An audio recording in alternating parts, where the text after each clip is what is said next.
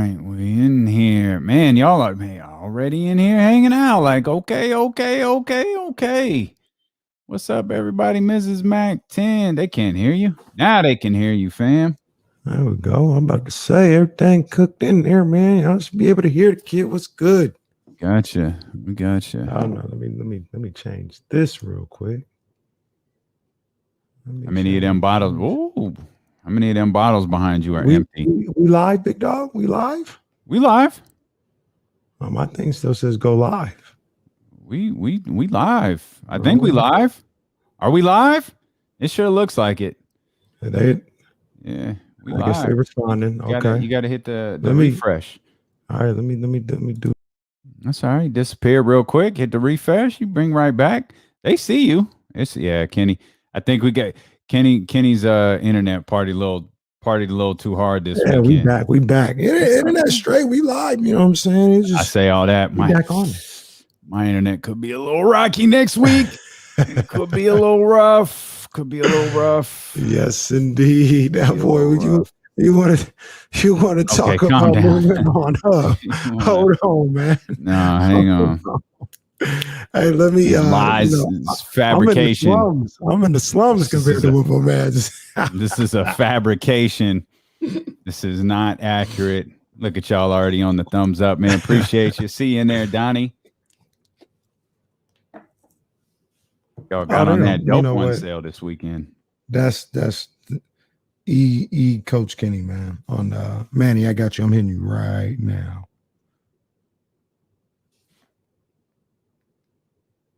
All right, we got that. I'll pin that tweet. Oh, I mean, it's early. We'll save it for the show, but happy birthday to the homie Deuce.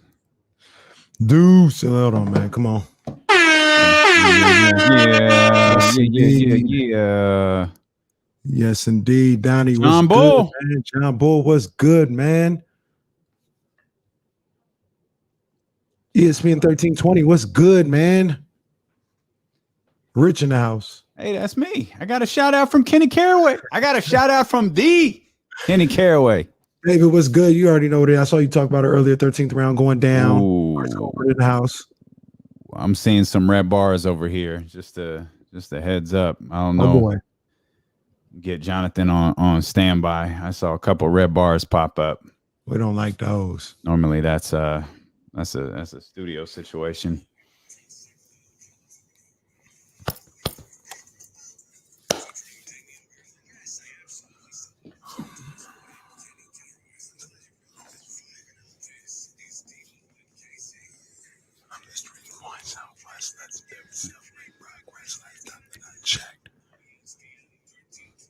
Hey, what is good? You hear the voice, man. You know what it is. D-Lo and Casey here on ESPN 1320.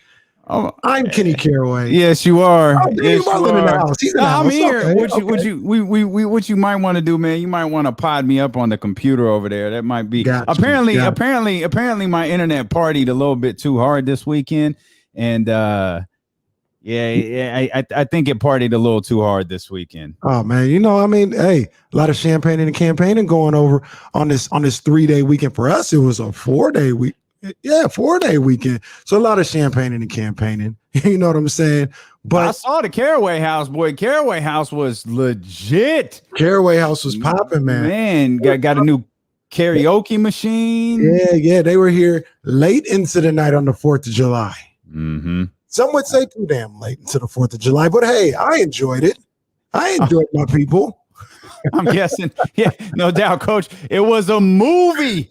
It was a movie over with the Caraway compound. It was going down. It was good times, with good people, my family, you know what I'm saying? And, we were champagning and campaigning. Hey, I was like, hey, try this McQueen. I opened up, a bottle of McQueen. I said, try this McQueen, to my cousin or whatever the case may be. Had some. Oh, yeah, this is great. This is some great stuff. I had one that I just opened. We had another one that wasn't open. Mm-hmm. I came back at about, 1:30, and I saw an empty bottle of McQueen. I was like, oh, they finished that McQueen. Let me go get the other one. I looked. I said, where's the other one? They went through 2 bottles of my McQueen. I'm gonna have to call up Damien. Be like, Damien, Hey, come to over Sovereign Brands. Hey, no, hey, you know the commercial. Let's hit up Ben. We'll get to re-up. We got to get the re-up over at the Caraway compound. And McQueen was a hit. It was a hit for the 4th of July. Absolutely. That's what's up, man. It looked like the whole little G1C was popping. We had tournaments going on well into the night. We got a new karaoke machine. Yes, indeed. It was live, man. It was super live. I'm sorry I couldn't be out there at a party. Thank God I couldn't, because I would have been the first one to leave. I would have been like, y'all going a little bit too late for you, boy. I'm gonna go to the house. Well, I mean, look, man. When you got acres that you got to make sure it's taken care of, then you gotta do what you got to do. Okay, that's a fabrication. That is just, in fact, it's not even slightly. That's a lie. Kenny's just lying. That's all he's doing. So I've told the story of this house I've been trying to get, right? Well, I got it. And so I had to come on, there we go. It's a good little spot. Like, so I knew I had to, I like it. Like, I like the house a lot. I knew I had to get ahead of the story by showing Kenny before Kenny came over to the house. So I just tried to play it off like, hey, and of course the house is staged. Like, it's not like the way the pictures I showed him is not what the house looked like. It's staged. Like, it's staged for suckers like me. Yeah, I see the framework though. All right. It is. We know what Jack Harlow say. We know what's popping. So I spent the weekend while Kenny was champagning and campaigning and drinking up all the McQueen and the Violet Fog gin in Sacramento. I was basically, if you're watching on the live stream, if you're watching on Twitch and YouTube, what you see is all that's not packed. I spent the entire weekend packed. As a matter of fact, there's probably going to be a point later on this week where you can run last week's shows with this week's shows, and I'll be wearing the same thing, because the only clothes that weren't packed were the ones that were in the dryer. It's like, oh, I probably should have. So, man, if there was ever a time for my Dope Ones order to arrive at the door, today would be it, because I'm gonna need some fresh gear. You got the Dope Ones at that 4th of July sale, man. Hope y'all hopped on that, man. The catalog is deep right now, so you got to go check that out for sure. That new Reasonable Doubt T. Oh my gosh, man! Woo. Come on now. Yeah, it's true. Me and John Bull are going to be neighbors, which means my Instagram profile is finally going to be upgraded a little bit. Is I'm going to call John. I got an idea for a picture. Get over here, John. I got an idea for a photo shoot. Kenny's coming over. Get over here. I got an idea. John's basically John Bull. Like, cool. Let me in the gate. John Bull. Shut up, man. I don't have a compound, by the way. I got a nice little house. I don't have a compound. Kenny got a compound. You look, y'all just go over to @IMKDiddy. Raise your hand if you got a karaoke machine. This fool really has courtside seats in his backyard. And it's not a courtside seat. It's not like a metal folding chair. This fool got love seats all across this mini basketball court. And it's barely a mini basketball court. Oh, and by the way, when you're done playing basketball, just shift your attention to the left where the big screen projector is, and you can start the karaoke for halftime. No, I mean, people like to sing. People like to sing. Indeed they do, man. Indeed they do. And most of all, I gotta ask you real quick as we talk about our time off. I ain't seen Damien in I don't know how long. Well, I saw him on Friday. Yeah, it's been like 3 days. By the way, since let's go ahead and pull that.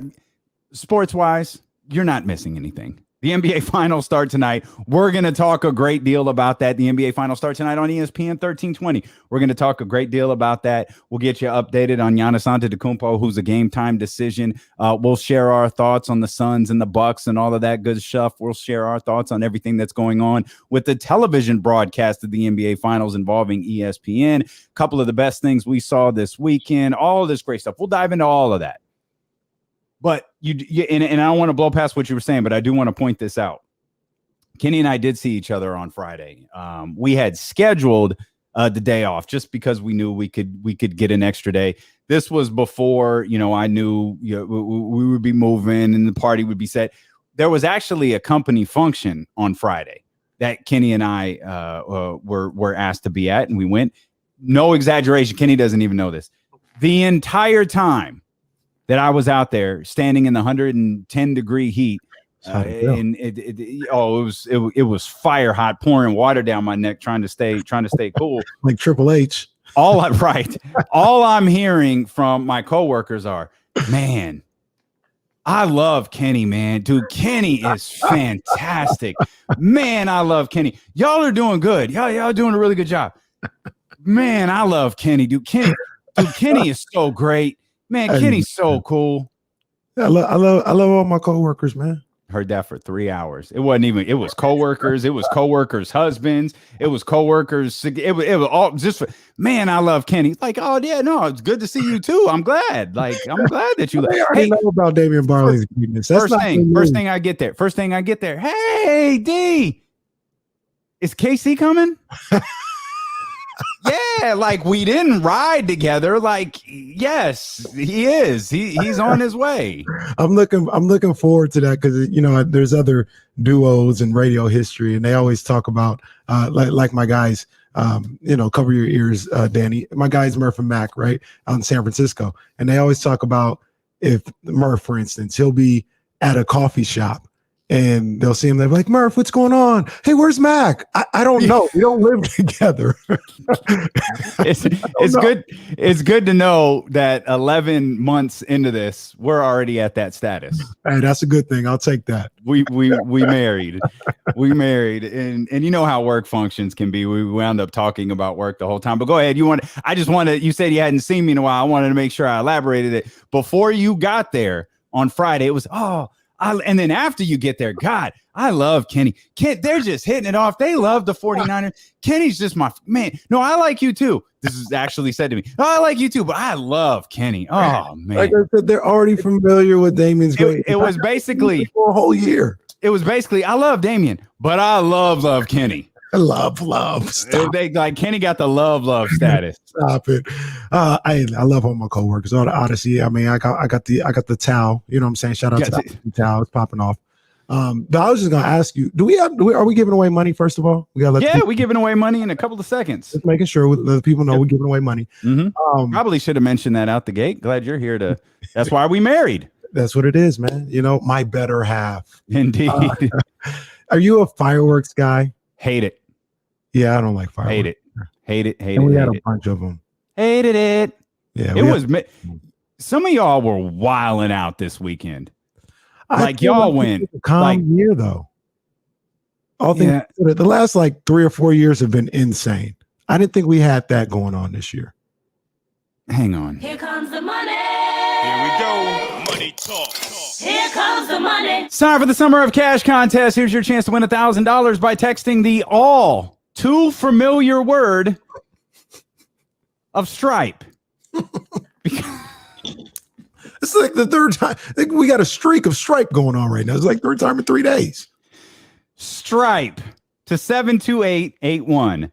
That's Stripe. As in, as great as this company is, apparently they fall in love with certain words like Stripe. 72881. This is a multi-state contest. Message and data rates apply. And remember, don't text and drive. Yeah, this is a true story from Rich right here. Damian is in the friend zone at work while KC is the crush. Big facts. Rich, don't encourage this. That's facts, dude. Like I said, they know the greatness of Damian for years now. This is the first time I've ever seen some of these people, and I'm glad I saw them. Yeah, no, that we work with some great people, except for the person who creates these words. Oh man, come on! They didn't think this out very thoroughly. These people at the source. So the invite only party at the Caraway compound, no fireworks. I noticed those didn't make the. No, there was some behind my house. Yeah, there was some behind but it's not like it was. Coach Jay, he said I moved out the hood. Somebody did say that last year. They were like, I was like, man, there's not anything going on. Typically, you would get fireworks from like June 25th until July 4th, and it was like July 1st. I was like, I haven't heard any fireworks this year. Like, I guess they put the kibosh on it. And they're like, no, fam, you're in the suburbs. Like, you're in the burbs. Like, they're going strong. So maybe that's the case. It was, yeah. They started Friday, got loud on us, and I then didn't get any on any until the 4th of July. I need to move. Can y'all got any places for rent on the Caraway compound? Because they went like mini Friday, mini, not bad. Saturday, it was like, come on, man. Like what? Like we don't need 4th of July twice. Sunday was crazy, man. There was a point where I was in this room Sunday night because my, the little one who you often see on the camera, the little lab, she was lying under the desk. She was lying under the desk for a long time because those, and it's not the pop pops, it's the booms, booms. And I guess I didn't see nothing. Like I said, I remember when I was in LA, like they would start after Memorial Day and they'd be in the air. And I'd be like, yo, this is crazy. Got out here. I don't know. I don't see them. Good for you. I'm moving out there. Neighborhood on Saturday night, though. They was behind my house letting them off. So where did you guys come from? We'll step out. We'll regroup. Obviously, we are thrilled to be back here with you. 1 day away is too many. We'll come back. The NBA Finals get underway tonight. It is the Bucks and the Suns. Oh, yeah. Fear the deer. Let's go. Man, you are hating on Phoenix hard. We'll dive into Kenny's hatred for the Phoenix Suns as D'Lo and KC continue here for Sacramento on Sacramento's #1 sports station, ESPN 1320. I'm restarting. I don't know if Jesse can hear me. I'm restarting everything right now. Yeah, I've completely forgotten you even had an issue. Yeah, so that's good. That means it's not an internet problem on my end. That just means it's either a Comrex problem or something at my connection at the studio.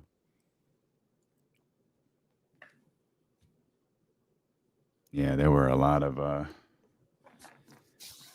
birds in the sky for sure. Oh, there you go, Frankly Floyd. There you go. Yes, that's the proper way to do it. I'm telling you that. I ain't even joking. I need some more McQueen. Drunk on my McQueen. I just knew when I saw that empty bottle, I was like, I got it covered. I'm going to go to the backup joint. Backup joint was gone.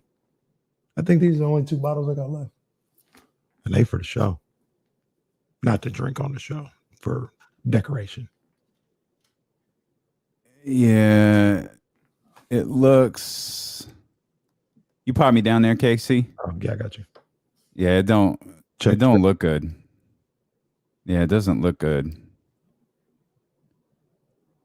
We'll see. Can y'all hear me?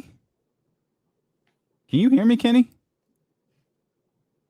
Yeah, man. I ain't driving through the Heights, Shadow Man. On the 4th. I know them fireworks is all over the place. Yeah, this thing. I don't know. Can y'all hear Damien?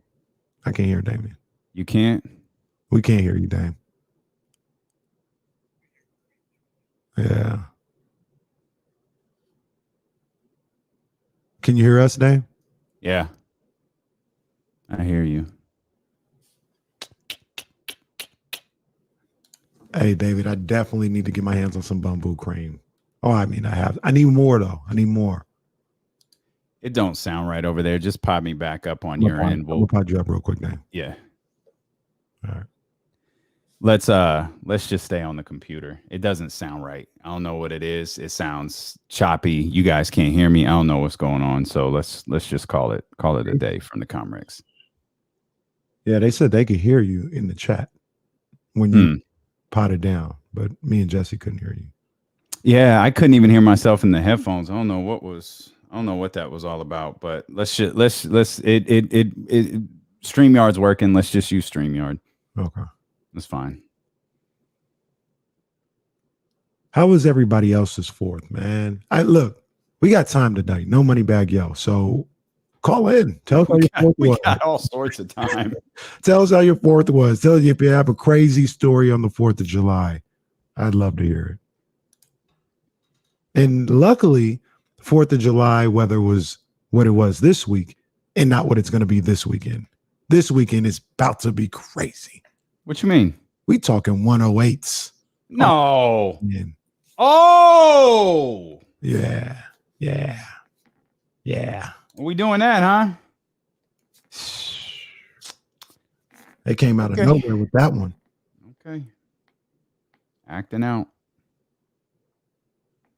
Jesse, I'm not going to be able to hear you the rest of the show, so I'll have to take my cues from Kenny. Look at me. I'm the captain now. Mm-hmm. I don't even know if Jesse heard that. he hears you. Okay. Mac 10 is the lick. West Side is the click. Yeah, that's a great question. That's a great question. They're like, the Suns are getting too much attention. Might not even be right. They just put it out just to get some pub. Yeah, just to get some attention. Mac 10 is a lick. West Side is the bruh. What song were you singing that night you posted that video? You're my angel. They don't know. That's what it is. That's what it was. Don't listen to what I used to be able to sing. You know what's really crazy is my voice changed after Reese was born. It's really weird. I was 30 years old. And I like look at pictures of him when he was first born. And even he's like, is that you talking? I was like, I know, right? It sounds crazy. Yeah, it was a little different. That was pre-Reese. Yeah. I don't know what the hell happened. Well, sometimes it happens a little later for people.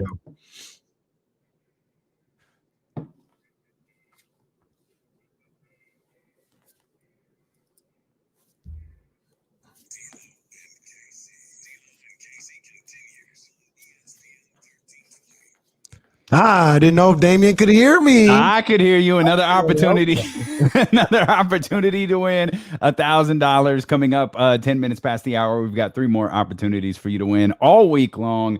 The Summer of Cash contest rolls along. Unfortunately, it looks like some of our broadcasting equipment has taken the day off. The 4 days off wasn't enough, but that's fine, man. We here, we hanging out. We got plenty to do.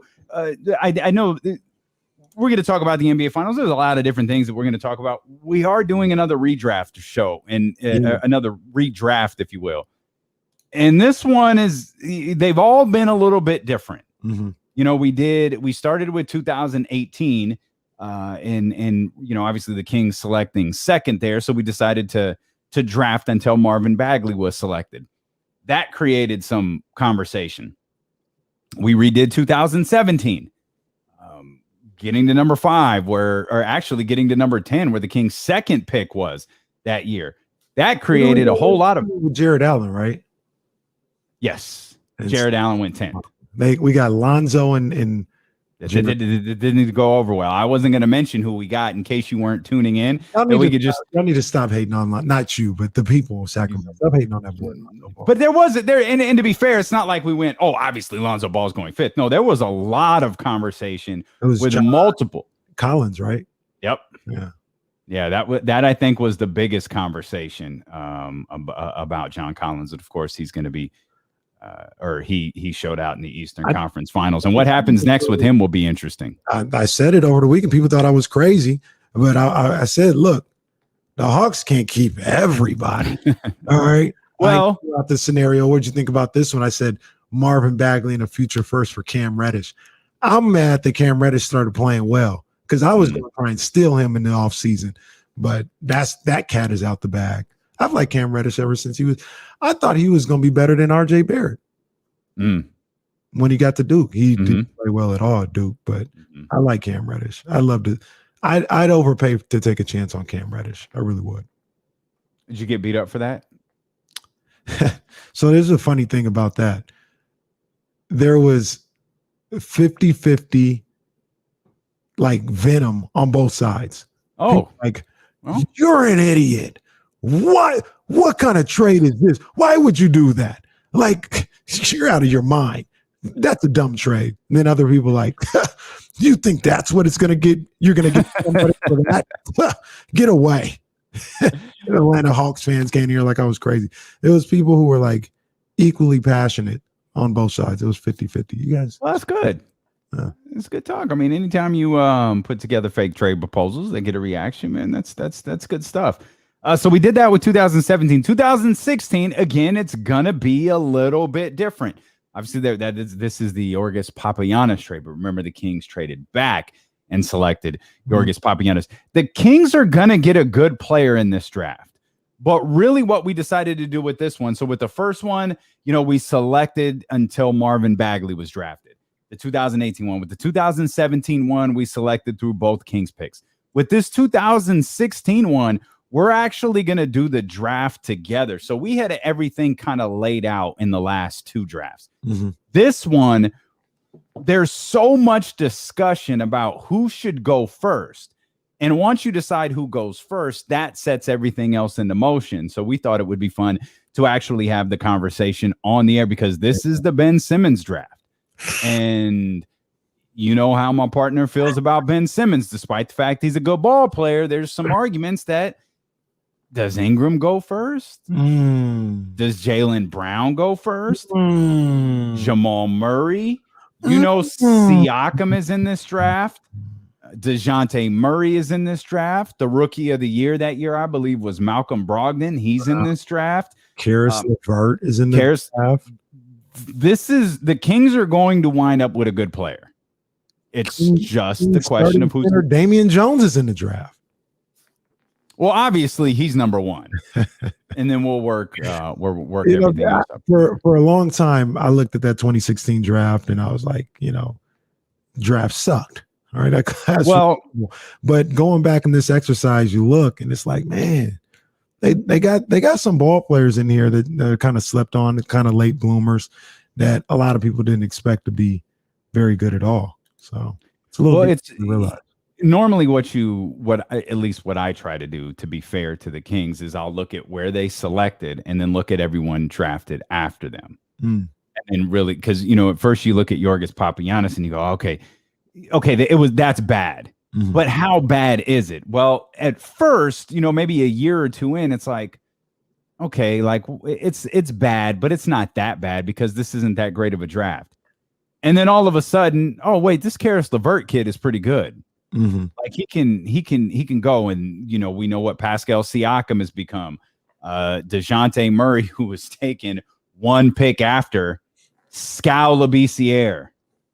So there's a number of different things in there. Malcolm Brogdon, of course, taken 36th in that draft. So that'll be a fun conversation that we'll have in the 3:00 hour. Not to give away the whole discussion, we'll dive into it. I just had to say this. Remember how bad people wanted Wade Baldwin?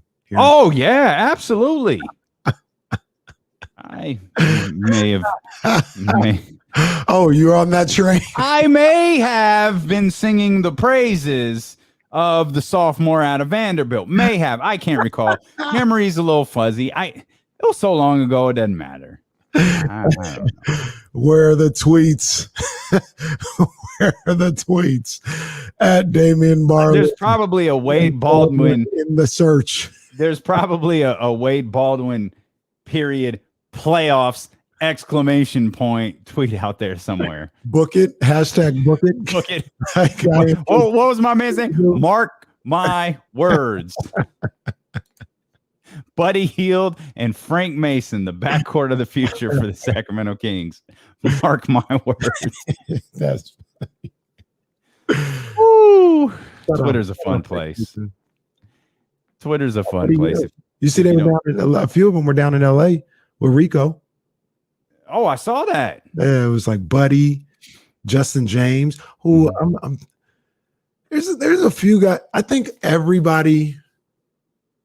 I was about to say everybody that doesn't get normal playing time. I'm kind of intrigued by the Kings. I know they all can't stay. I'm sure they all won't work out. But between Justin James, Jamias Ramsey, Louis the King, and Robert Woodard, I'm like, I feel like one of those guys can really play at the very least. I think one of those guys would be like, yo, Monty found one here. But isn't the most difficult part is going to be figuring out which one, because you've got to play them, right? Someone has to be on the floor. Like everyone was excited. Oh, Robert Woodard, I think he could play. How will we know? He didn't step on the floor. Yeah. Jamias Ramsey said, no, I think he's got potential. He's not ready right now. Well, how is he going to get ready? There was no G League, and I feel bad for those guys because, I mean, a lot of guys were, but as it pertains to Sacramento, those guys really, it was a huge detriment to not have the G League for them last year because they essentially weren't able to play because of how condensed the season was. They didn't get to practice. They didn't get to do anything other than, workout drills. They basically got to train all year rather than develop their game. And hopefully it sounds like the G League is back and is going to be back in the form that we've always known it as. That'll be, beneficial for those guys. But of everyone that you just named, we've seen signs of Justin James out there. And it's like, okay, this kid can go, but he's going to need more consistent time before you go, okay, this was a hit. We just talked about Karis LeVert. He was on the floor. Same thing with Pascal Siakam. He was on the floor, and that's how they were able to develop over the course of a couple of seasons in the two respective franchises. I feel like DeJounte Murray was good really quickly from the start. I feel like he was good right from the jump, but those other guys, they had to be out there on the floor to establish something. Let me put you on the spot here. Just we just random, we just spitballing out here. Of those four guys, if you had to pick one that you're like, I think this guy could really play, it was Justin James, Woodard, Louis the King, and Jamias Ramsey. Which one? See that? I'd probably answer Justin James because I feel like that's the one we've seen the most from. I go with Louis King. Louis the King, huh? Louis the King. Louis the King that I like. Now, I've seen, here we go, get the jokes ready. I've seen the clips of Louis the King. The highlights, yes. You've seen the highlights. I like it. I just like his game, man. There's a fluidness to his game. There's a natural, offensively at least, there's a natural smoothness and ability to his game on the offensive end that, even though I like Justin James, I'm not sure he has. Jamias doesn't always necessarily have it. Woodard, I feel like Woodard is still learning the game on the offensive end, right? I feel like out of those four, the one that is most like born to get buckets and be productive out there is Louis the King. Okay. I feel like his offensive game is closer to ready-made than the other three. Not saying that's all the Kings need is offense. I look at him and I just think he's naturally ready to go. They could use something on the other side of the floor. I hope you're right because they may have to use him. Peyton here saying, didn't they both play on G League teams? Woodard, I thought, put up like 25 on the Spurs. Yeah, the G League last year, if I recall correctly, they had like a G League bubble. And they were there. And then I think they were pulled out and they never went back. Yeah, regardless games though before they got pulled out.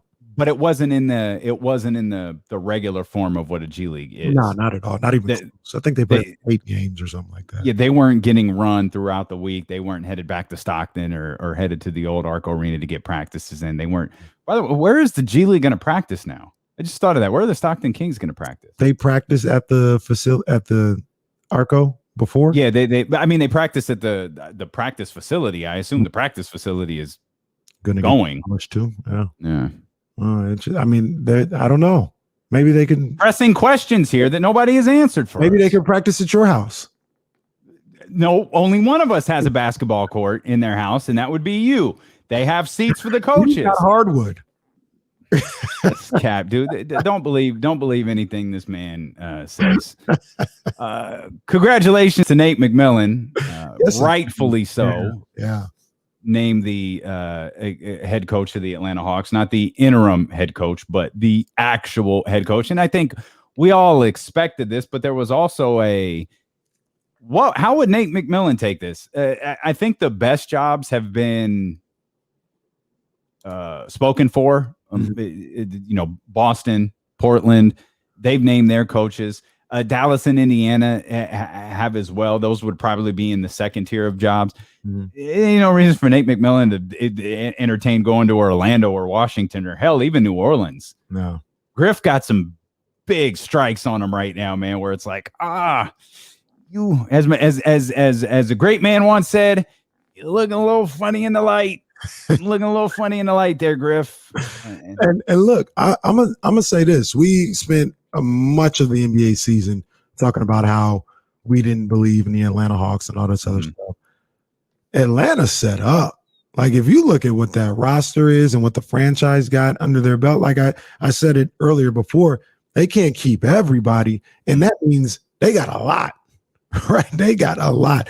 They got obviously Trey, John Collins. They got to figure out what's going on with him. Capella, DeAndre Hunter, Cam Reddish showed up. Bogdan, Gallo. Who am I missing? They got the young center out of USC. They got him there as well. They got a lot popping off in Atlanta right now, talent wise. Herder, my guy Herder. Yeah, They got a lot, man. but they're not all up right now. Like the the contracts, they're staggered. Mm-hmm. They're going to have some work to do. Mm-hmm. But good for Nate McMillan. He did a amazing job taking over. And I think this is fair to say. Once Nate McMillan became the head coach, this team became what guys like Marshall Harris. Mm-hmm. You know, we saw the Hawks all year being the Lloyd Pierce-led Hawks. That's what we saw. Technically, yeah. Our assessment of the Atlanta Hawks was spot on. Like the way you're thinking. And then they brought in Nate McMillan, and suddenly we were wrong, and everybody else was right. Yeah, that's not our fault. It's not our fault. Who knew? Yeah, it's the right call, though. The right call to bring Nate McMillan in. The right call for Atlanta to retain him, and the right call for Nate McMillan to be there. Like, you could argue of even once you factor in Boston, Portland, you could argue the Atlanta job is the best job available. They obviously got the John Collins thing that they got to figure out, and I don't know. It's hard for me, and maybe this just goes back to my preconceived notions heading into the season, or my assessment of them in the season. I don't know how we're just running this back. I don't know where I'm penciling in when we get to, the middle of October, heading into the start of the season. I don't know where I'm penciling in Atlanta yet. I don't either. I mean, John Bull puts up a great point. This is one of the things I'll talk about. They have $93 million in the books for next year with Lou Williams, John Collins, Solomon Hill, Brandon Goodwin without contracts right now. So Solomon Hill, I mean, he does some stuff, but he's not a huge loss. Brandon Goodwin's not. But Lou Williams, John Collins, they contributed mightily to what's going on. And they gotta make a decision on whether or not they're gonna bring them back, and then that may affect what it is. And somebody was telling me, like, because these guys are all under, they were drafted, they've drafted really well, like they actually can keep everybody. Technically, yes, they can keep everybody, but there's still a cap. And even if you keep everyone, that tax bill is going to be crazy. So that's what I mean. Somebody not going to be kept. You know what I mean? Somebody that you really want you can't keep them because the tax, well, you can, but people traditionally, even Joe Lacob is having second thoughts about paying so much over the tax now that bill's finally come. Well, he's starting to see the end of the road, though. He's got that Boys to Men song playing in his head, and he's like, you can pay that. And I think Joe Lacob is willing to pay that, just as I think Atlanta would be willing to pay that. If we're talking championships, we're not talking playoffs. When you're that far over the salary cap, we're not talking playoffs. Right. We're talking, at bare minimum, the NBA Finals. Mm-hmm. If you lose there, you get the revenue from the games, you get the revenue from you get all of that if you're there. You get you get everything if you're there. Of course, you want to win. Financially, you're in just as good a shape just being there in the NBA Finals. Yeah. Having second thoughts on that is probably him recognizing maybe this thing is almost over. Mm-hmm. In Atlanta, they've got to, you kind of have to make the decision to go for it. We've seen teams go for it. We saw Atlanta go for it. Hell, they fell short, but Houston went for it, repeatedly. Mm-hmm. And when it didn't work anymore, it was like, okay, it didn't work. We're out. Like, we're out. Like, we're done. We're picking the draft out. That's how far out we are. Tweeted on June 23rd, 2016. What? I am K. Diddy says, man, wow. Just get Baldwin and Valentine and hope for the best. SMH. That's okay, partner, because also on June 23rd, 2016, Damian Barling tweeted, is it possible Baldwin is there at 22? Do you guys understand the context of what I'm saying there? It's basically like, just get these guys and just hope for the best. This draft stinks. Yeah. And neither one of them were anything to do with the best. No. Lately, Valentine has been a Since we're- mainstay on Shaq and the Fool. You got that you got the 4-second non-findable clip there about confessions because Here we go. I'll hit you I with got one you. You here. got one. Yeah, There we go. I really wanted Denzel Valentine. That's the Valentine. That was the guy I wanted. I didn't like him at Michigan State just because he was cool, but I did the whole thing where I looked at him like his really good year was his senior year. He's like 23 years old. Like, yeah, you should be good. I don't think you're very good as a player. I remember that draft. After the first 8 or so, I wasn't on the Baldwin thing. There was nobody there that I was really passionate about after that. Oh, actually, I take that back. Now, all right, this is context. Okay, this is context. I did not say first round or draft, get back in the first round to get this guy.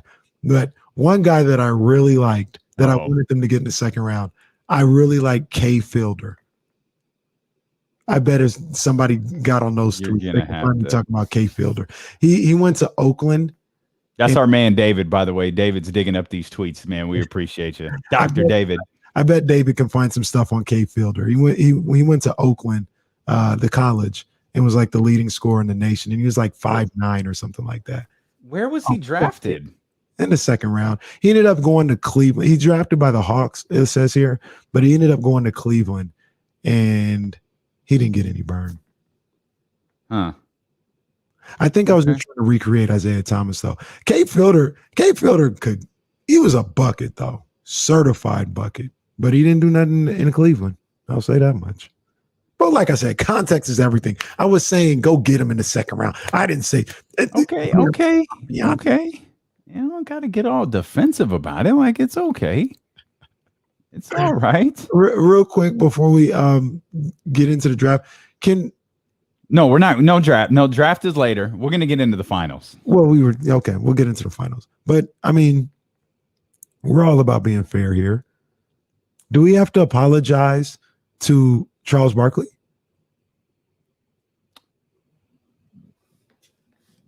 Why?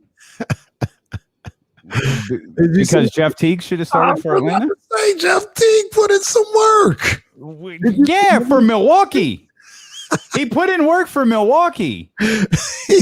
11 points, 12 minutes, 3 of 5 from the field, 3 of 3 from beyond the arc.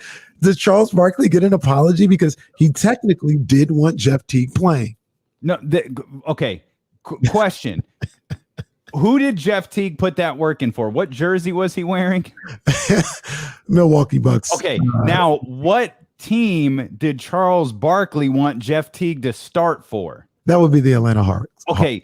So no, we do not owe Charles Barkley an apology for being about 7 years off on his assessment of Jeff Teague.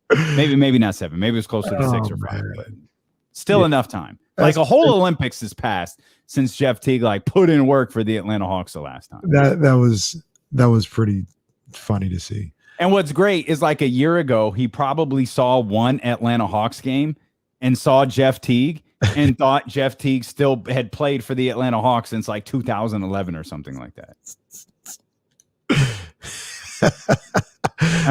Funny. That was some funny stuff, man. Well, I wouldn't do that. I would start Jeff Teague because if you start Lou Williams, I don't see. Yeah, Jeff Teague.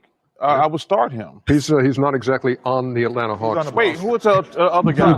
Big dummy. I'm sorry. No, I wasn't even talking about Dunn. Well, you ain't talking about Teague. I'm forgetting somebody. My mistake. I can make a mistake. Who's another guard on the Hawks? I swear to you. Kenny Smith.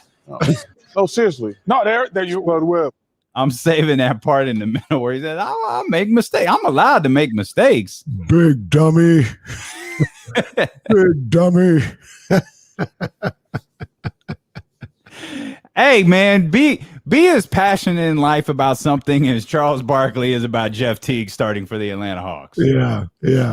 Oh, matter of fact, while we're here, I do want to say we had jokes about him. We knew that it was time to make this move, but I can't lie. Felt some type of way. Got a little nostalgic with Marv signing off the other night. take that out of your mental Rolodex, bottle it. We're gonna get to it later. Okay. And here's your teaser. 1, I agree. 2, oh no, Reggie Miller did a fantastic job setting that up. I'll explain. I'll give further context to that when we talk about the best thing. Stick around for this one. The state of Chicago. It's this state of Illinois. I was about to say. We'll I'll give you full context. We'll share the best things we saw this weekend. We'll talk the Giants as well. And quite honestly, we'll talk about whatever you want because we still haven't got to the NBA Finals yet. Talked about Nate McMillan, talked about the Atlanta Hawks, the team that isn't there anymore, but haven't had an opportunity to really dive into these finals. We'll give you an update on Giannis Antetokounmpo. There's a small one. It's going to be a game time decision. We'll talk about that. And your next opportunity to win $1,000 in the Summer of Cash contest is D'Lo and Casey continue here on Sacramento's #1 sports station, ESPN 1320.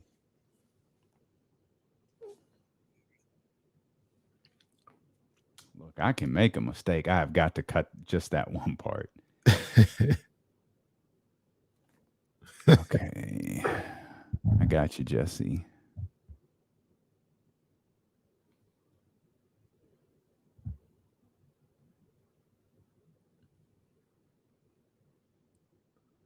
Mm, mm, mm, mm,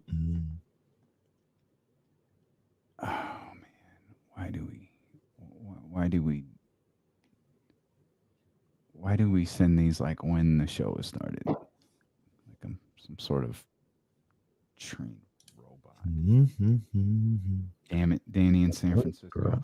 So are we still doing Jesse? Can Jesse hear me? yeah, he can hear you. Are we still doing the other BetQL reads?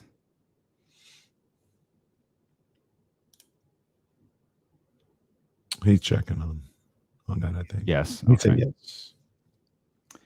Great.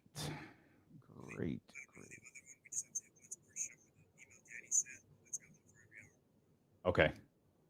Got it. So I'll hit that right out the break. Oh, where's the other BetQL? There it is. Man, that YMCA that Jordan and Russell Westbrook redid looks really good. Oh man, that looks crazy. They did a great job. That looks incredible. BetQL.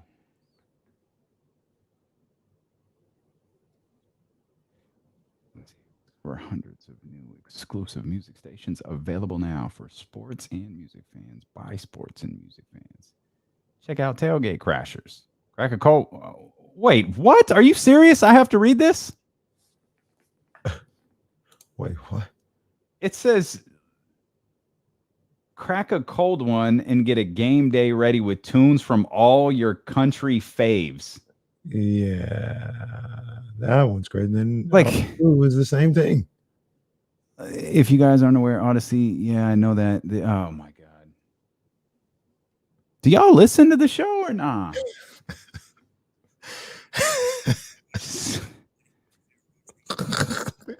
Jesse says ESPN 1320, your favorite rock station. Man, nope, that's hour 2. Oh man. Yeah, dude, straight up, yeehaw. Look at it, I'm practicing this country faves read, and right here, Keith beat Bobby. Like, yeah, like that's more along the lines of our bag right there. Keith, he was ready. Bobby didn't seem like Bobby ain't never ready. He's done. As KC, as you would say, he's washed. If you took the live component out of it and you just went playlist versus playlist, Bobby would win. Here's the other thing about that, though. Keith, I'm not big, especially on the verses. I'm not big on I wrote this song, so I'm going to use it on my list. Like, no, fam, no. You didn't perform it. It's not in your discography. Mm-hmm.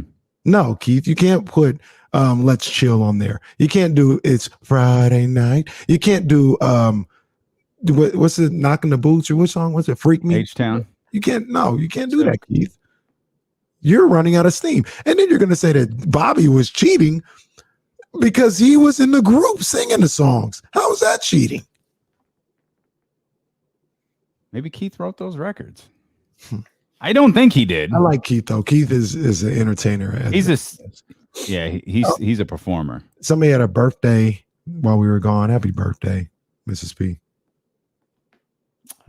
I thought we wished Miss P happy birthday. We didn't. It's a damn shame. Maybe we did. I think it was like the 1st or the 2nd or something like that. Maybe we did. Is Miss P celebrating all month long? I'm with that. She's gonna have to back up come that 3rd week of July. It's my time.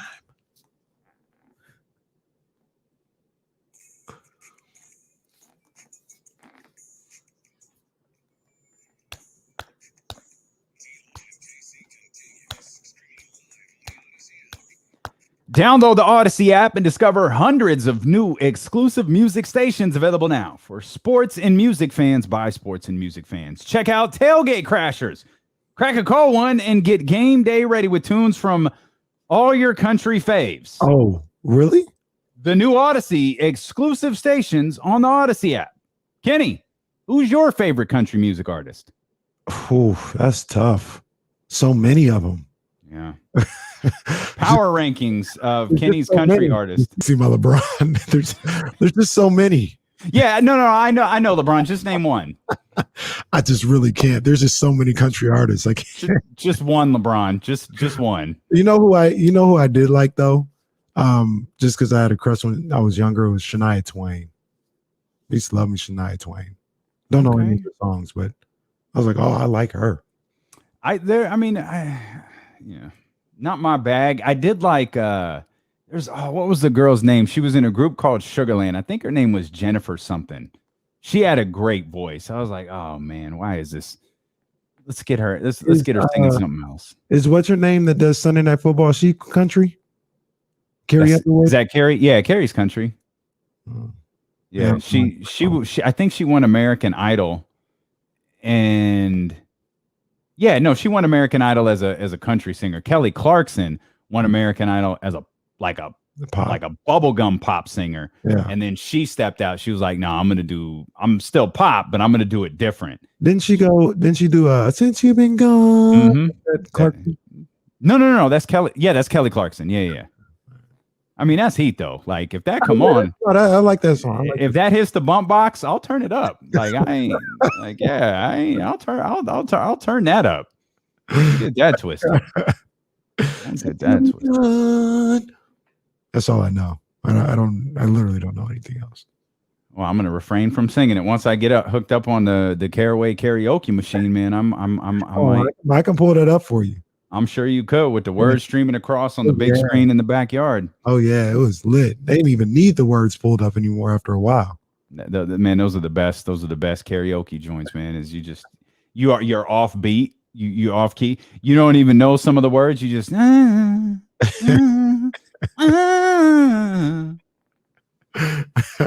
NBA Finals get underway tonight. Not sure if either of these two teams know the words to the NBA Finals. I'm expecting a pretty rocky first couple of minutes here. It's the biggest of big stages for everybody. This isn't involving Giannis Antetokounmpo. It doesn't matter if he plays or not. Chris Paul, none of that matters. I'm just talking about the moment when you step out on the floor. You see more media than you're used to seeing. You see the NBA Finals logo implanted on that on that floor, and it's a lot like the Super Bowl. It's a lot like these big games that sometimes they start a bit slow and go off and see each team go 2 for the first 18 before things kind of settle down and they get into a groove and get comfortable.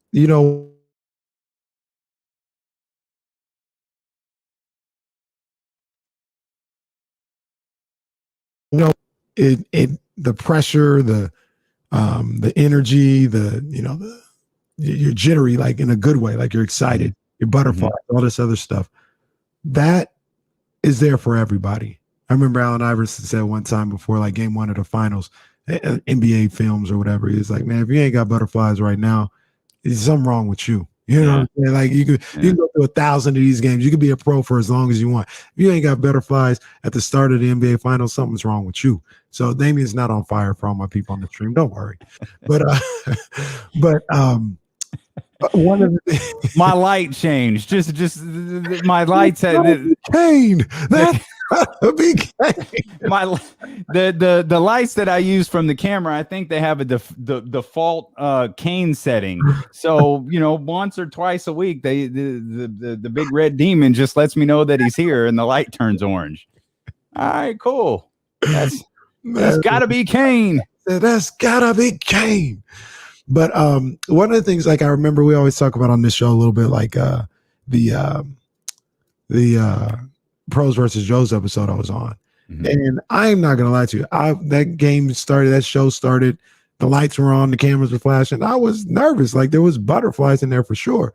But after about 2 minutes, it just became a basketball game. I was just out there playing basketball. And I think that's what you talk about when you talk about the NBA finals and big moments like that. Like, at first it's like, man, world is watching. There's a lot of people. It's nervous. After a couple minutes, it turns into a basketball game and everything plays out the way it's supposed to. Yeah, let's get to these phone lines here real quick. 916-349-1320. Let's start with the homie Big Al. Big Al, what's good, man? Big Al, baby. Big Al. Yeah, I don't know what's happening there, but we're sorry, Al.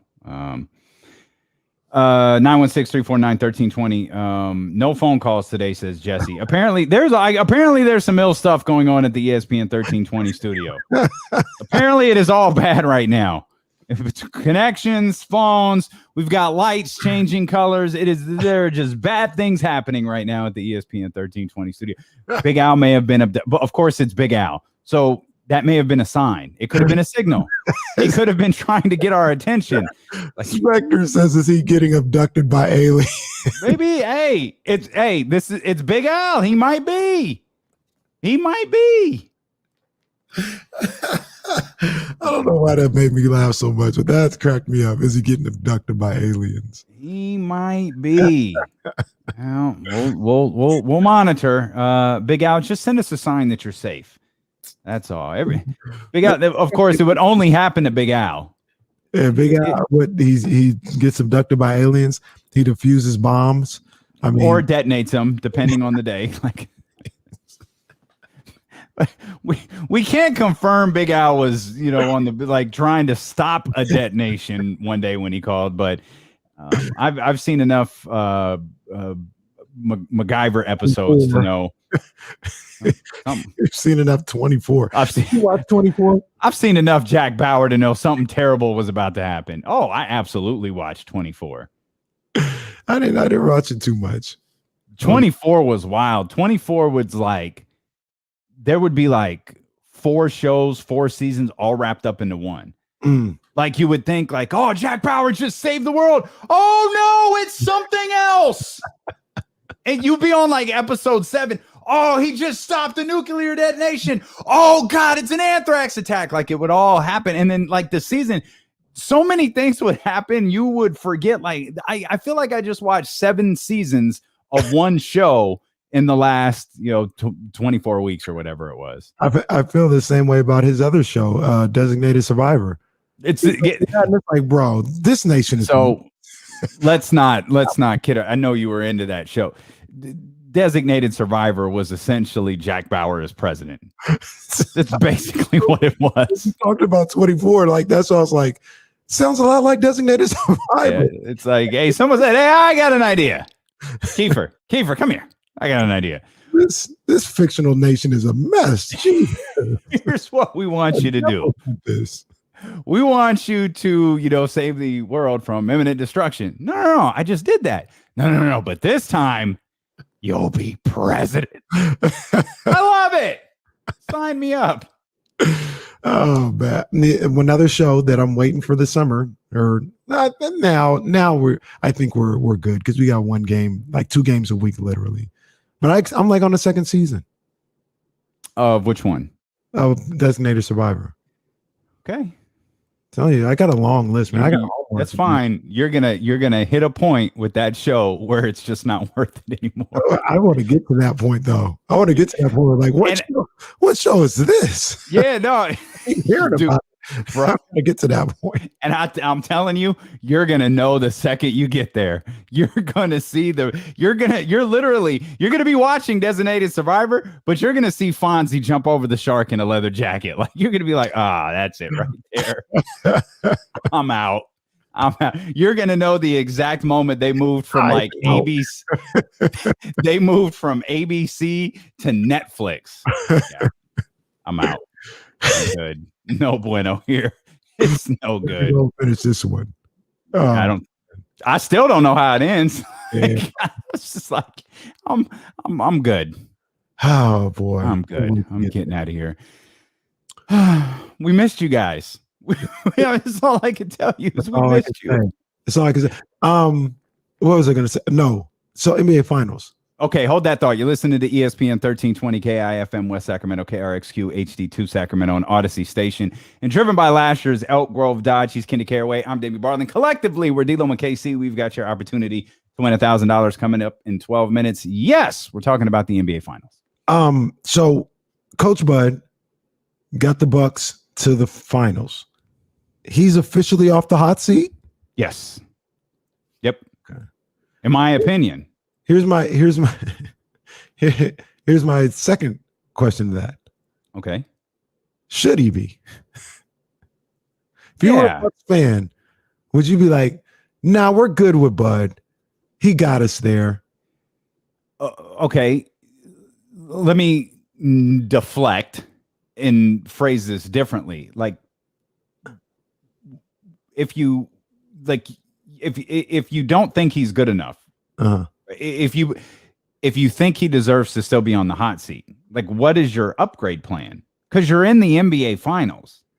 Like you're it's not only are you in the NBA Finals, but it's July. The draft is in a couple of weeks. Training camp's going to be, less than 60 days after that, about 60 days after that. There's no succession plan here. You're far enough in the process where the only jobs that are available are the awful ones. You're riding with Coach Bud. You're riding with them. Like I said, if you were a Bucks fan, would you feel good about riding with Coach Bud? I think you feel a little better about Coach Bud than I'm in the NBA. If I'm a Bucks fan, I'm in the NBA Finals. Yeah, that's it. Like I'm in the. But if you lose, the NBA Finals, you almost can't fire him. You've got a built-in excuse. So you better win just to get that championship. So let me ask you this. If you lose, you can't fire him next. That means you're going back into the season with Coach Bud again. Why do you hate Mike Budenholzer? I don't hate him. Why do you have such disdain for Mike Buden? I don't. I'm just not sold. So, okay, hypothetically. It's the same guy that you guys talk about coaches all the time. Couldn't get his team ready for a closeout game 4 with no Trae Young there. Well, not closeout. I take that back. A commanding type game. I agree. And it happens all the time. No, I agree. I've been the one singing that song. I know all the words. Like I get it.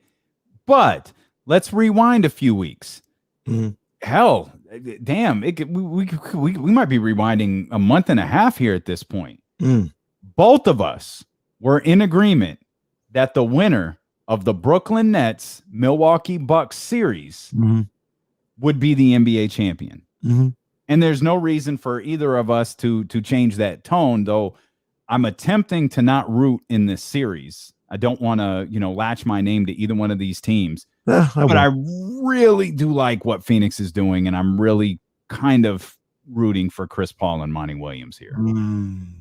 But if you thought that then, and you still, and the ability to still pay that thought off of the winner of the Milwaukee Bucks Brooklyn Nets series winning the NBA championship, if you still have the ability to pay that thought off that we shared on this show a month and a half ago, Coach Budenholzer is still making you look good. It's been a little rocky along the way, but you're still here. During that series, it became clear. Going into the series, I'm with you. I was like, yo, this is tough. This is a even matchup here, 50-50.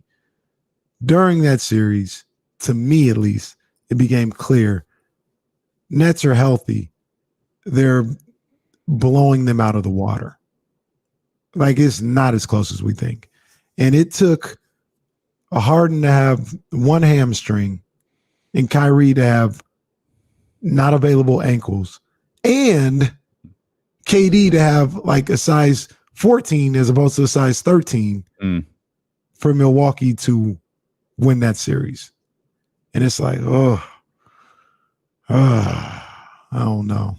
I don't know if this is the guy when you talk about Coach Bud.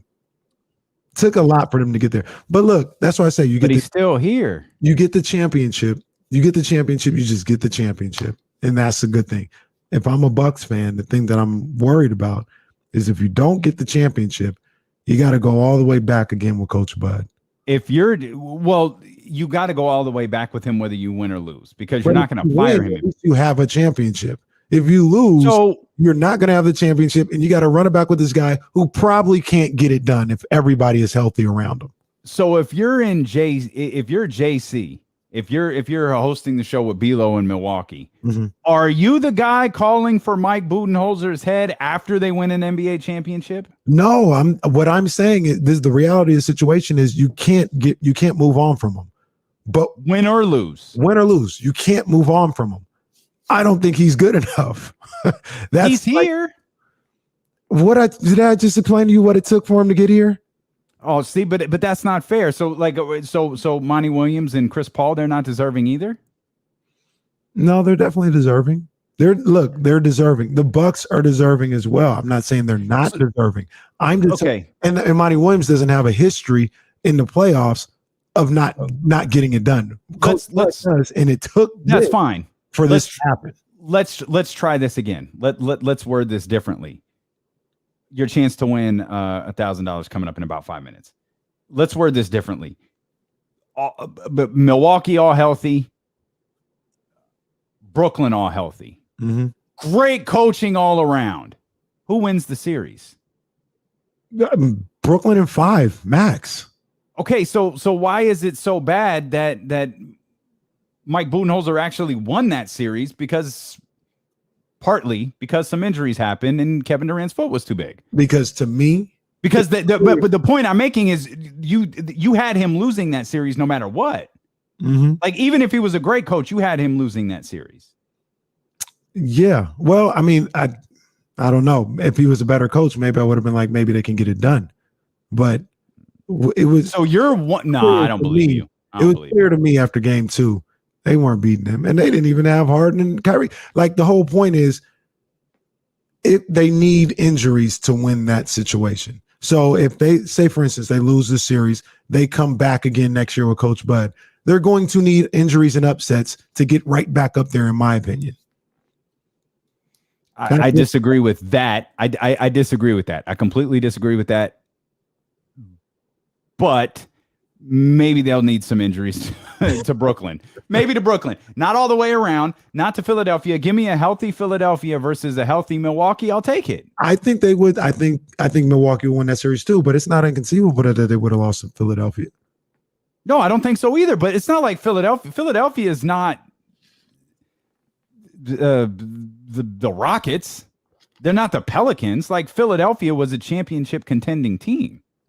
Yeah, so what I'm saying is you can make the argument going into next year, they're already 3rd in the East. I don't think that's the case. I think they'd be 2nd, but yeah. That's fine. That's fine, but they're playing for it's a different thing that they're playing for. They're trying to cash in on the championship window. Yeah, but if you get an opportunity, if you get one this year, you got to get it this year. That's what I'm saying. That's my whole point. You got to get it this year. Get it. Because if I'm a Bucks fan, I don't want to go through next year having to have Coach Bud there after I just lost the finals, because I wouldn't be confident that he'd be able to get us back there. That's why you have to win this year. So all healthy, because that's been the focal point of this finals and this conversation, both with Phoenix and Milwaukee. Mm-hmm. Let's just stick with the top three: Philly, Milwaukee, Brooklyn, in whatever order you want. All healthy. You swap out Coach Bud for who in Milwaukee suddenly a better shot at winning a championship than they would be entering with Mike Budenholzer as the head coach? I'm not the coach guy. So, I mean, that's not really. Oh, no. You was capping for Luke Walton pretty hard this year. Stop it. Stop it. I'm not the coach guy. I'm not the guy to be like, take James Edwards, the assistant off of Cleveland, and he would be great. Like, that's not my bag. All right. I just know I've seen enough of Coach Bud to say all healthy. I don't think he does. He makes the right adjustments throughout a series. He ain't Ty Lue. Sure. He ain't Ty Lue in the middle of a series where he's like, oh, okay, this is what they're doing. I'll handle that. Once they figure a Coach Bud offense out. But the good news is it appears he's Doc Rivers. Well, he might be a complaint about Doc Rivers is he doesn't make enough adjustments during a series. Yeah. By the way, I'll let the radio audience in on the joke. I was laughing when I made the Luke Walton comment. Obviously, those on the stream knew that, but those on the radio may not have. It was Don't a joke. This guy, everybody. No, please do listen. Please do. Just don't always take me seriously. Yes. Just don't always take me seriously. Yeah, you've been, and I understand the concerns with Mike Budenholzer, but you're right. This is it. It's tough that they are in this position with. So let me frame the question like this. Let's kind of move on to another question here as it pertains to the NBA Finals. Obviously, Giannis is a game time decision. Mm-hmm. You can listen to the NBA Finals, by the way, on ESPN 1320 beginning tonight at 5:30. Giannis is a game time decision. If Giannis is out, hypothetically, if Giannis is out, and let's just play the long game. Let's say Giannis is out the entire series, and we're not worried about working in minutes and trying to get him healthy. Is this Milwaukee Bucks team? And I would argue there's a benefit to if they know, and obviously they don't, and they're going to do everything to avoid this. But if they know, I'd argue there's a benefit for the Milwaukee Bucks players if Mike Budenholzer or the Milwaukee Bucks organization went, the injury is worse than we thought. No matter what we do, no matter 24-hour rehab, no matter what, Giannis isn't playing. Is this Milwaukee Bucks roster good enough to beat the Phoenix Suns? Is a Milwaukee Bucks roster without Giannis Antetokounmpo good enough to beat the Phoenix Suns? And I'm going to give you a second to think about Here that. comes the money. Here we go. Money talk. Here comes the money. It's time for the Summer of Cash contest. Here's your chance to win $1,000. Text the code word stripe. No, I'm just kidding. That's not true. That's not true. I'll be like, come on. We know we lack creativity, but come on now. No, here, okay. Stop playing. Here comes the money. Here we go. Money talk. Here comes the It's money. time for the Summer of Cash contest. Here's your chance to win $1,000. Text the code word FOCUS to 72881. That's Mike Budenholzer is going to have to focus to beat Monty Williams and the Phoenix Suns. Text FOCUS to 72881. This is a multi-state contest. Message and data rates apply. And remember, don't text and drive. Also, remember, we've got another opportunity for you to win $1,000 coming up 1 hour from now. We've got 2 more opportunities here on the day as 10 minutes past the hour of every hour, Monday through Friday, here with D-Lo and KC. We have got your opportunity to win $1,000. What's that? We asked for old tweets earlier. Oh, no. On October 5th, 2016, at IMK Diddy. Oh, boy. Y'all see K Fielder tonight? Kings are dumb passing on him. SMH. Man, you hit that SMH hard. Somebody search at IMK Diddy and SMH and see how many tweets pop up. Bro, you don't even have time. You don't even have time. It'd just be a scroll of tweets. But back to my question before the before the code word is Milwaukee talented enough without Giannis to beat Phoenix? Part of me says yes. I'm not. I feel like they are, but I could be completely wrong. I could be wrong. I don't. I'm not completely sold on the fact of Chris Middleton, Drew Holiday, Brooke Lopez, who's really good, at least in game 5 of that series. I'm not sold that they can do it without Giannis, but part of me wants to say yes, they can get it done. I want that to be the case, but it could just be wishful thinking. I don't think it's wishful thinking at all. I think the roster is talented enough. Obviously, Giannis is incredible, but it maybe boils down to a couple of things. One, are you as high on the players as I am? Do you think that roster is constructed well? And two, how down on you are you on Mike Budenholzer? Are you like Kenny level down on him?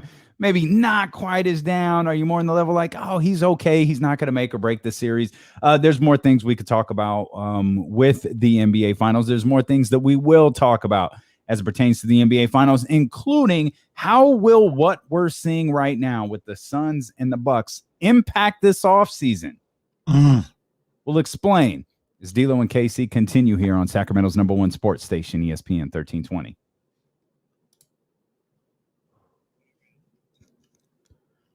Yeah. Here comes the money. Money. Dollar. I watched I'll save it for tomorrow. Oh boy. Yeah. I've been all about it. I got caught up on a bunch of podcasts while I was packing, and that's why I was so in tune to the 25th anniversary tomorrow. And I was like, I got to put this in the rundown. I think I'm gonna post that relive episode to the D'Lo and KC. Ooh, I like that. I like to get back on the relives, man. I'm trying to find out what the hell K Fielder did that day. I can't find nothing for the game. It was a preseason game. That's for sure. Within the last week, Kenny has 13 tweets with SMH in them. Oh yeah, a lot of people making me shake my head out here, man. People are crazy. Kenny got the D'Lo Brown neck. He's SMHing so much. He's looking at the real deal now. Head. Well, I don't know what K Fielder did on that day, but it made me shake my head. John said he had to stop the screen grab in March because it went over a minute long. Oh, jeez. Oh, jeez.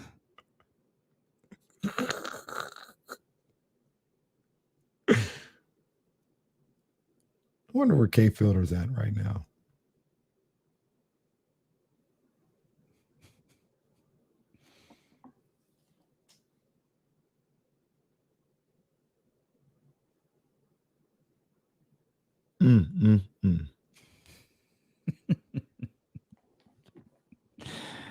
Oh man. People make me shake my head all the time.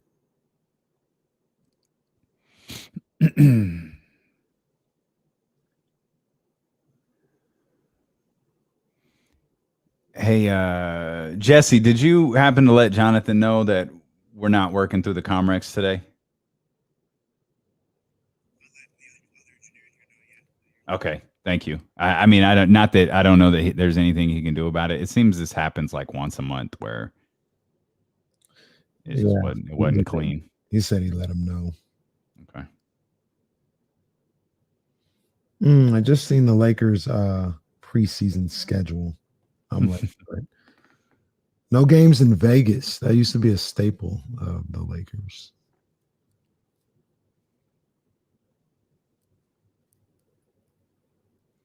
Yeah, they tripping, man. When they schedule out there.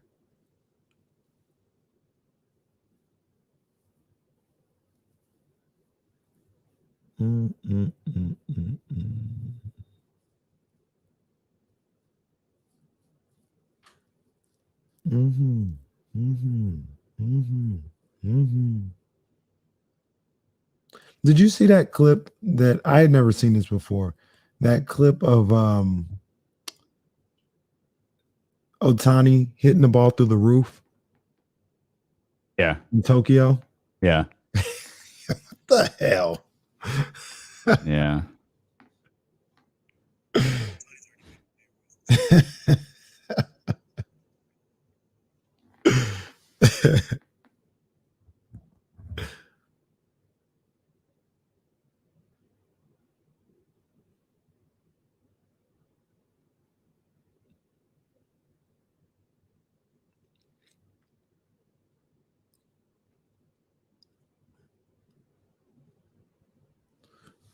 $13th hour at 2:13. Be ready. 13th round. 13th round. What did I say? I 13th round. didn't. Yeah, 13th round. My bad. I promise you I will get that graphic made. I got some sound. I got some good stuff going on, man. Essie, can we make that one of the cuts today? It can just be the third one. You don't have to do a fourth one. Can we make the 13th round a cut and I'll put it on YouTube?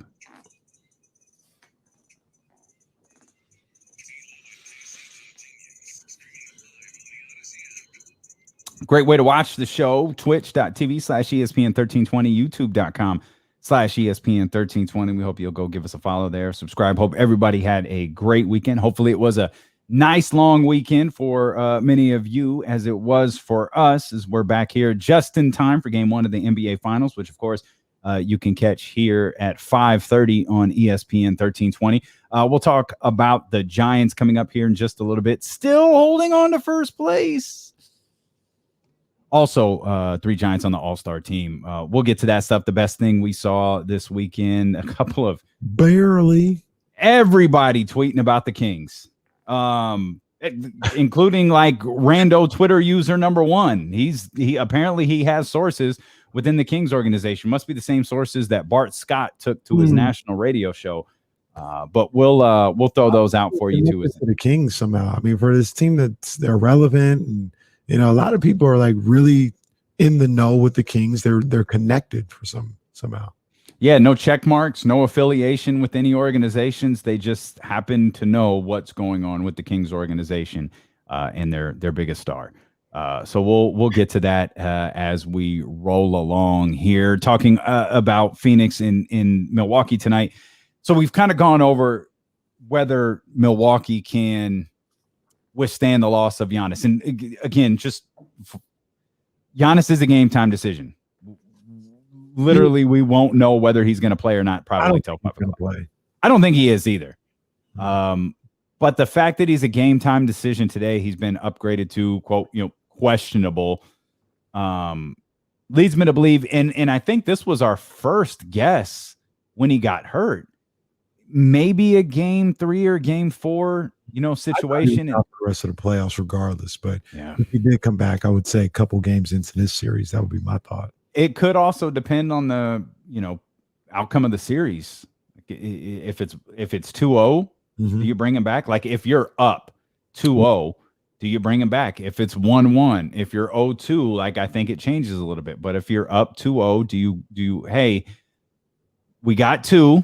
Maybe we don't mess with the rotate. Maybe let's ride this out one more game and let's see what happens. And obviously Giannis is going to want to play. He's going to fight to get back there, out there on the floor. If you genuinely, and this is where the conversation has to be had. Like, is he capable of playing and getting up and down the floor, or can he play? Not talking about can he go through the motions. Like, can he be a 2-time MVP? Can he be Giannis Antetokounmpo, or is he going to be out there? No shade, because I have tremendous respect for what he did. Oh, here comes shade. No, not at all. Is he going to be what James Harden was in that? What was it? Game 6, Game 5, where he was this ridiculous. Played 48 minutes. Was 0 for everything. Couldn't hit a shot. They just dramatically slowed down, the pace of the game to have him out there. That can't be Giannis. If Giannis can come back and play, then you go with it. If not, then you've got to trust Chris Middleton, Drew Holiday, and the other guys who get paid to be big-time NBA players and lead this team to a championship. You've got to trust them. And most of all, as we outlined, you got to trust Mike Budenholzer to get the job done. But I think there's another question to be had here is I'm trying not to chuckle as I look at this tweet from John Bull. Oh, boy.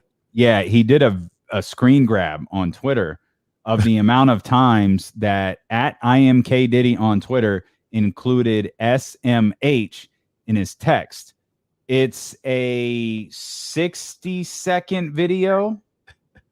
Want to just be sure. It's a 45-second video. And it's a scroll, and it's a pretty speedy scroll here from John Bull. He never made it out of March. Hey, man, it ain't my fault you guys make me shake my head. He got through. y'all out there just be making me just shake my head constantly. Sometimes it's either that or curse. So I just shake my head. And some are just quote tweets that say SMH. Yeah, you be seeing people look like I think that last one was I seen one of them. It was Jokic's brothers and thugs. Yeah, them thugs. That's what they were. Just shake your head at that one. June 4th, Luca crying per usual. SMH. Shake my head at that dude, man. Tyler Jenkins with an absolute fail. SMH. I remember that. That was I think that's when he didn't challenge the three in the playing game. Yeah. Even after I repeatedly say I like Canelo as a fighter. SMH. They don't listen to me, man. I say all the time, Canelo is number 2 fighter in the world. I like Canelo. I just want to see him do more. This is my favorite. Man, get rid of these cardboard cutouts already. Oh, SMH. Oh God, what's this one about? This is dated April 14th. This is just sad. SMH. Oh, I wonder what April 14th. What happened that day? It was probably a Kings game. It might have been. Oh my gosh, we got SMH, all 3 letters capitalized. They did that. As a matter of fact, I did that today, and they capitalized my SMH. I didn't ask for that, but it's whatever. What was I talking about there when they were capitalized? These people don't know what the hell they talking about sometimes, man. Yeah. SMH. Yeah. That was a quote tweet for your former podcast partner, Jason Jones. Oh, that's a good video. Well done. Dr. David, John Bull, you guys are working hard over there on social media. John, that's great. John's like, the video finally posted. It literally took like 5 minutes for that video scrolling through all the Kenny's tweets to be posted. People make me shake my head, man. I don't know what they be talking about half the time. They just be talking. King Boss wants to send you the concussion protocol. Hey, look, like I said, if people would think like me, make a little more sense, I wouldn't be shaking my head. But sometimes they just do stuff that just make you shake your head. Like, what's going on in your head right now? What you thinking?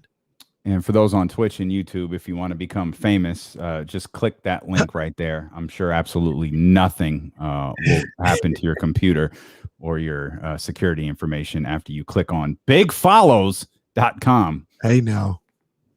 That sounds like a different type of website, but as we move along here, Bucks, Suns. Now let's look at one thing that's been made about this. You know, we've talked about injuries. We've talked about, oh, this title is this. Oh, this title is that. All of these different things. With this series being set, I mean, Chris Paul, Devin Booker, DeAndre Ayton. That's a far cry from LeBron James, Steph Curry, Kevin Durant. It's a far cry from LeBron James and Anthony Davis.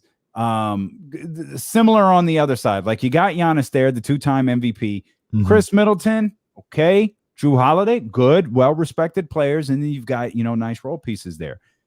This, I think I saw a stat. This is the first time in a decade where the teams didn't have, I'll have to pull it up. It had something to do with the number of all-stars on the team, but how much of an impact? And I think I think the Phoenix Suns have the greatest impact in this, but How much of an impact do these two teams being in the finals have on the rest of the NBA this offseason? Now, you can't necessarily go grab you're not going to be able to find Giannis Antetokounmpo on the free agent market, literally and figuratively. Probably the same is true for Chris Paul, but people are going to look at Chris Paul a little bit different than Giannis Antetokounmpo. Chris Paul is older. Everybody knows what Chris Paul brings to the table. They're going to be, in my estimation, and you tell me if you agree, I think teams, and we've talked about this with the Sacramento Kings as well, who's going to be the Chris Paul?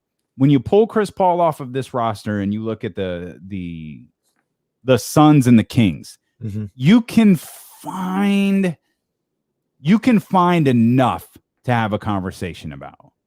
There's enough there to where you can discuss the two talents of the rosters. And there's a point that you can make that Chris Paul, and of course Monty Williams as well, brought this all together. But a lot of people are giving a lot of credit, and rightfully so, to Chris Paul. How much do you think teams like, and maybe New Orleans is in this conversation, maybe Minnesota is in this conversation as well, as those are two teams that you think should be better than being in the lottery?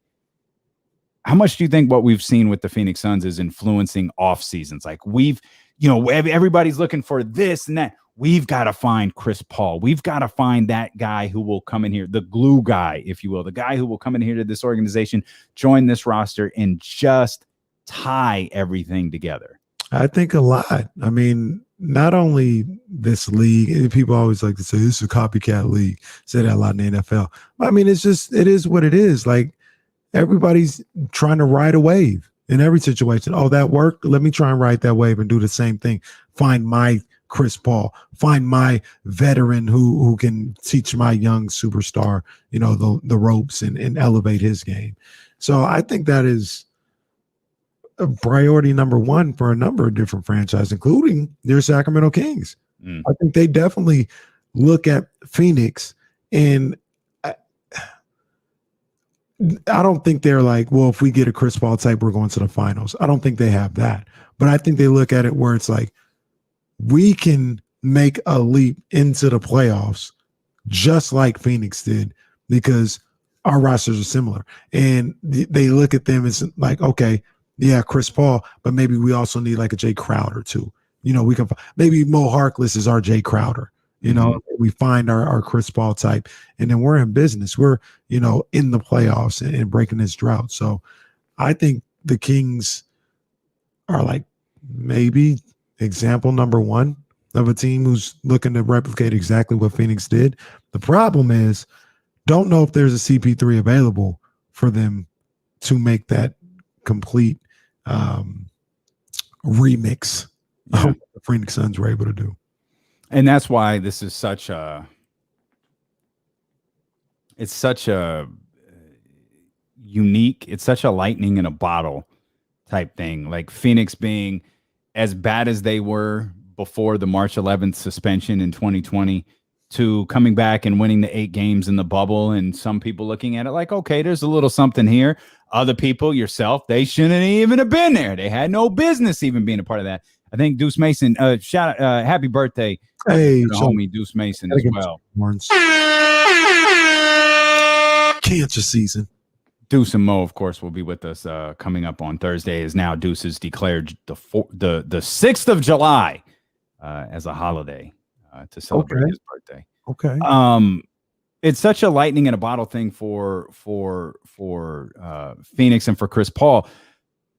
But I wonder if it changes and you're right, there's not a Chris Paul out there for Sacramento. There's not a Chris Paul out there for New Orleans or Minnesota or any of these other teams who might feel like they're right on the cusp. But I wonder if they look for, okay, maybe we just need that veteran. Maybe we just need that presence. Maybe we just need that vocal leader who will hold guys accountable. I mean, we talk about that with the Sacramento Kings all the time. It feels like outsiders' perspective because we ain't there. Mm-hmm. And I think Rashawn Holmes, did a podcast. I think it's the only thing that we can quote here is Rashawn talking about, Luke holds us accountable. He doesn't like us joking around, especially after losses. He gets upset. He gets frustrated, all those different things. But I think it's different when it comes from a player versus a coach when we're talking about accountability. What player, and you have been very, very vocal about, that guy has to be De'Aaron Fox. And there was probably a group of Phoenix Suns fans and Phoenix Suns media who thought, well, that guy has to be Devin Booker. Maybe now, regardless of what happens with Chris Paul in the future, maybe now it can be Devin Booker. He needed Chris Paul to give him that little nudge. Yeah. Who's going to be the guy? Does Monty have to find the guy who could give De'Aaron Fox that little nudge? Maybe not be as talented. I mean, Chris Paul is a Hall of Famer, for God's sakes. You're not going to find that. But who can give De'Aaron Fox that little nudge to eventually be his own Chris Paul type? Right. Well, in the most ideal situation, yes, it would be De'Aaron Fox. I will say this though, and this is put a lot on his shoulders so young in his career, but I feel like Tyrese Halliburton can take a lot of that burden off of De'Aaron Fox. Okay. Being vocal, being the guy that holds guys accountable, being the guy that is the communicator constantly out there on the floor and the motivator and things of that nature.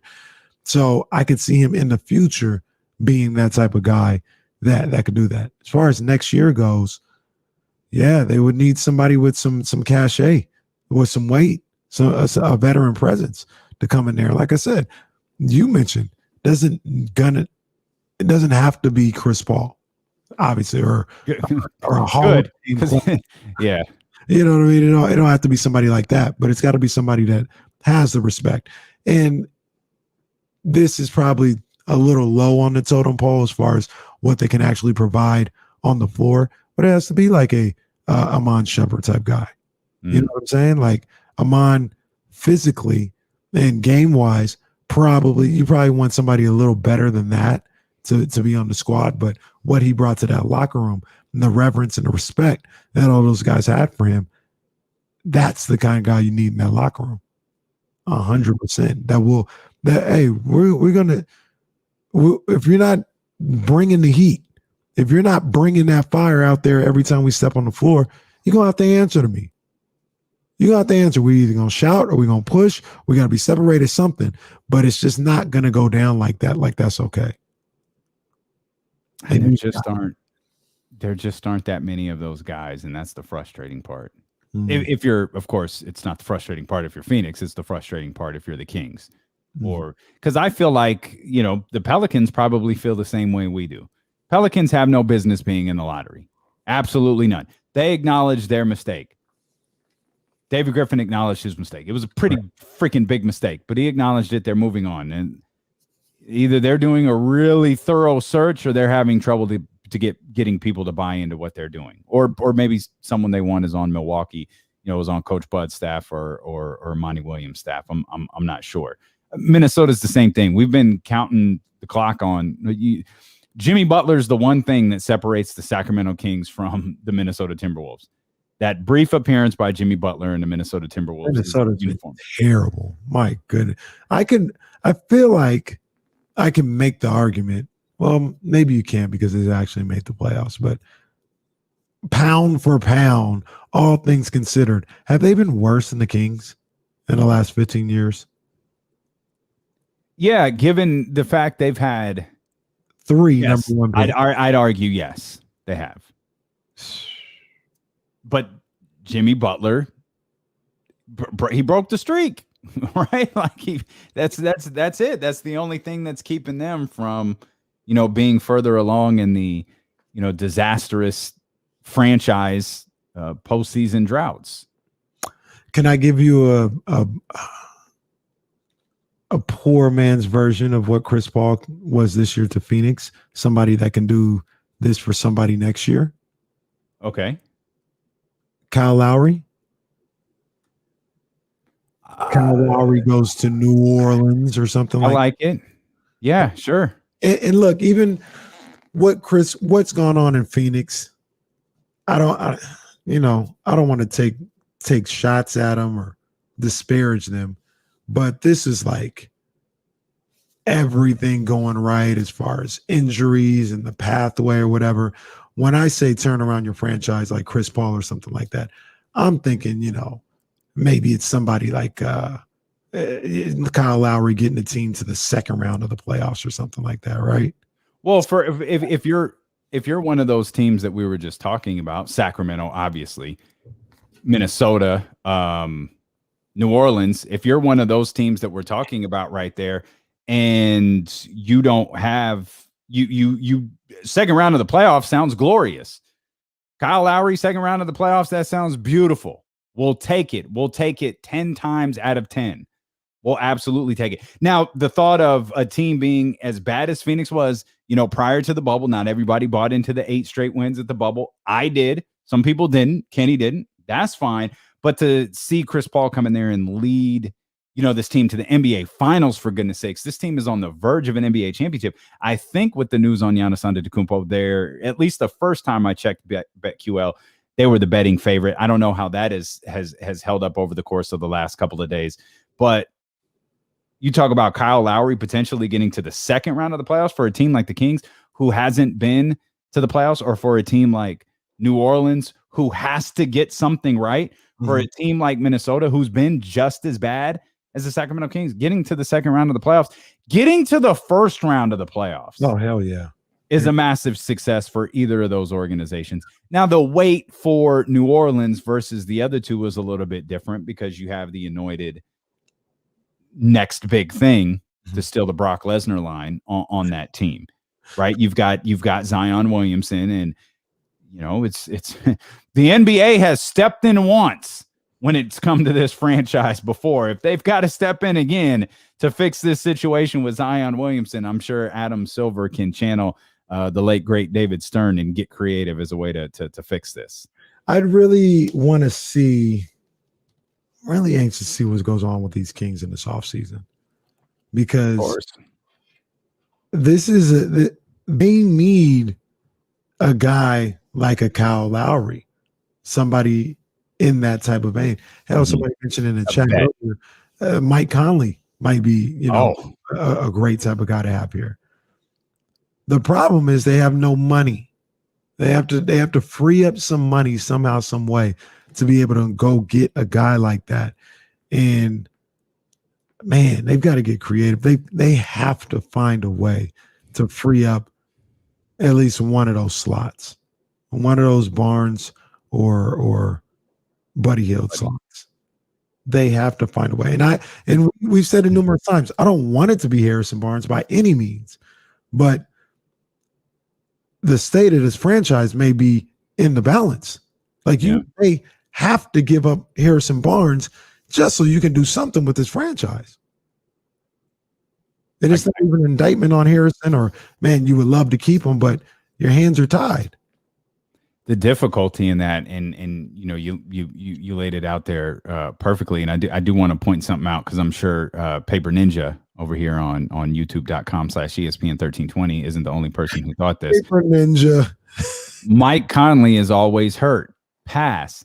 We're not talking about a game-changing player to step on the floor.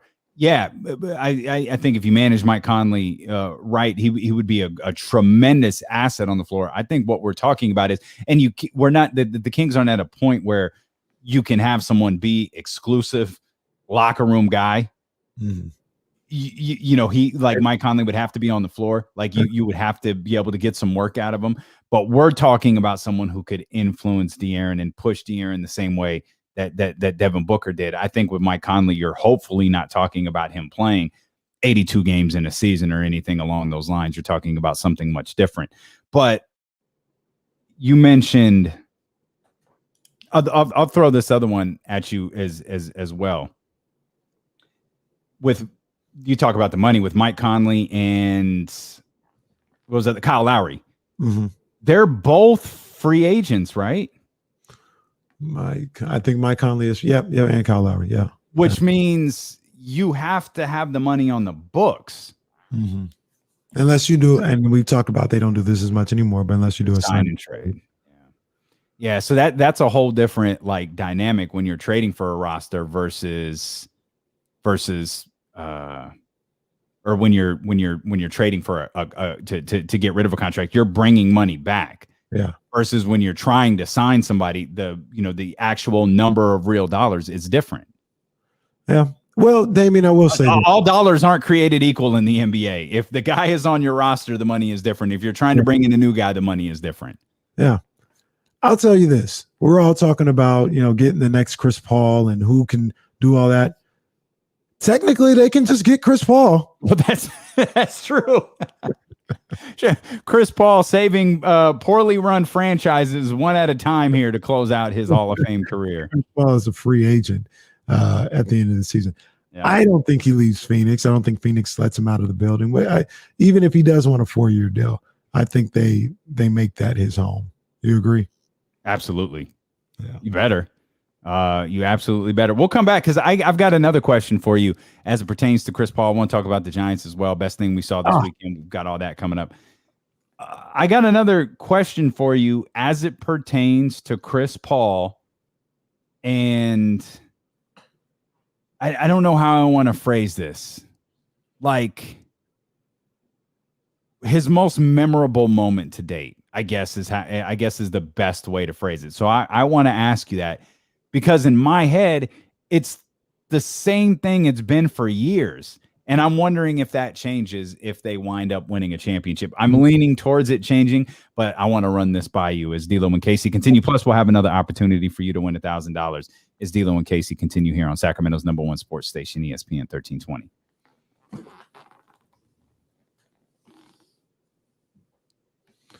Yeah, I thought I was the only one here, and Brees was at the door. I was like, I might have to go let him in. But people are just doing a great job of being quiet today. Thank you very much, everybody in this house.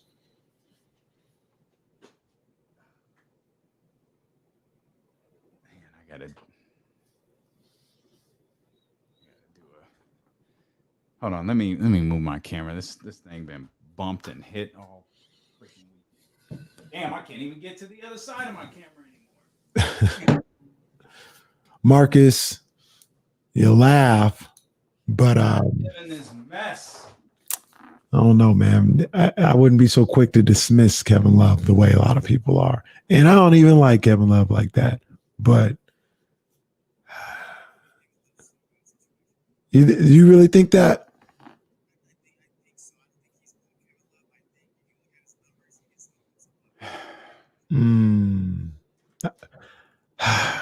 Man, if they announced right now that the Kings made a trade for Kevin Love, I'm not gonna say I wouldn't be nervous.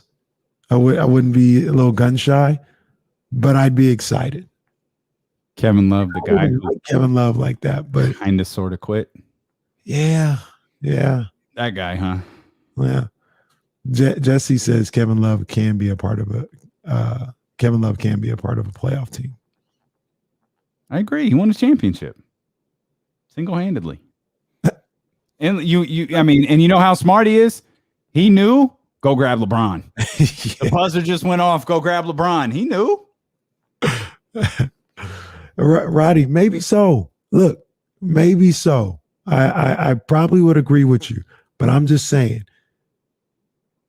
I'd probably take a shot. If they said Buddy, they probably wouldn't say that. If they said Harrison for Kevin Love, or Harrison and Marvin for Kevin Love, oh, I got a hypothetical. Should I say it now? That's crazy. How many games? 56 games. Seems like he only played 6 games. That's crazy. That's cap, Roddy. Should I got a hypothetical. Should I save it for the show? Okay. Save it for the show.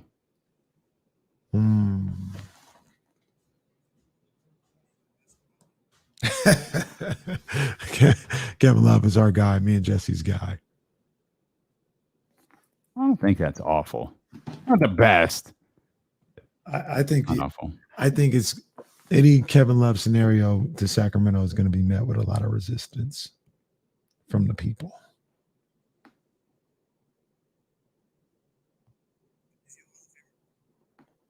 Oh, I think I heard that question. I think I heard that question. He's not a Hall of Famer to me by any means. Good ball player, not a Hall of Famer.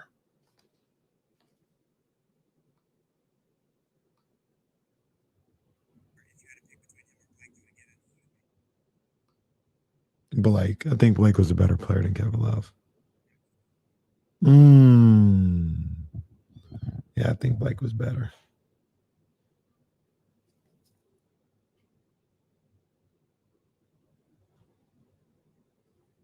What? No, see, they capping.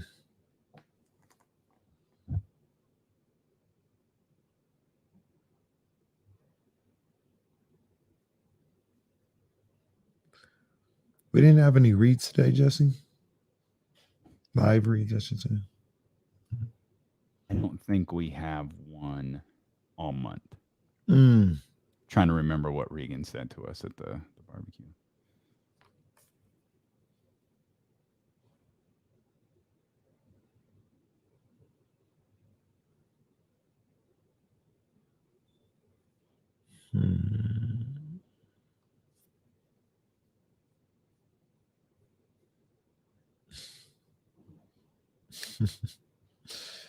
Damn.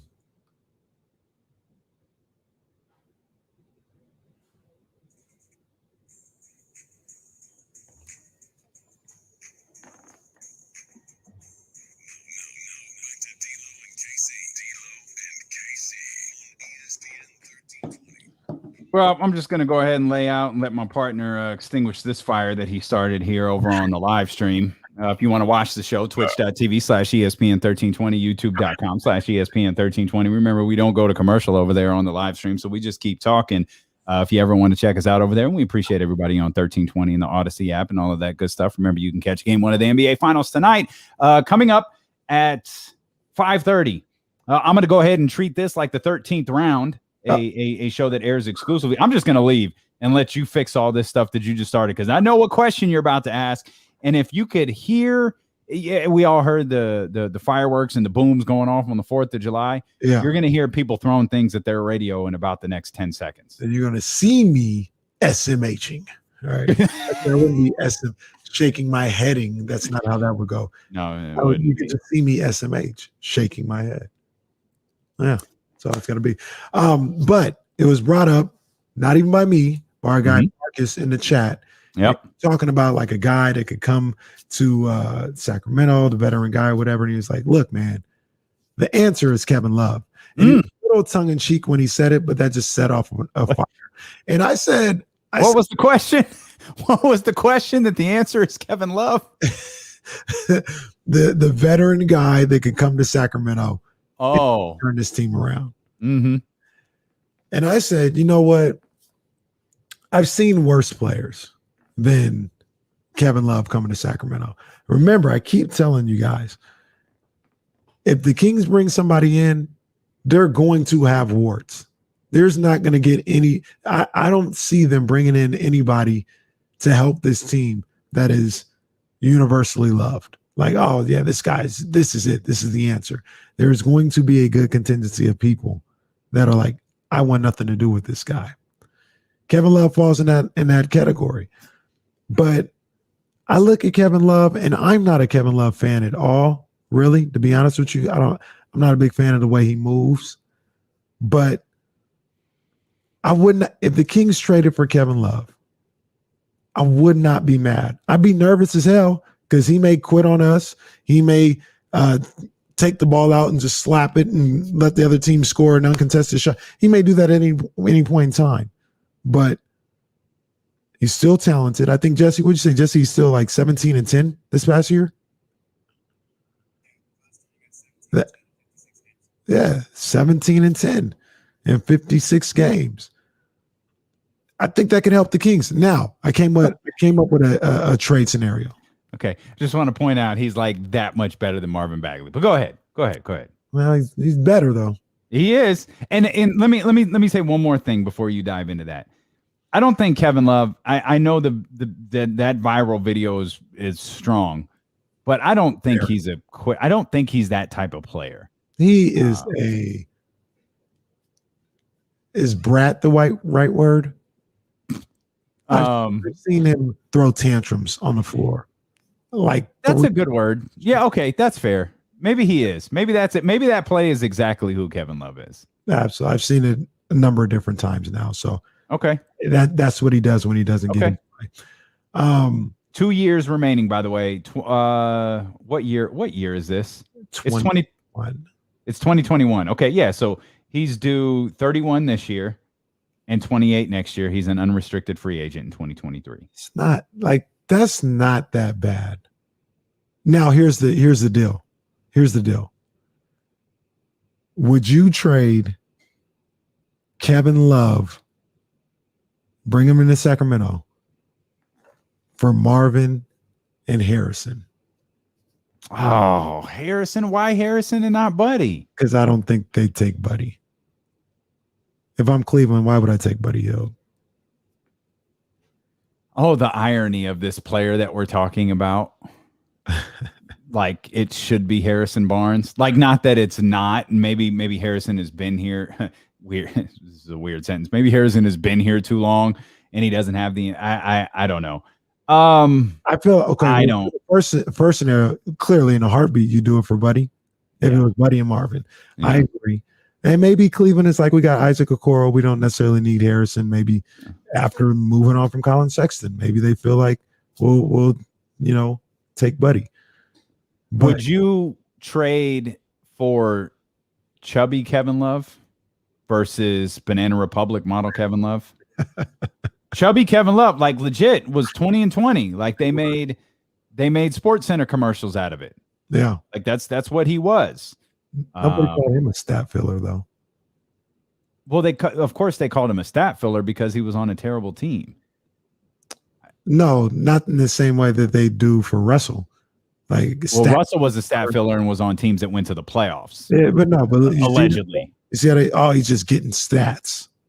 They don't say that for Kevin Love when he was 20 and 20. They were just like, Oh, you said they didn't. I'm sorry. I thought you said they called him a stat filler. You said they didn't call him a stat. no. Great. This guy, you might want to start your franchise with him. Couldn't win 30 games. Would you start your franchise with chubby Kevin Love or Brad Stevens?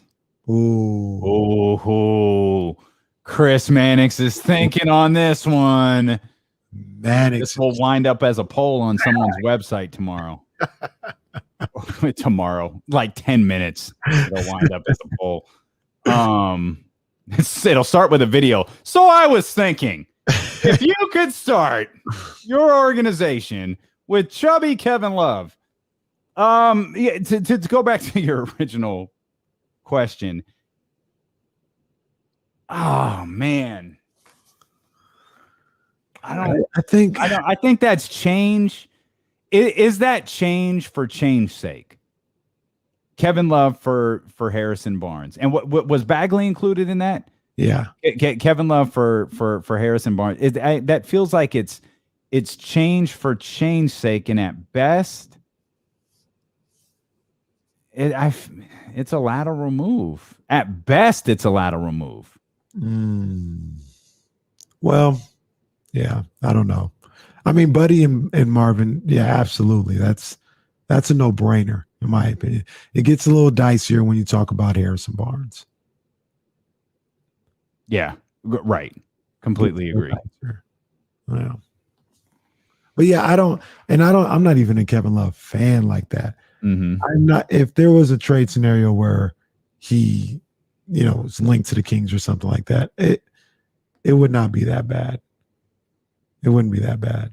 I would, if they traded for him, I would have my hope this works.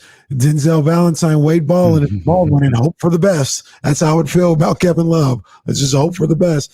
But I wouldn't be up in arms. I wouldn't be like, this is just terrible. Like, nah, there is a little possibility there. There's a lot of possibility. Yeah, I wouldn't like. I feel like some Kings fans would be really, really upset over it. They were upset in the chat. I don't think I'd be upset. I'd just be like, okay, I'm intrigued about where this goes. Like, how old is Kevin Love at this point? 30. He's 31.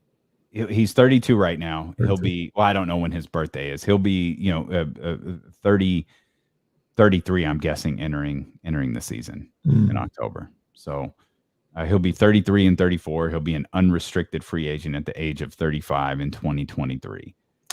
The other thing about this too, I mentioned it last week. I think you were in agreement. I think this is the way to go. if you are trading Buddy Hield and or Harrison Barnes, or so Buddy Hield though, you're not. I don't believe you'll be trading him for cap relief. You'll be trading him because you want a better option on your roster. Like I don't think you're going to be able to trade him and free up cap space. Mm-hmm. You know, does that make sense? Like that's not what you're getting for Buddy Hield. You're going to take somebody else's mistake on their end, Mm-hmm. or bad contract or something like that. But if you're the Kings, like in a Kevin Love situation, like, yeah, Cleveland's probably like, we don't want to pay him anymore, but we think we get Kevin Love in here and he can help us go over the hump. Like that's the kind of guy you're getting. You're not getting cap relief. I think we need to get that out of our head. Yeah, and I think you laid this out beautifully before. I don't know that cap relief is out there. The new Odyssey exclusive stations are curated for sports listeners like you. Find your new summer soundtrack. There are hundreds of new stations for summer barbecues, road trips, working out, or relaxing poolside. You'll find a variety of music stations like Arena Rock, rock of the 70s and 80s that conjures up memories of epic tailgate parties, mesmerizing light shows, fog machines, and lighters held high in the air. Hey! You'll find your favorite artist on Odyssey 2 on all new artist radio stations. Check out the new Odyssey exclusive stations on the Odyssey app.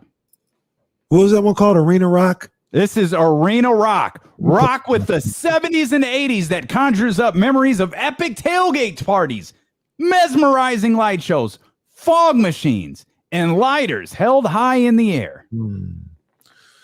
What's your best memory of a mesmerizing light show, fog machine, and a party you were at where lighters were held high in the air?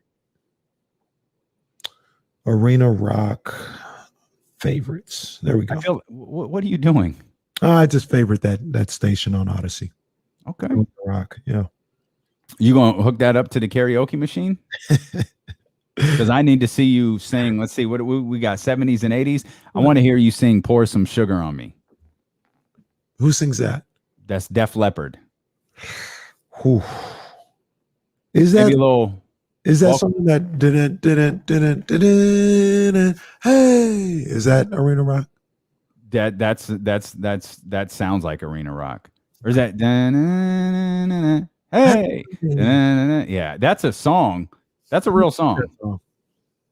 I have no idea who sings it. What's it called? I have no idea the era in which it came out. I just know it's played everywhere because I feel like people just like to yell, "Hey!" And then if you go to the Northeast, and maybe this is elsewhere, this happens at Red Sox games. It happens at UConn games. They sing "Sweet Caroline" just so the whole crowd can go dun dun dun, and that's the only reason they play that stupid song over and over again. I'm sure there are other reasons, but for me, in my head, that's the only reason they play that song over and over. Can I say it? Can I say? Mm-hmm. Song is trash. Definitely thought you were going to say something else. You're listening to D-Lo and KC on ESPN 1320, KIFM West, Sacramento, KRXQ HD2 Sacramento, an Odyssey station and driven by Lashers, Elk Grove, Dodge. He's Kenny Caraway. I'm Damien Barling. We're live on said Odyssey app where you can listen to Arena Rock, where you can listen to Tailgate Crashers, and of course, where you can listen to D-Lo and KC. You can watch us on Twitch and YouTube as well. We hope you'll give us a follow there as we roll along here. We've got the NBA Finals coming your way at 5:30 here at your exclusive home, ESPN 1320, of course, your exclusive home of the NBA Finals. Best thing you saw this weekend was what? It's a good one, man. There was some good things I saw out there. You know, obviously I had my eye on the boxing, check in about 13 minutes for the 13th round. You know, Chris Colbert was doing his thing. Chris Colbert is a star. I liked that. I enjoyed seeing that. Right. The best thing I saw all weekend, and maybe we'll talk about him a little later after this, is my coach on a rooftop throwing a strike. Oh, my coach. Yep. That's my coach. Your coach. Out there on the 4th of July, throwing a rocket from rooftop to rooftop. Looked like they were in Southern California somewhere, Manhattan Beach or something. So one thing I had a hard, his coach, by the way, for those who didn't see this video, is Kyle Shanahan. The one thing I didn't see, did he throw it to somebody? I thought he hit something. Oh, okay, because they reacted as if he like he just knocked off a Pepsi can from someone's head. I couldn't see somebody catching. I didn't see, from what I could tell, it was like hit that bucket over there. And I'm not saying it went in the bucket, but maybe he actually hit the bucket or something like that. If he hit a bucket from where he threw that, that's pretty damn impressive. And there was definitely a lot of quote tweets on there as threw it farther than Jimmy ever threw it. Come on, man. Leave Jimmy alone. Well, it wouldn't be Twitter if you didn't take a shot at someone. So I guess that's what that is. But yeah, no, that was that video was fun. I'll give you that. I like it's my coach. It's my coach, Kyle Shanahan. Joe Staley says, so I didn't see Joe Staley, made it in the pizza oven from across the street. Wow. So this is, I need to know how much alcohol was consumed. And then I need to know who said, hey, I bet you either you can't, or if it was Kyle Shanahan, hey, I bet you I can go over to that rooftop over there and throw it into, at least I hope that was his pizza oven that he threw it into. Were they just partying on a rooftop and Kyle saw a pizza oven and thought, hey, I bet I could throw this football into it? Yeah, I think so. I need more context. Football over those mountains over there. I need more context as to how this video happened. I am mad at Kyle Shanahan. Got his little board shorts on. Yeah, he's ready to roll. Like a cool guy to hang out with. He does. Yeah. He seems like he'd be like a frustrating guy to like talk football with because he just doesn't have patience in football. But when you get him out of a football environment, he seems pretty cool. Yeah, I'm with that. I agree. I wonder if he's one of those guys who, like, with Steve Young, he strikes me as a guy who's similar to Steve Young. Like, you have to talk them down. Hey, you're talking above my head. Could you dumb it down a smidge? Like, I feel like that would be Kyle Shanahan. Like, hey, dude, I have no clue what you're talking about. Could you talk to me in a way that I might be able to understand you? That feels like what Kyle Shanahan would be. And he would just be like frustrated that you didn't get it. Mm-hmm. Yeah. Oh, forget it. Look, Kenny, you throw the ball in the pizza oven. That's all you do. That's all I'm saying is you throw the ball into the pizza oven. He probably explained this in a significantly more complicated way. Yeah. It's like, no, you just throw the ball in the pizza oven, and that's it. That sounds like how he talks to Jimmy. Maybe it is. Maybe it is. A follow-up Jimmy note here. Trey Lance says Jimmy G he's just one of the best guys in the world.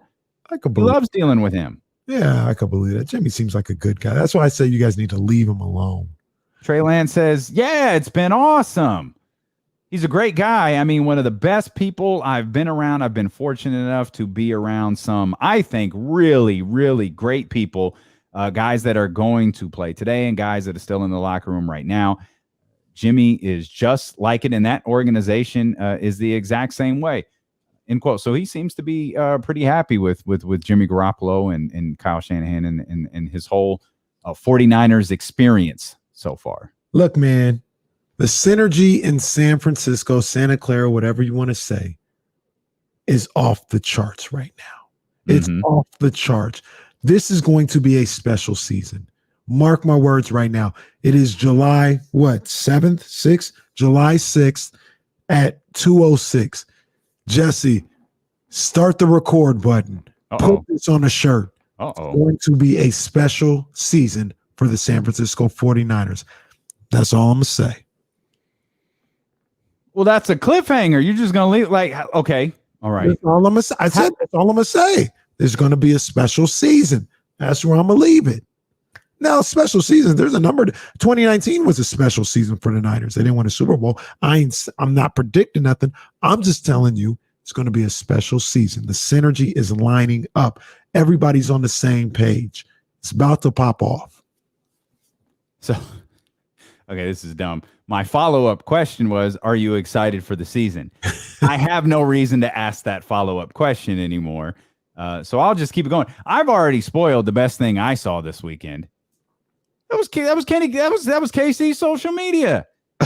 KC's social media page was popping. It started on Saturday. Had a little newest toy in full effect. Not only see you doing it wrong if you just got a karaoke machine. Kenny Caraway got a karaoke machine. But do you have lights on the ceiling? And the lights took it to a whole nother level. Do you have the whole ambiance of, I'm performing at Avalon back in the early 2000s. You got that joint in there. And I saw Bobby Valentino at Avalon. See, I was at that same show. See, we were hanging out even before we knew we were hanging out.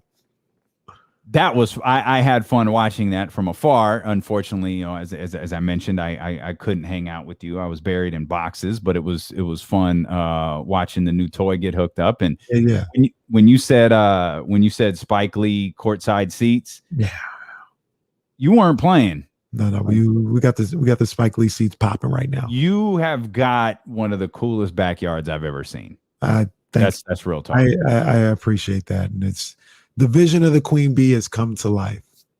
That whole Spike Lee thing, that was her idea. She did a great job with that. That's awesome. Yeah, great job. And if you're lucky, if you get in on Spike Lee seats, just like Spike Lee and the people that sit courtside, you may get a glass or a bottle of Luke Belaire champagne. Oh, I saw one particular individual at the Caraway compound. It was a bottle. It wasn't a glass. It was a black bottle. Like you took. I didn't need to mess around with a glass. Yeah, the specific individual was Kenny. It was just black bottle boys sitting there at the. Now, do you have to pay seat licenses for those? Absolutely. Oh, it's 2021. Okay, I get it. Hey, I get it. I need 15,000 down just to be able to buy the seats.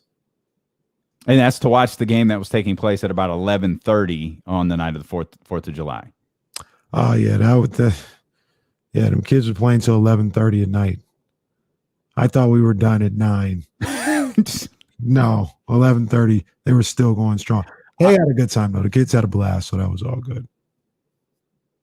You can apply for season tickets at the Caraway compound by tweeting SMH to Kenny's Twitter account at IMKDiddy. Just hit IMKDiddy SMH, and Kenny will know that you want season tickets at the Caraway compound. There was one other thing this weekend that I saw that I thought was really good.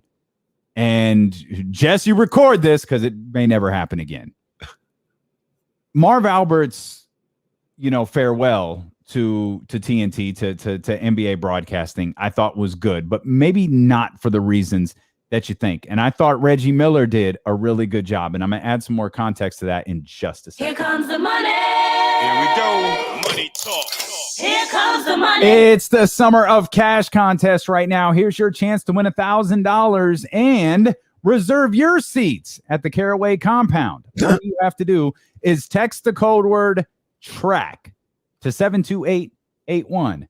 That's TRACK, as in we hope the Kings are on track to making the playoffs next year. It better be. We already said that. Text the word TRACK to 72881 for your chance to win $1,000. This is a multi-state contest. Message and data rates apply. And remember, don't text and drive. Your next chance coming up 1 hour from right now. I thought Reggie Miller did a great job of setting up Marv's farewell, explaining what Marv Albert meant to him and some of the people at TNT, and then fell back. And I thought in the moment, Marv did a good job. Or I thought in the moment, Reggie did a good job. I thought Reggie set Marv up really nice, and I thought Reggie did a really good job. And Marv, I didn't feel like Marv was really into the moment. Either I don't know, maybe he wasn't ready to go. Maybe he's still going to do some one-offs for the MSG network. I don't know what it is. I didn't feel like Marv was super into the moment, but I thought Reggie did a great job. And the job Reggie did was magnified about a minute later, or it was about 5 minutes later, when they went to the TNT crew. And here's a rule of thumb for aspiring journalists. And we'll talk about aspiring journalists in a minute. A rule of thumb is never ask a question longer than the answer winds up being. And Charles and Kenny and even EJ, who I think was sick, like he sounded a little off that game. But they were these big, long 2, 3, 4 minute intros to a Marv Albert question where Marv would spend maybe about 60 seconds answering. And it just like, I kept looking at it like, this is painful. Like, I don't expect that from these guys, but maybe they looked at it as their moment to share how they feel about Marv Albert to him, Kenny Smith being a New York guy. Right. So it was really, really long-winded. And I go back to Reggie. Reggie set it up, said his piece, and let Marv do the rest of the talking. Whereas the guys in the studio, they were talking for like 10 minutes and Marv was talking for 3. Well, see, what I thought the problem was with that is they were kind of forcing Marv to answer every time somebody said something. Yeah. If Marv would have just said what he said, then Shaq had his turn, then Kenny had his turn, and then Marv would be like, oh, thanks, guys, or whatever. As a matter of fact, to be honest, I mean, I know they wanted to say it to him. That probably could have been done outside of Marv being there. Right. You know what I mean? Like, because Marv was looking a little uncomfortable with, you know, the accolades and things of that nature. And then Charles would go, I said it before. I'm going to say it again. I mean, listen here. Larry Bird, Magic Johnson, they are the reason for things. And then Michael took it to a whole nother level. And then so bad. Kobe and all those guys. But look, I'm going to say it. And I've been saying it. I'm going to say it again.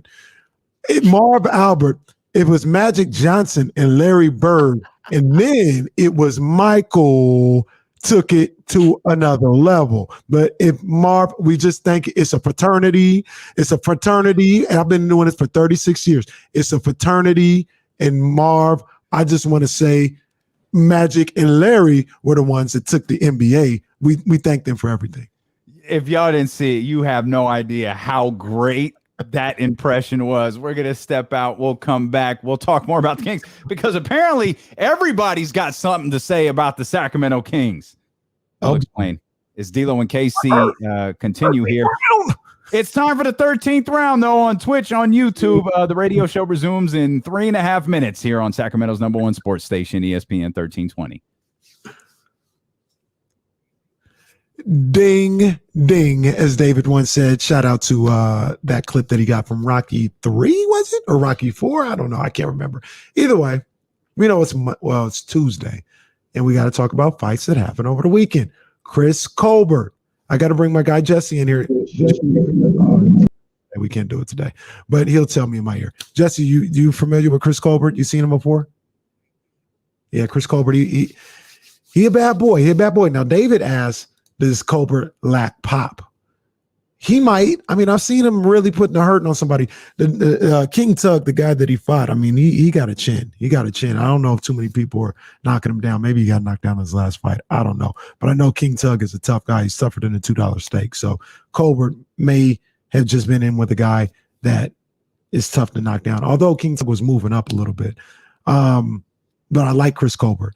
And I'm telling you right now, I would love to see, maybe not right now, maybe at the end of 2022, I'd love to see Chris Colbert versus Gervonta Davis. I think the buildup, the energy, the trash talking, everything for that fight will be must-see TV. Somebody said it over the weekend. They said Colbert versus Davis is this version of Floyd versus Zab Judah, and he was spot on.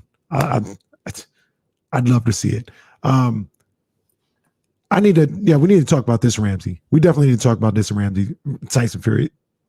Let me talk about it. But let me say this. Did anybody see Michael Rivera? The young guy from the Dominican Republic.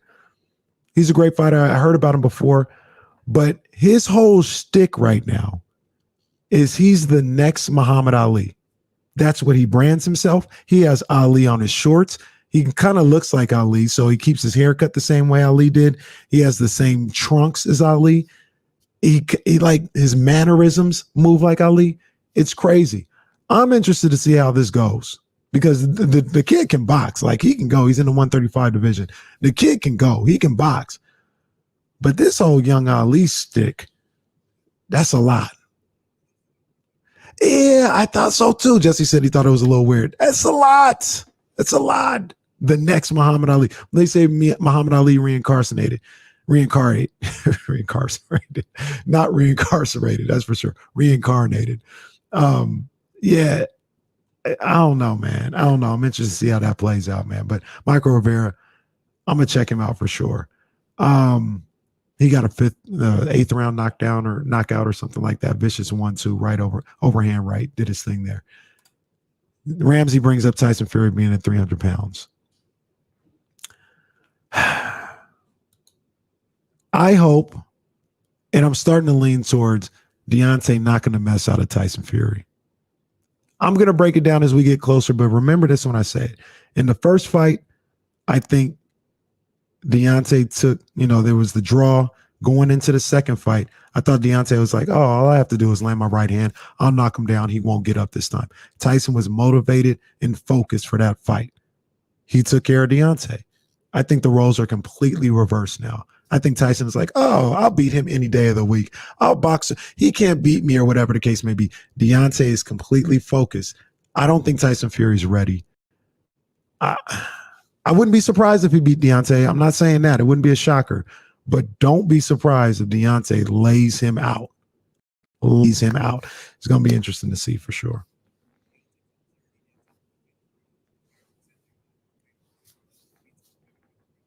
I could see that. I believe that. Jesse said they won't give him credit if he comes in a little overweight. He's going to come in a lot overweight. I don't think Tyson Fury is ready for this fight at all.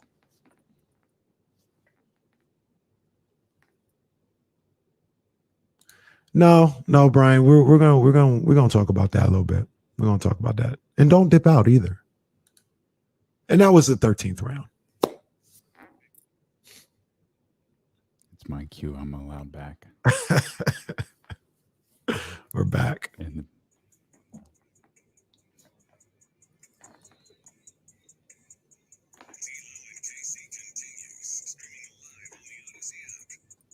Two shows for the price of one over on twitch.tv/ESPN1320, youtube.com/ESPN1320. Not only are D'Lo and KC sweeping the nation, but so was the 13th round. Yeah, I love it, baby. There's a market, man.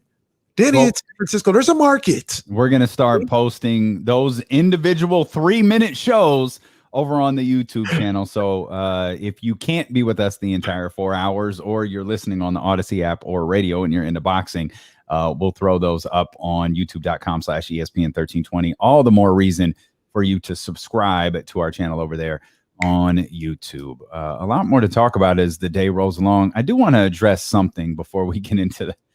There's really nothing to talk about with the Kings other than stupidity, and I think Kings fans have been hip to this nonsense for a long time. But let's address something else. I saw it pop up in the chat as you were doing the 13th round there a couple of minutes ago. The Rachel Nichols, Maria Taylor stuff. So there was a report from the New York Post. I think it was the New York Post, or I'm sorry, I can't remember if it was the New York Post. Maybe it was the New York Times. I was going to say I can't remember which one it was, but recently they did an article on Maria Taylor and what she's asking for. Maria Taylor, a very talented host over there at ESPN. She does college football. She does NBA Countdown. So she's a part of two pretty strong, money makers for ESPN. And shortly thereafter, a recording came out. I guess this was from last summer, almost a year ago, where Rachel Nichols is talking to someone who's, I don't know if it's a LeBron James associate or a partner. I don't know who this person is. He's not, part of the group that you're familiar with. Is that I think it's his PR guy. Okay.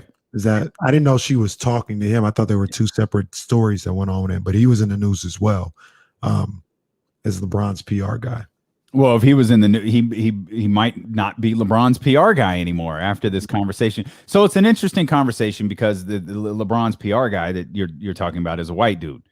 We all know Rachel Nichols is a white woman. So the show that was recorded was picked up, or the conversation that was recorded was picked up on a hot mic during like a remote version. I don't know if it was the Jump or the remote version of something that pertaining to the NBA over the summer of 2020. And there's a number of different things that you pick up in it, including Rachel Nichols talking about how exhausting Black Lives Matter movement has been, how exhausting that summer has been, which, I think LeBron's partner, and his name is escaping me. Sorry, it's not really important to the story, but his name is escaping me.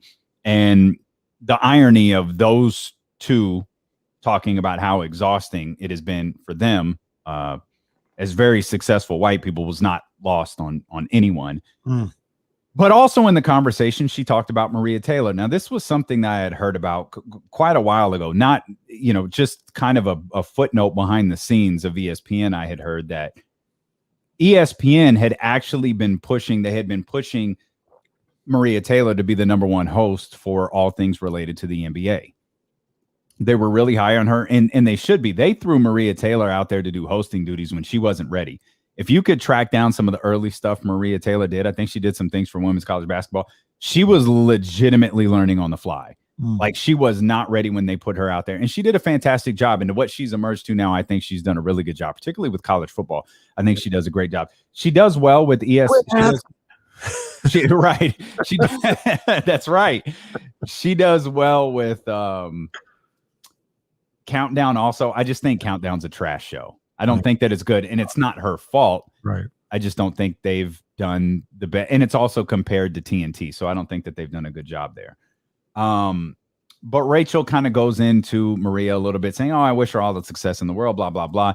But basically claiming like she got the job because she was black, and Rachel's obviously lost a lot of people with that, and it's kind of opened up a lot of people's eyes to people say things in the moment because they feel like it's the right thing to say. And Rachel is a phenomenal journalist. Like, you could go back, particularly when she was working at CNN, and this isn't a knock on her ESPN work, but just speaking as what she does as a profession. You go back, if you could find like Roger Goodell press conferences I'll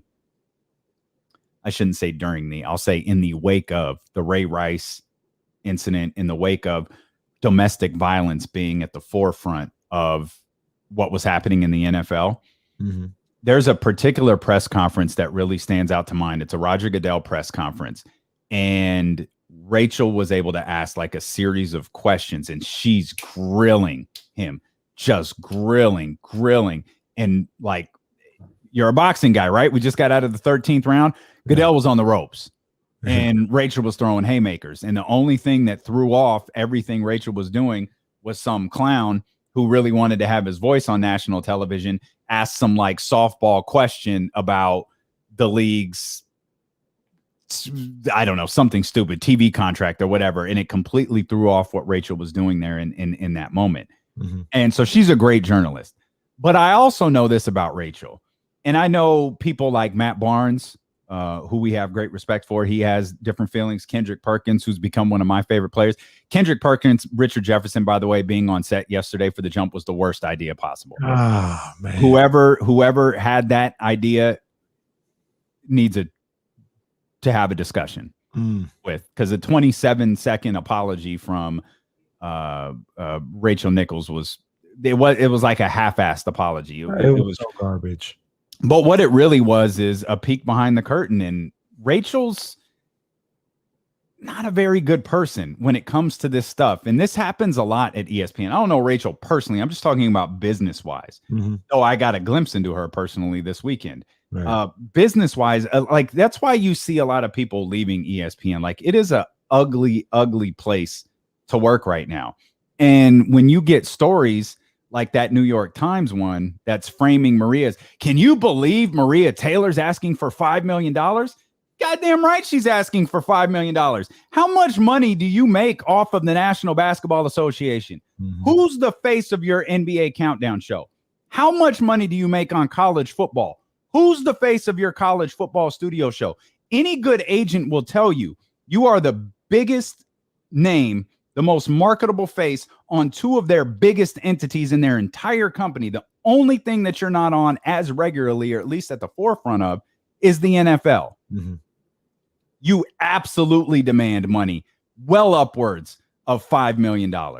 There's no reason that Maria Taylor, if you don't want her making $5 million, if you don't want her asking for $5 million, don't put her on billion-dollar entities like the NBA. Right. And you see all of these replies. And of course it doesn't hurt that, ass clowns who claim to be, sports media, but really are just right-wing political nut jobs over on Fox Sports.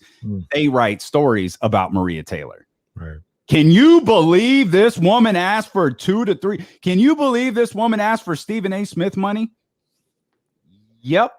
You give her Stephen A. Smith work, you better pay her Stephen A. Smith money. And that's not exclusive to Maria Taylor.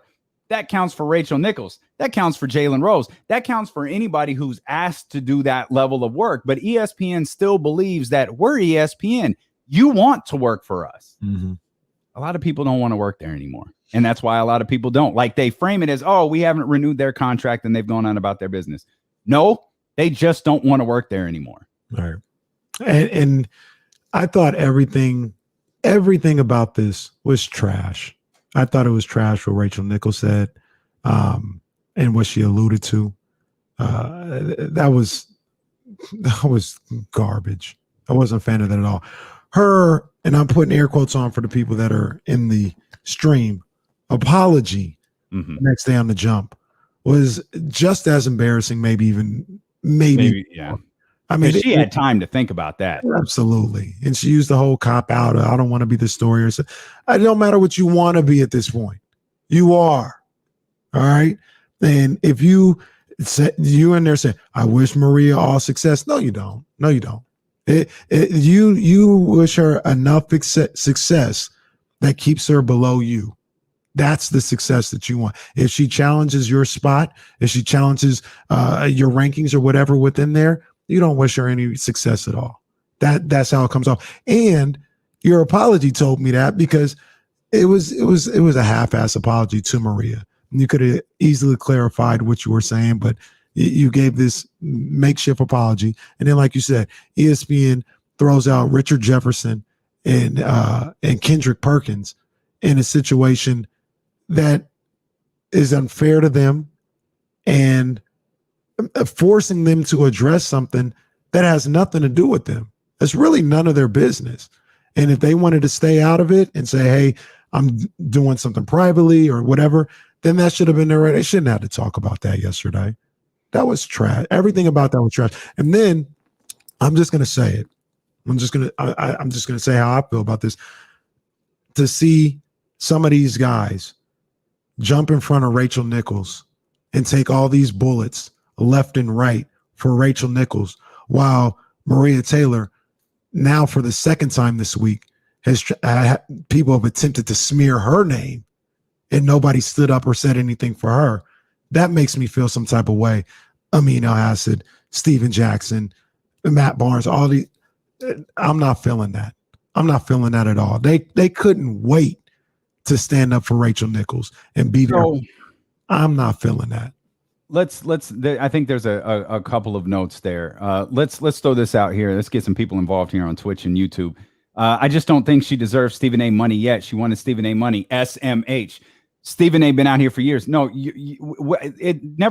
it always shocks me how people don't understand value, like true value. If you don't, and by the way, Stephen A., you think you know what Stephen A., and that what bothers me so much about that line here on YouTube is that's a line straight from Clay Travis. That's a line straight from him talking about like Stephen A. We have no idea what Stephen A. makes, but I guarantee you it's not the reported $11 million. It's significantly closer to 13 to 15 because they keep adding to his deal, or they keep adding to his workload. And every time they add to his workload, they pay him more money. Stephen A.'s world. Exactly. That was just added, which means his value just went up. They know what Stephen A. brings to that company. The Clay Travis people, they framed it as Stephen A. money. I very seriously doubt that she was asking for that, but I know that she was asking for more than $5 million. And I'll say this again, when you're put on entities that are worth billions of dollars to the companies that you work for, when you are on an entity that is worth billions of dollars to your network, you have the right to demand top end money. We're bringing more eyes to your programming. I have the right to ask for this. She has every right to ask for this. And it's nowhere near Stephen A. money. Nobody is sniffing Stephen A. Not even Greeny, who Greeny is on 24/7, 365. He doesn't even get Stephen A. money. Like, there is a new barometer at ESPN, and it's Stephen A. Smith. But you talked about all of and this is worth pointing out, men who jumped in front of bullets for Rachel Nichols yesterday. And I think everyone you named, other than the coffee boy, is a ball player, a former NBA player. The thing about Rachel is, and I think this is probably the case with a lot of like workplace politics. Whether it's who was it, Kendrick and Richard Jefferson yesterday, whether it's Matt Barnes, Rachel's no threat to them. Or it's more properly stated, those guys aren't a threat to Rachel. They're not even in the same bag. That's nothing. Maria Taylor, oh, she's a threat. Not only is she a threat, she's a threat because she's a woman. She's a threat because she covers the same sport. So you aren't going to have the same attitude, and you're not going to treat a Maria Taylor the same way that you would treat a Kendrick Perkins. To bring this down to a different level, Rachel Nichols isn't going to treat Morgan Reagan the same way she treats Kenny Caraway. You feel me? When you see something on the horizon, when you see someone, this happens locally. Now, I'm not going to throw anyone under the bus. If you pay close enough attention, you know how I feel about specific people. This happens with people that you know. Right. You know very, very well. In this market, the same type of stuff. Well, And it's not racially motivated like it feels like Rachel's remarks were. And I think the one of the worst things for me, KC, is ESPN has known about this for a year. They only reacted because the video got out. well, hell, they only reacted to this whole thing and put Malika Andrews on the finals because all this came out.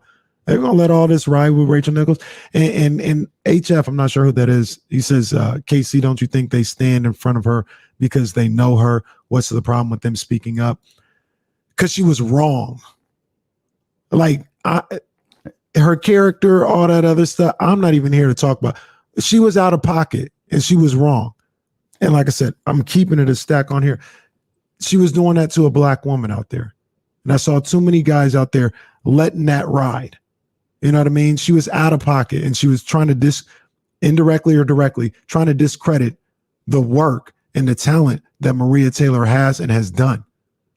And by them coming out there, oh no, Rachel is they completely dismiss the fact that that's what they're doing to Maria Taylor. Why don't they may not know Maria Taylor, but they understand her work. They understand what she's put in and the work that she's done. Show some respect for her. And I'm not saying you have to if we're friends, me and Rachel Nichols are friends, I don't have to go out there and trash her. You don't have to say anything. Which is why Kendrick and Richard Jefferson shouldn't have been in the opening segment yesterday. Rachel should have either said something of substance or don't say anything at all. Because essentially what she said made it worse. Oh, I don't want to be the story. Too late. Yeah, sorry. Damn, they're writing about you in the New York Post and the New York Times. It's too late. Yeah. This whole, like, they got caught, in my opinion, into this whole social media thing or whatever the case may be, because they had to go out there publicly. They felt like they had to. Oh, Rachel is a great person. She got me this job and she helped me out with my contract. Fam, you have her number. All you got to do is say, hey, Rachel, I see what's going on. Say whatever you say. I thought that was kind of out of line, but I know your character. You're good people. Hey, let's get through it. You don't have to go out and broadcast this whole thing and let's use one of our words, go cake for Rachel Nichols in spite of what she did to Maria Taylor. That's not necessary. And that doesn't mean if you don't do it or you don't say anything, it doesn't mean you're a bad friend. We have telephones. We have direct numbers. If she's that good of a friend, you can talk to, hey, I'm here to let you know, man, that's kind of messed up what happened, but I know your care. It's good. And leave it at that. Talk to people like a person, like a true friend. I wasn't feeling that. Buried in all of that is, man, all of this Black Lives Matter and civil rights stuff is exhausting. Yeah. Good call there, Rachel. Sure as hell is. And you had to endure it for what? A couple weeks? Must have been really, really hard on you. Thoughts and prayers to Rachel Nichols and her having to deal with, equality. Sorry, Rachel. And wasn't nobody getting choked up on there. I ain't hearing that, man. getting quote unquote choked up on air. Ain't nobody hearing that, man. Thoughts and prayers also to Rachel Nichols getting choked up. I didn't have a clever transition, so No, I was gonna say too. You say it's dawning on me. You say Maria Taylor's on 2 of the 3 biggest entities. Isn't it 3 or 4? Doesn't she do college basketball too? Oh, does she? I think she does like sideline reporting for college basketball. That's 3. So really the one she doesn't do is NFL. That's it. Yeah, I think so. Well, there you have it. Demand that money. Man. Get that money. And at some point, someone's going to come along and realize, yo, this place has fallen off. Way off. They believe, ESPN has always believed black people need to be. I told you this story before. I don't think there's any harm in, at least I think I've told you this story before. If not, there's no harm in repeating it or saying it for the first time. ESPN didn't want Kara Lawson and Carolyn Peck on the same show because it's 2 black women. Now, you've seen Kara. You know how light-skinned Kara is. Right. Carolyn's fairly, she's kind of team light-skinned too. Yeah, 2 light-skinned women. One, an older coach. One, still an active player. I don't know if we should have 2 black women on this show. That was a real conversation, and one person shut it down. One was like, this is a stupid conversation that ends now. And again, it was Trey. Trey Wingo was the one who was like, yeah, we're not having this conversation. This is ridiculous. They're great at what they do. Yeah. But they ration out black people at that network. Man. Hey, shout out to Maria Taylor, man. Keep doing what you're doing. The same woman, by the way, who had to endure the adult music, the adult award show. There was a radio show host, and I don't remember what city he was in. I swear by everything I live for, if you look him up, he looks strikingly similar to the dude who worked at another radio station in Sacramento and was fired for also being a racist turd. Pull up the picture. Looks exactly like him. He commented how Maria looked like doing, I think she was doing sideline. Yeah. Like she was hosting an adult award show or something like that. Right. And he was fired like a couple of days later. She was the one who had to endure that. Maria Taylor, man, we ride with you.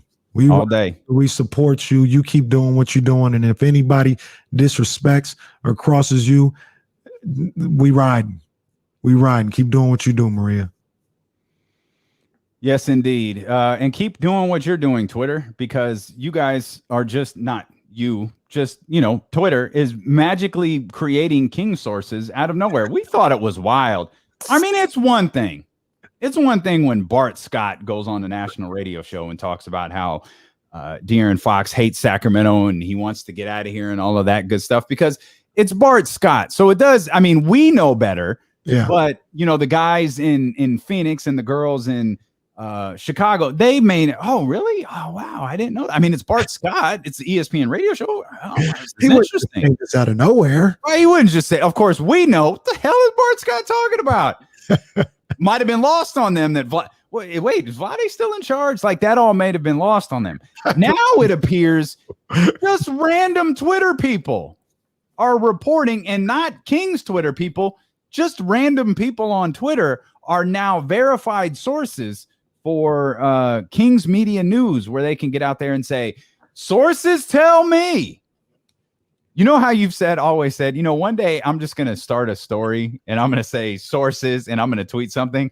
I think there are people out there doing that. And some guy tweeted, sources say that the Sacramento Kings have offered up a package surrounding De'Aaron Fox for Ben Simmons. And there are ongoing discussions between the 2 organizations. Like, oh, for real? Let's click on this profile here and see who this guy is. The crazy thing is, I mean, I'm trying to find it as we speak, but he's gotten how many retweets? Like it was a lot. I mean, come on, man. Come on. Mm-hmm. Look, part of me is jealous because I couldn't start. Now I'm actually a professional here. I wouldn't start a rumor like that. But when I wasn't, I was trying hard to start a rumor. I would have What this guy do to start a rumor? He's just out there starting rumors. Haysburg says it's completely sounds like something I do. Well, I guess if you make it about the Kings, people might believe it. Yeah, they'll believe anything, I guess. Yeah. Literally nobody with any sort of connection with the Sacramento Kings has been told that De'Aaron has been offered up, much less some random Twitter user. Yeah, come on, man. Y'all just saying anything, man. Anything. Oh, wild times. Anything. By the way, speaking of saying anything, apparently the Lakers weren't too thrilled that the attention wasn't on them. As for reasons known to nobody, they released their preseason schedule. Oh, okay. Okay. Season's not even over.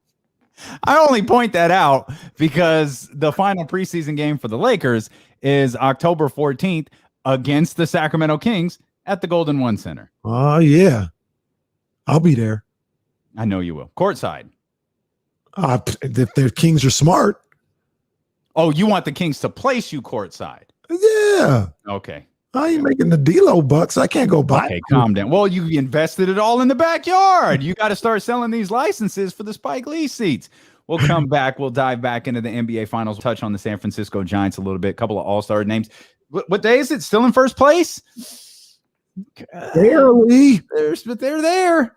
They're there. We'll talk about that. Plus, barely. an update on Yannis as D'Lo and KC continue on Sacramento's #1 sports station, ESPN 1320. Barely. I'll be right back, guys. Yeah.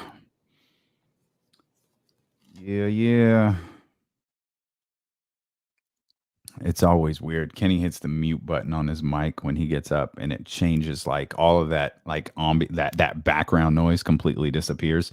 So it sounds weird. I feel like everything just died, like all the sound just died, and I can't talk to Jesse because my stupid connection box isn't working today. I literally think it happens like once a month, and it happens at the beginning of the month every time, like every single time. I think that's all. It's just like it's tired. It's like, all right, I'm gearing up for a long month. Let me just not work today. And I have no idea. That's the crazy thing is I have no idea if it's me or if it's the studio. And now I'm scared to death because I'm moving. So I'm moving next weekend. And no. Like next weekend, meaning this weekend, like Saturday. I'm moving Saturday, allegedly, hopefully, possibly. And I couldn't get the Xfinity people to come out until the following weekend. So there's a good chance, like, I might either be doing my show from like the living room because that's where the hard line is, or if I get the office set up, like I could be doing it on Wi-Fi, which is, it's a little scary. A little scary. City of Phoenix shut down. They're going hard. They're going hard. Yeah, I'm sure Phoenix is ready to go. I'm sure both cities are ready to go. I'm sure they're ready to party something serious. We'll get there, man. We'll get there. That's a good call, David. It was Reese. It wasn't the Queen Bee. The Queen Bee was still working. It was Reese, allegedly. Yeah, I'm working on that now. Like I'm trying to figure out what the setup will be. Like I want a cleaner. I love the bottles, but I do want to change the setup. I feel like the camera, because the camera's sitting on carpet, so I feel like I don't feel like it's straight. Like every time I look at the bottles, it's like, are the bottles crooked? But I want to set something up to where I want it more like Kenny's with the, like how Kenny's got the table with the rows behind him. I want it set up a little bit more like that to maybe where I could get a couple of more of these pictures in frame. I'm going to change the angle of the desk a little bit so it'll look different both on the radio. And then when we do, this widescreen look, it'll look different. And, when we do TV, it'll look a little bit different. So those are a couple of things I'm working on. I don't know exactly what it's going to look like because this is an L-shaped desk. So angling it in a room is going to be weird, but I don't know. We'll see. We'll see. I think I accidentally muted my text messages. Oh no. I don't know how to fix it. Like I was trying. I'm in a thread, and they were up to with the Be Heard people for this youth media conference, and I was up to like text 17. So I got an app, or I clicked on a button that said deliver quietly, and now it's like now I'm not getting alerts anymore. I don't know how to fix it. God damn it, man! Normally I'm more competent than this. Normally. Gosh dang it. Anybody know how to fix this? Jesse says, old man Barling in the house. Oh, that's jacked up. Screw you, Jesse. Deliver quietly. That's what it said. Dude, screw you guys. That's not what happened. Normally I'm sharp with this stuff. He is pretty tech savvy. Notify me, filter, raise to listen. God dang it. Can somebody tell me how to fix this? Come on. What are you talking about? Man, this is trash. I have no idea how to fix this. It's not on night. I know that. Night. Do not disturb. That ain't it. Looks like the bottle racks are tilted up a little, but the whole bracket seems straight. Yeah, the bracket is definitely straight. It's the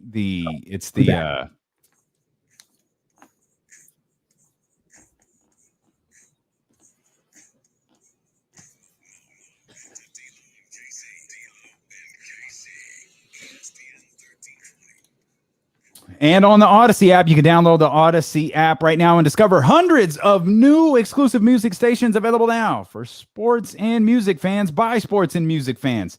Check out Troy Hughes Stadium Anthems. Get amped for the big game with the best tracks from rock and more. The new Odyssey exclusive stations on the Odyssey app. Do sports fans not listen to hip hop? Because I'm just taking a big glance forward here to hour number 4 that I have to read, and I just noticed these all have a theme.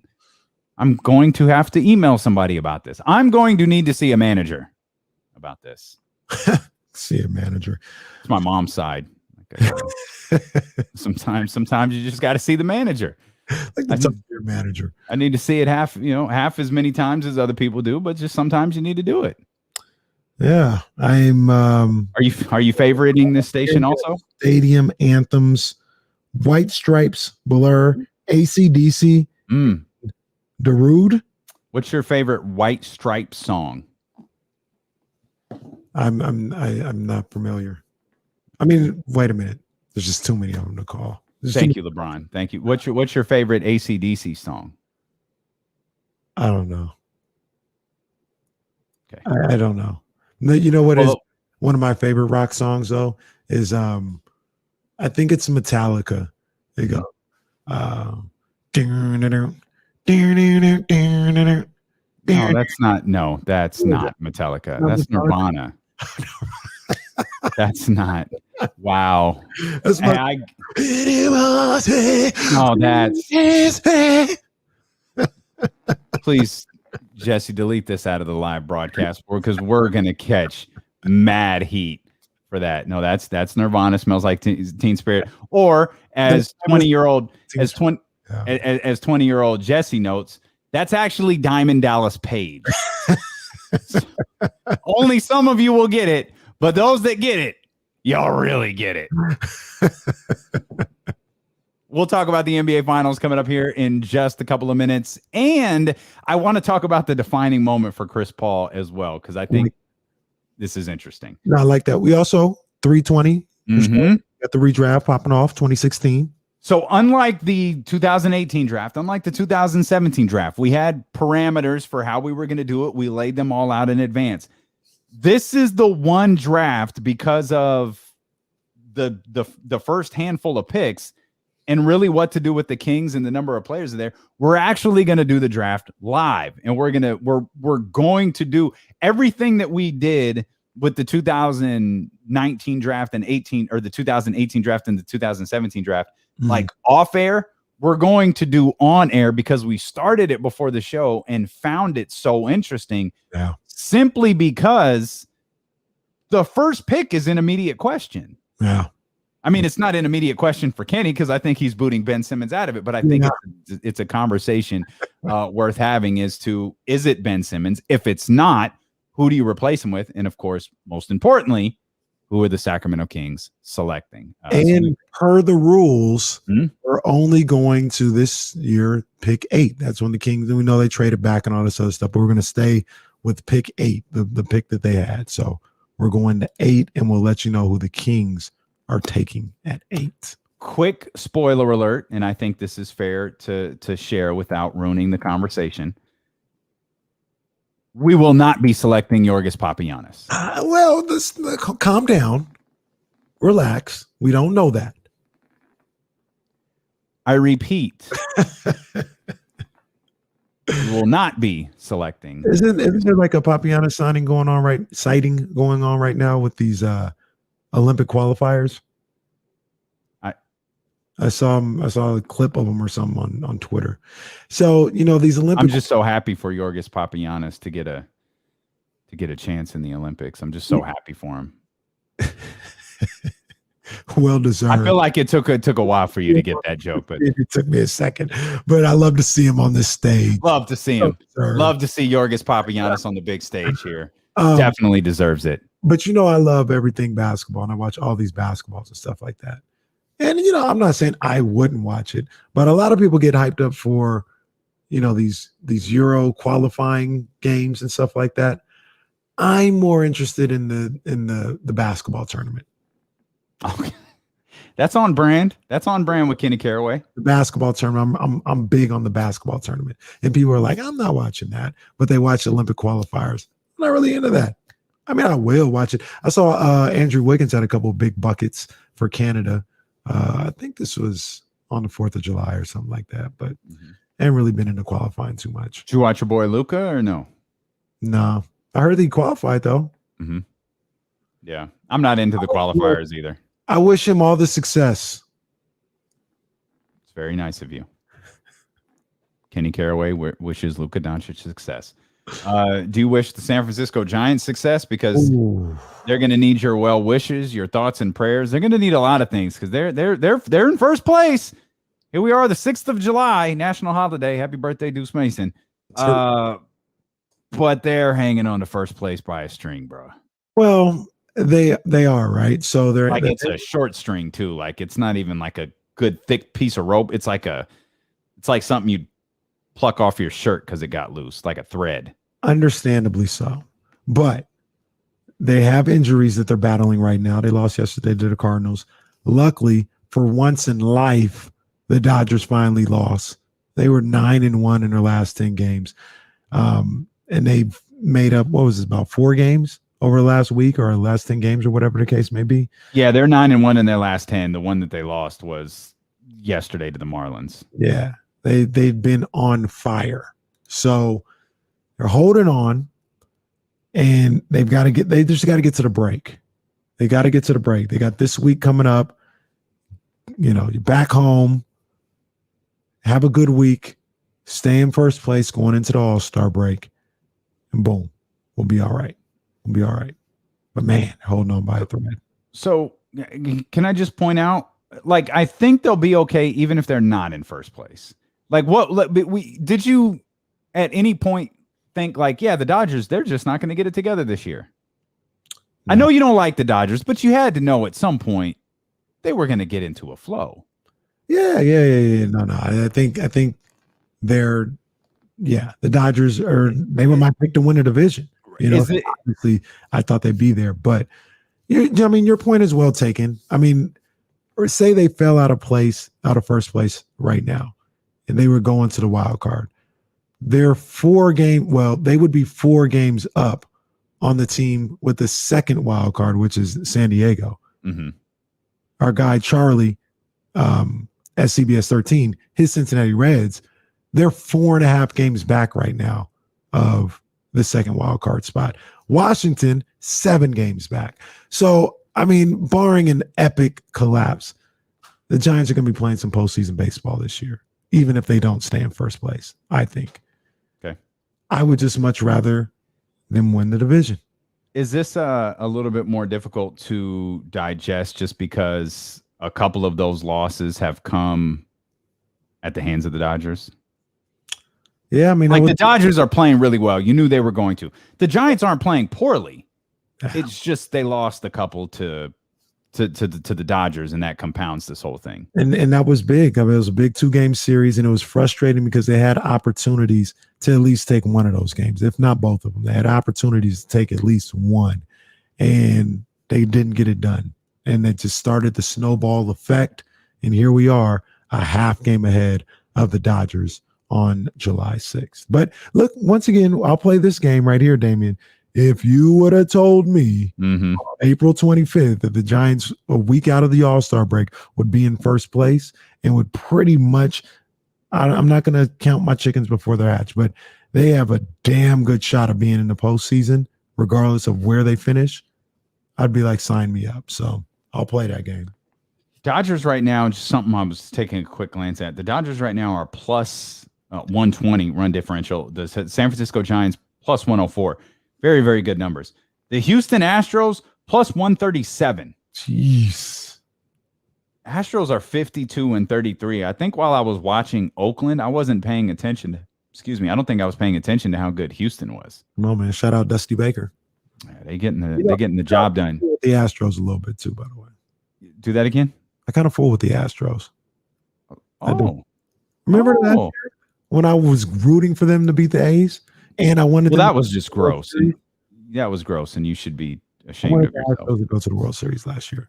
Number one, I like Dusty. Number two, I like them saying, hey, all this cheating stuff. No, we really did this. We really did this. Even through all the cheating, they would go on there and say, still standing. Oh, God. You really, okay. You want to mention this, the City Connect jerseys before we get back to the finals? Yeah, I mean, they weren't fire. I'll say that. But a lot of people were like, oh, these are terrible. They're god awful. Look, I'm not buying one. You know what I mean? It's not on my to get list. And, the hat is whatever. But, I mean, it was whatever. I saw a lot of outrage about the City Connect jerseys. And I wasn't outraged. It was like, whatever. It's not a big deal. I need to meet the person who got outraged over a jersey. I need to meet that person. They're out there. I know. I need to meet them. Like, I need to know, like, why? Okay, why are we that upset about the jerseys? Like, I will say this though. We'll switch gears a little bit here on you. That jersey, that City Connect jersey, it reminded me that last week we didn't talk about the 49ers adding to their stable of having the best uniform packages in the NFL, pound for pound. Oh, there it is. Per pound. When you talk about all of them, you talk about the throwbacks, you talk about the alternates, you talk about the ones pound for pound. I think the Niners have the best uniform package in the NFL. Okay. Somebody in the chat, somebody, well, no, don't call today, but on Twitter, whatever, tell me I'm wrong. When they unveiled the throwbacks that they're going to have this year, Niners got the best pound for pounds. The Cardinals fan is weighing in that the San Francisco football fan.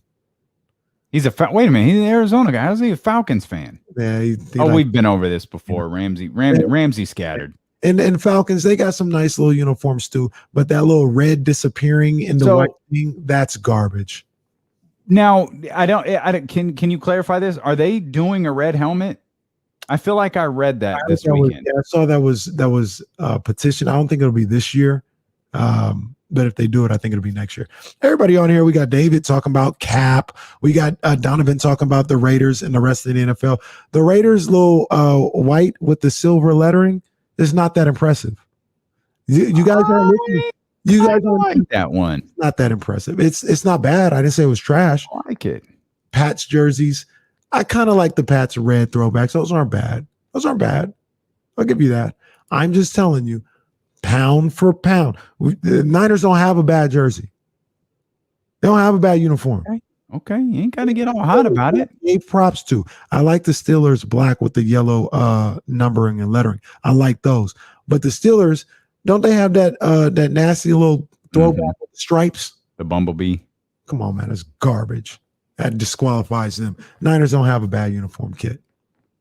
Okay. Oh, kits. Is that what we call them now in the NFL? Soccer thing, your kit. Like when I walk, it's definitely a soccer thing. They're like, nice kid, huh? The hell's a kit? This is a jersey. Okay. All right. Well, you're listening to D-Lo and KC on ESPN 1320 KIFM West Sacramento KRXQ HD2 Sacramento and Odyssey Station and driven by Lashers Elk Grove Dodge. You can watch the show on twitch.tv/ESPN1320 or youtube.com/ESPN1320. We welcome those listening on the Odyssey app and on 1320 AM and everybody listening, no matter where you may be. You have an opportunity to win $1,000 and you can purchase a San Francisco 49ers kit with your $1,000 winnings as the Summer of Cash contest rolls along. Coming up here in just about 7 minutes. And, yep, it's a repeat word, probably for the 10th time. Oh, can't wait. Yeah. Yeah, we got Bears fans in here, John Bull. Rachel Nichols will be familiar with the word. Sorry, never mind. Go ahead. Geez. Sorry. Go ahead. People in here talking about the Bears orange jerseys. I don't like them. All right. I'm not a fan of them. However, I will say this. I love the Bears navy with the orange lettering. That's a fire jersey. That one is lovely. Orange one, I'm not a huge fan of. That's not on the radar of anything that the Niners are doing. But I love the Bears navy jersey with the orange lettering. Love it. Okay. So are we good on jerseys now or are we keeping moving? The people just keep talking. They keep saying. I mean, I always want to hate on the Niners. I don't know why they always want to hate on the Niners, man. It's like the Niners are the Gervonta Davis of the NFL. They just want to hate on them and hate on their accomplishments. But it's whatever. Heavy is the head that wears the crown. When you have jerseys that are as fire as what the Niners are putting out, it's to be expected. I think we're done now. Giannis Antetokounmpo is a game-time decision tonight for Game 1 of the NBA Finals. He went from doubtful to questionable to game-time decision, and I think this will probably be the case through the course of this NBA Finals until he actually steps on the floor. No one, I think, is of the belief he's actually going to play tonight, but to have it lingering out there, and perhaps, if nothing else, to show Phoenix that he is on the verge of returning, maybe that's what they're attempting to accomplish here. But Giannis Antetokounmpo is officially a game-time decision, and he has been working throughout the last few days he's been working since the injury to get back there, get back out on the floor as soon as possible. Suns and Bucks tip off tonight, 5:30 p.m. here on ESPN 1320. I want to ask you something about Chris Paul. Obviously, if it feels like Chris Paul is the center of a lot of the conversations here, and I'm curious if Giannis Antetokounmpo had been healthy, if it would have been the same, if it would have been like, this is Chris Paul's John Elway moment. Yeah, the coronation of Chris Paul. Or is this Giannis Antetokounmpo's Michael Jordan, versus Los Angeles, LeBron James versus Oklahoma City? Is this their crowning moment where they win the first of potentially many NBA championships? But with Chris Paul, I feel like, to answer my own question, I feel like even with Giannis at 100%, I think the focus would still be on Chris Paul.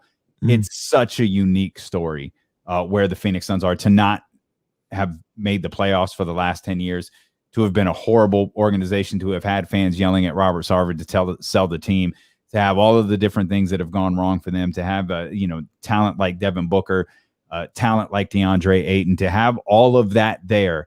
And for Chris Paul to kind of come in and bring it all together, I think it's truly it feels like an exclamation point on a phenomenal career.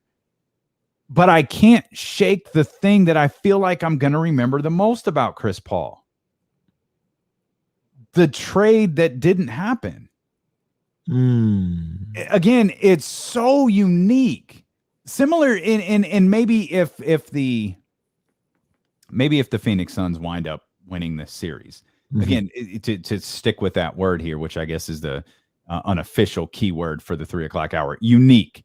winning a championship with Phoenix is unique.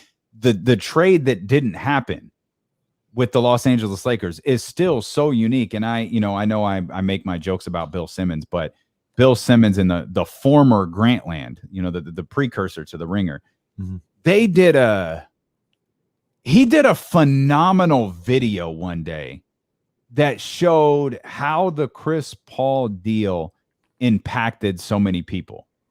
It impacted so many people and it impacted so many things. If you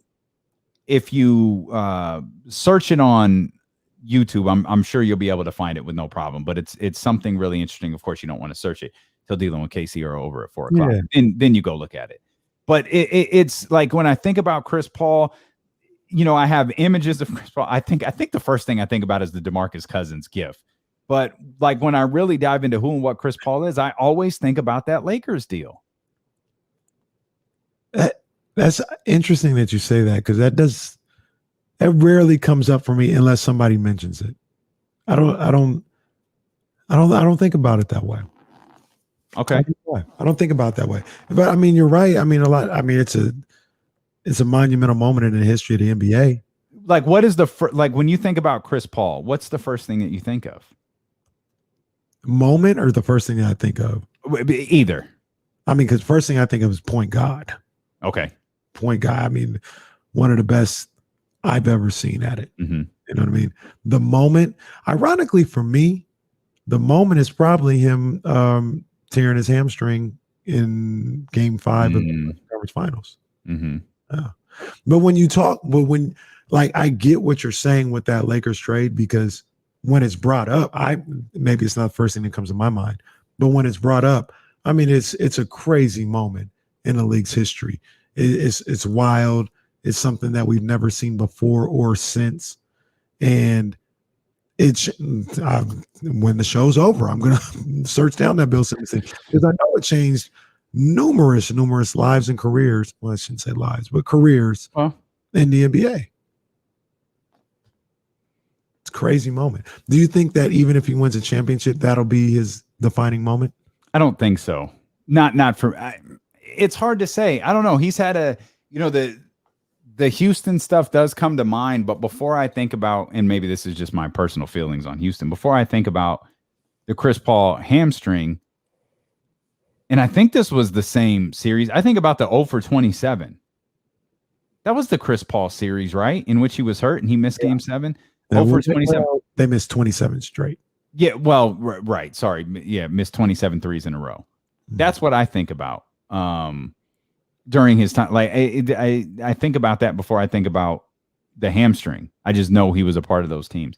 I'm sure the vision of him, should it go this way, holding up a Larry O'Brien or potentially an NBA Finals MVP, I'm sure that will slant my thinking on what my memories of Chris Paul are. Because I don't feel like he has a ton. Like I mean, just again off the top of my head, I think about that really emotional post-game interview he did following Game 7 of the San Antonio Spurs series. First time they were able to get past the Spurs. Like I think about that. Let's take care of this real quick. Here comes the money. Here we go. Money talk. Here comes the money. It's time for the Summer of Cash contest. Here is your chance to win $1,000. Your final opportunity of the day. Of course, we'll have 4 more tomorrow, 10 minutes past the hour of every hour that D'Lo and KC are on the air. Your chance to win $1,000 right now by texting the code word, again, RACE. Oh, boy. To 72881. Jeez. That's RACE. I won't do it. I won't. You know what I'm thinking. I'm not going to do it. That's RACE to 72881. As in, Sha'Carri Richardson can't run her race at the Olympics because WADA is stupid. Text RACE to 72881. Big dog, we ain't talked about that. That happened when we was off champagning and campaigning. I got to get at least what you feel about that. Well, let me mention this is a multi-state contest. Message and data rates apply. And remember, don't text and drive. Why are we still doing this? Why are we testing for marijuana, especially on an Olympic competitive level? Like, why are we doing this? Well, I want to talk about that on the other side, because that's going to be more than a 2-minute conversation, I think. Okay. Because I want to hear what you think about what I think about that whole deal. I want to hear what you think about what I think. Okay, so you lead us in, and then I'll react. That's what we're doing, right? Sounds good. Okay. Good. Well, Now, before we get there, though, I have one more basketball thing about Chris Paul. You mentioned him being emotional after Game 7 against the San Antonio Spurs. A little known fact, or maybe it's a very well known fact. I don't know. You know what else happened on that day?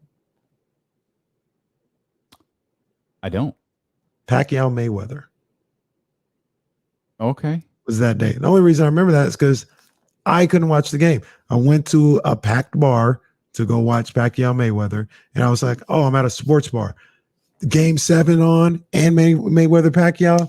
This is going to be awesome. No, all 25 TVs were on the telecast of Mayweather Pacquiao. They weren't even fighting. They didn't fight till like 30 minutes after Game 7 was done. The telecast was on all 75 screens in this bar. I said, are you guys kidding me? They have one of the great Game 7s in first round history, and I can't get one TV on it. So what you're admitting to us all publicly is you didn't see it. Oh, you know, I went back and watched it. I'm telling you. Actually, what I had to do was my mom actually, because I was checking the scores, and I was like, yo, this is too close. I got to see this. I called her. She FaceTimed, put the TV up to the FaceTime, and that's how I saw Chris Paul's game-winning shot. Shout out, spectacular. Very clutch. I love it. Okay, we'll come back. We'll speak about the Sherry, the Richardson Sherry. We'll speak about Sherry Richardson. That's what's Sha'Carri Richardson. We'll talk about that situation, and we'll redraft the 2016 NBA draft as well. Who goes first, and who do the Sacramento Kings select? Oh, We've got all that coming up as D'Lo and Casey continue on Sacramento's #1 sports station, ESPN 1320. Yo, Ramsey, this is crazy. You were in Vegas that night. You want to talk about a movie? I can't imagine being for the night of Mayweather Pacquiao. Man, Mayweather Pacquiao. Oh yeah, Pacquiao. That was a huge. Are you sure? I mean, I guess you would remember.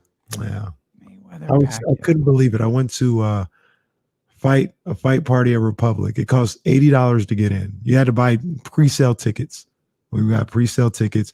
It was packed from wall to wall, to the windows, to the walls. Yin Yang twins, and all 50 TVs were on the undercard of Mayweather Pacquiao. And I said, "Are you guys?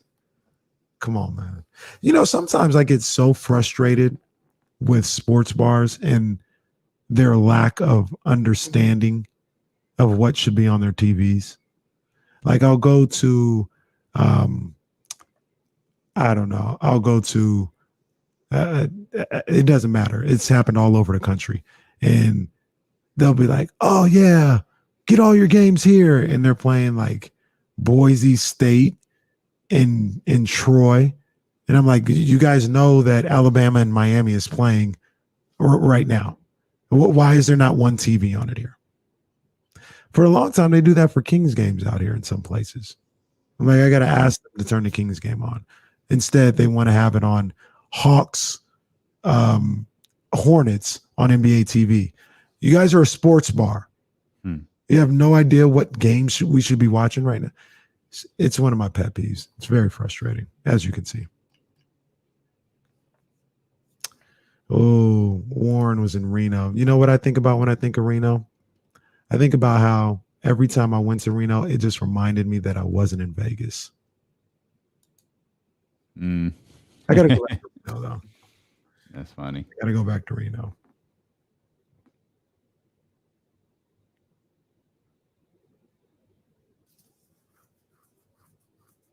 That's funny.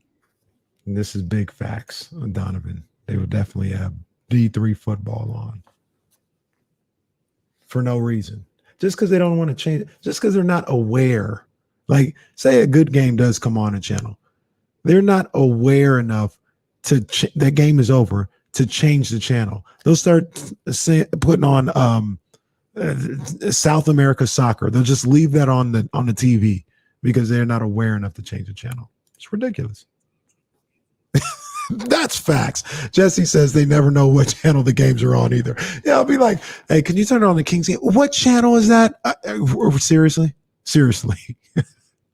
That's what we're doing here. When we're in charge of D-Lo and KC Sports Bar, we won't have none issues. Yeah. None of them.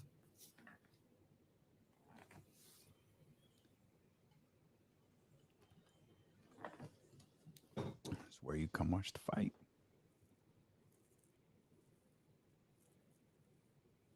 Oh, I thought I heard the rejoiner music. I thought we were coming back. My bad. No, we're good yet. We're good.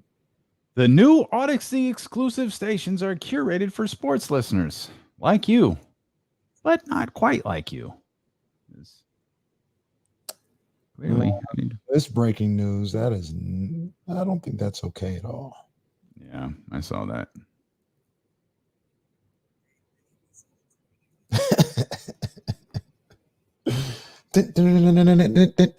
Oh, you didn't hear him. He said we have our breaking news sounder ready now. I'm going to be able to hear it anyways.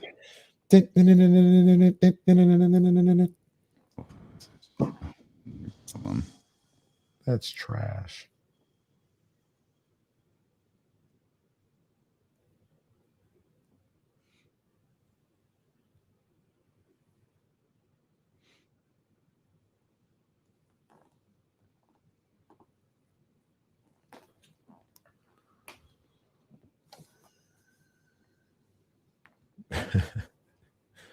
Josue, it's pros versus Joes. And yes, that will be on the endless loop.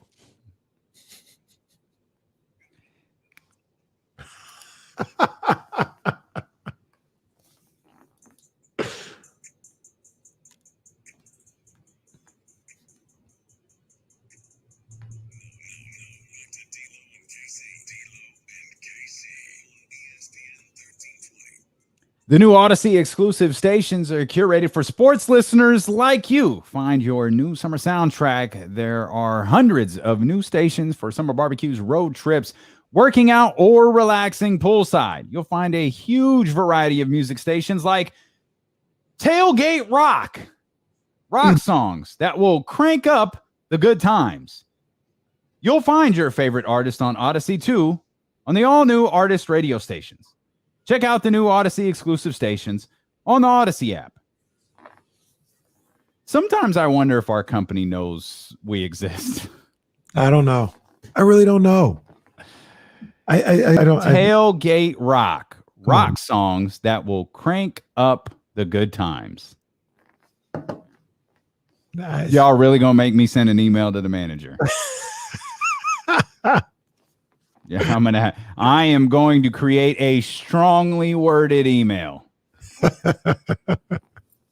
Well, I know somebody that does know that we exist. I got to give a shout out to my girl, Kim Kaplan, one of the co-workers. I met her on Friday, and her husband had a very funny interaction with them and conversation.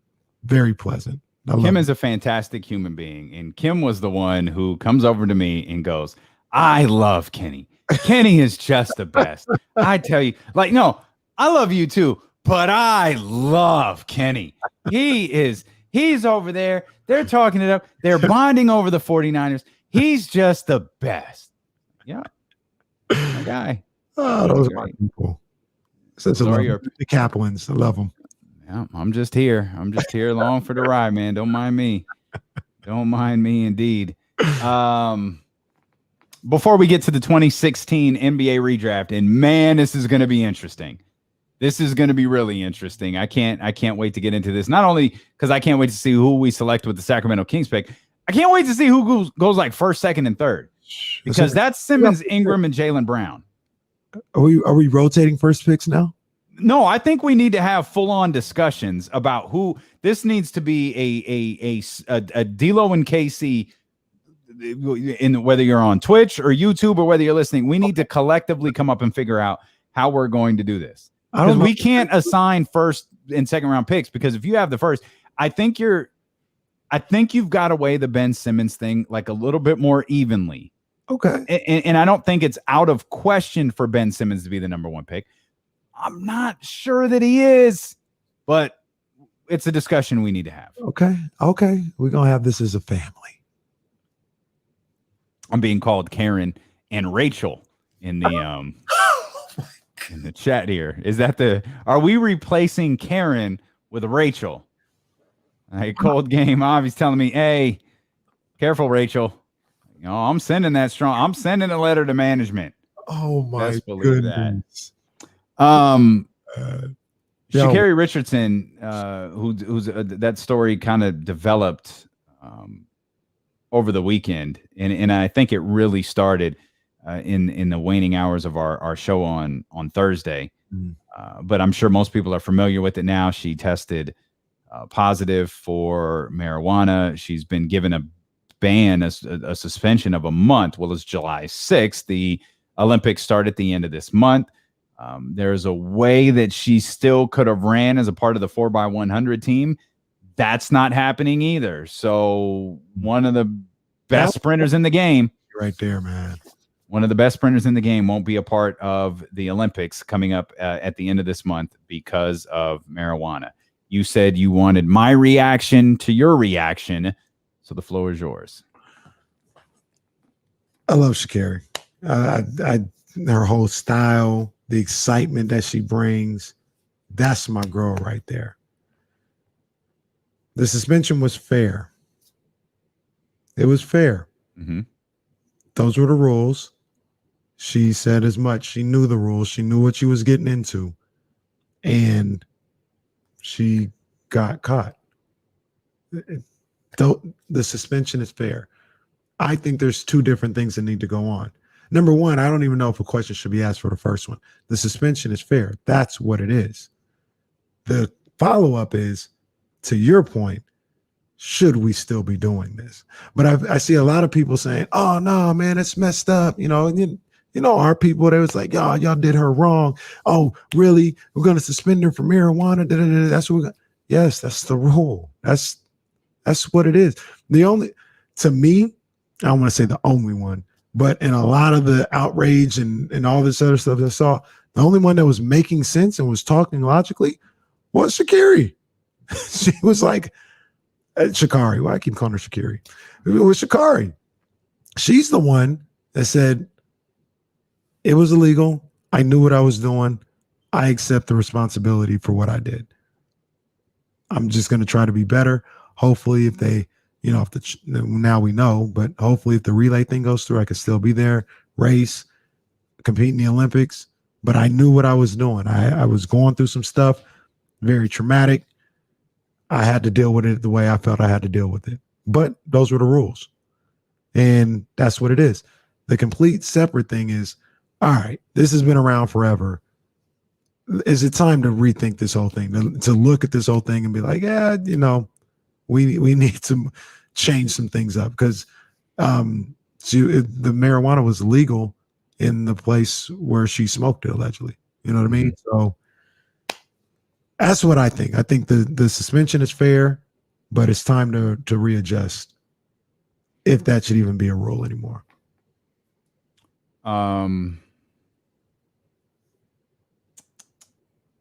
Yeah, I mean, I guess I'm fine with that. You break the rules, you suffer the consequences, even if the rules are dumb. And that's what she said on the Today Show. That's what she said on the number of different interviews that she has done over the course of the last few weeks.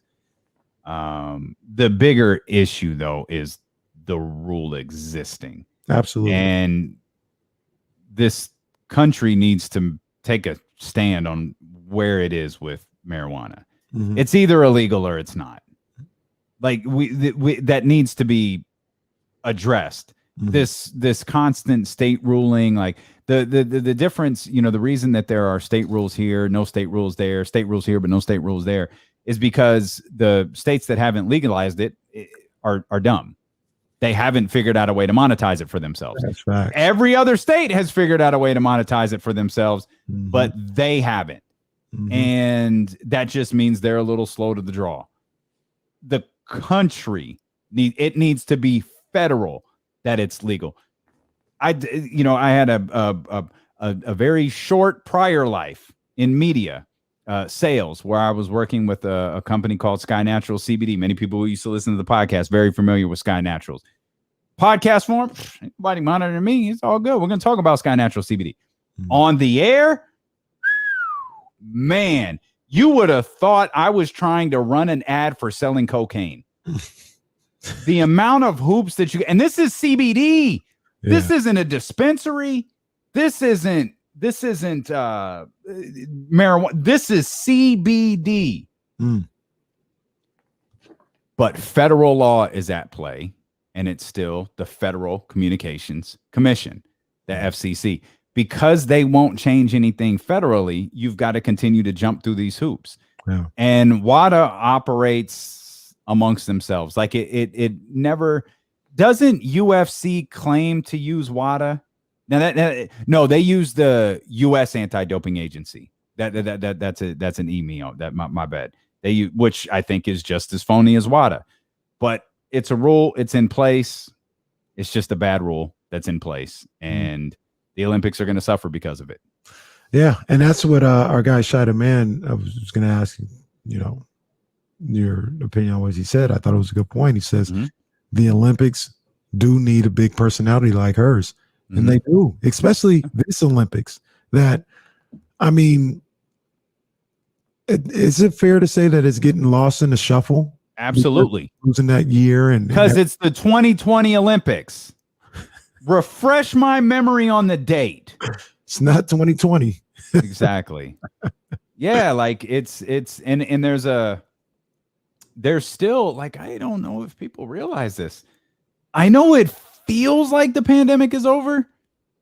It's actually not. So it still has that kind of underlying to it. Like it's a unique, like it's risky, but you're hoping that every country is taking the same precautions that you have to get your athletes there. So I don't know if there's an opening ceremonies where you're getting all of these athletes together in one place in a confined room as they wait to do the March of Nations or whatever it's called. But yeah, I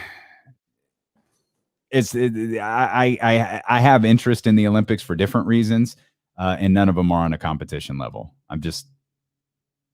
Michael Phelps ain't there.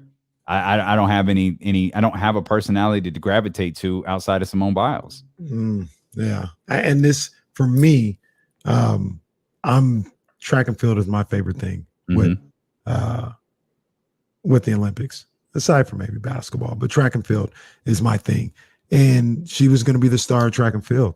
You know what I mean? Like I'm not really that into Phelps, and the gymnastics are actually pretty cool. It's fine, but it's track and field. It's the sprinters for me. And she was going to be the one thing, the biggest thing that I was going to be looking forward to the Olympics.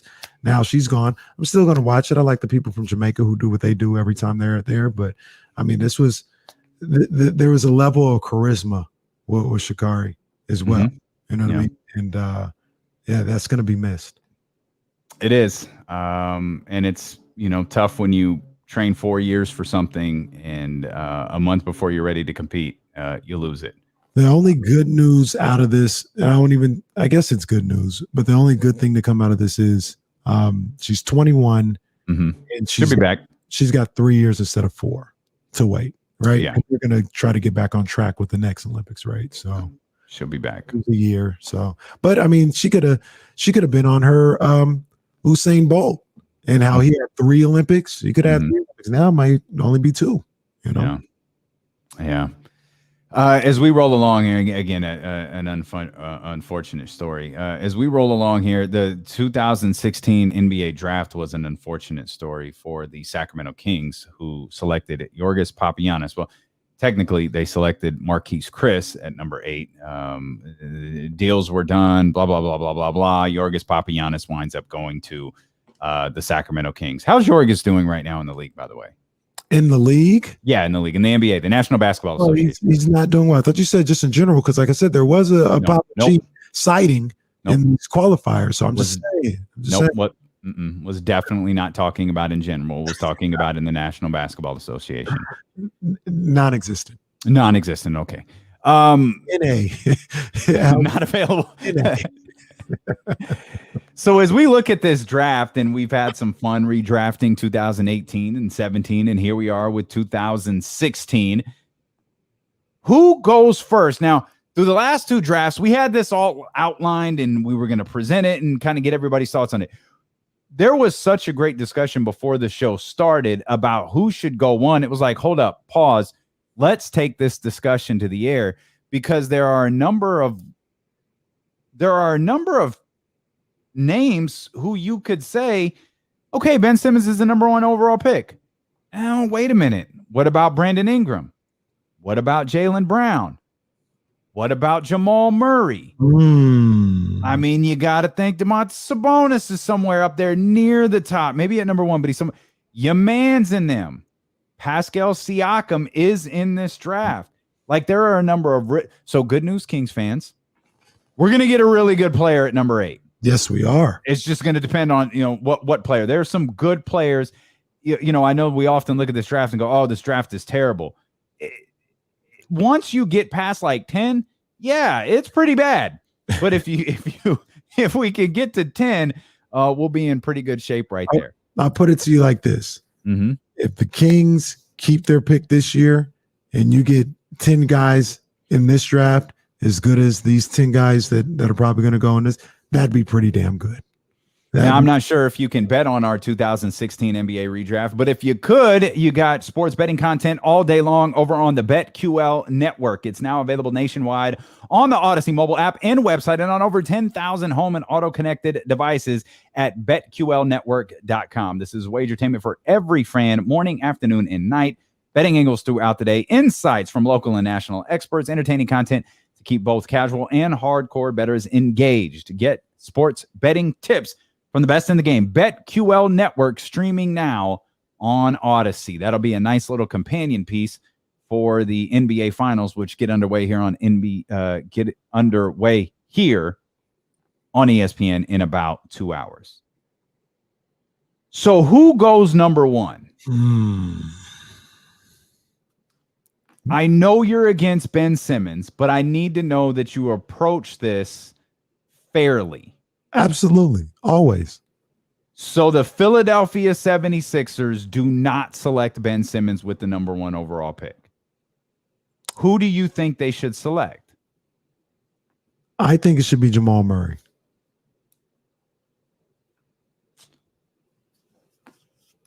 I think Jamal Murray quite arguably is the best player out of that draft. Really? Jamal Murray. Okay. I don't think Jamal Murray guy coming out of Kentucky though too. He's better than I thought he would be, but I think he's the best guy. So the only name that's giving me pause, it actually isn't Brandon Ingram. It's Jaylen Brown. Yeah. So we're positive Jamal Murray's a better selection today. Remember, we're not doing this in hindsight. We're doing this today. Yeah. Jamal Murray is our guy for Philadelphia today, not Jaylen Brown. And when we say today, we're not even talking about the ACL injury. Right. No. Pre-injury. Yes.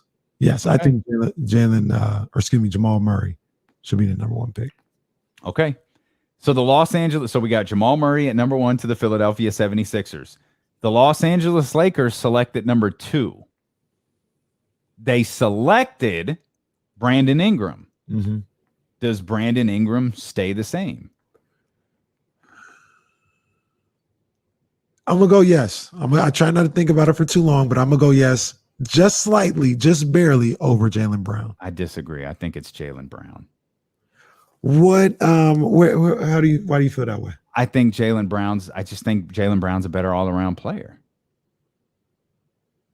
What? Let's bring Jesse in here. I don't know how this might not even work. Jesse, can you test your sound here? Check 1, check 2. A little echo. Yeah, no, that ain't gonna work. He's the Yours? He said mine's the aliens come in when mine comes. Well, it's that kind of day at Odyssey. We're promoting put whatever in Slack, Jesse. If you really have feelings here, you might put a book. Now that we're talking about Jaylen Brown, Well, we'll put it into the chat too. Like number 2, and is the number 2 pick Ben Simmons? He's an all NBA player. And I'm being fair. Like we're not going to get out of this whole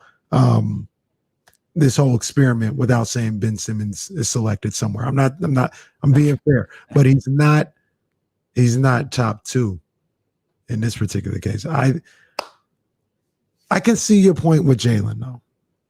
To be completely fair, maybe you couldn't see my point with Jamal, and you said no. That's where we're going with. That's not true. I like Jamal Murray, and you saying he's the best player in the draft in this particular 2016 draft. Okay, I get it. I think I'm higher on Jaylen Brown than you are, and I'm a lot higher on Ben Simmons than you are, because I really don't know that I can drop Ben Simmons any further than 3. So okay, maybe I have to make a compromise here in our draft discussion, because I would want Jalen here and Ben Simmons. I just think it's crazy to put Ben Simmons later than 3. So let's do this. I have who would I say? Brandon Ingram. You have Jaylen Brown. We'll go to the chat. You'll be the deciding vote. Jaylen Brown or Brandon Ingram for number 2. But look at the chat. Like, look, we've got Sabonis, we've got Ben Simmons.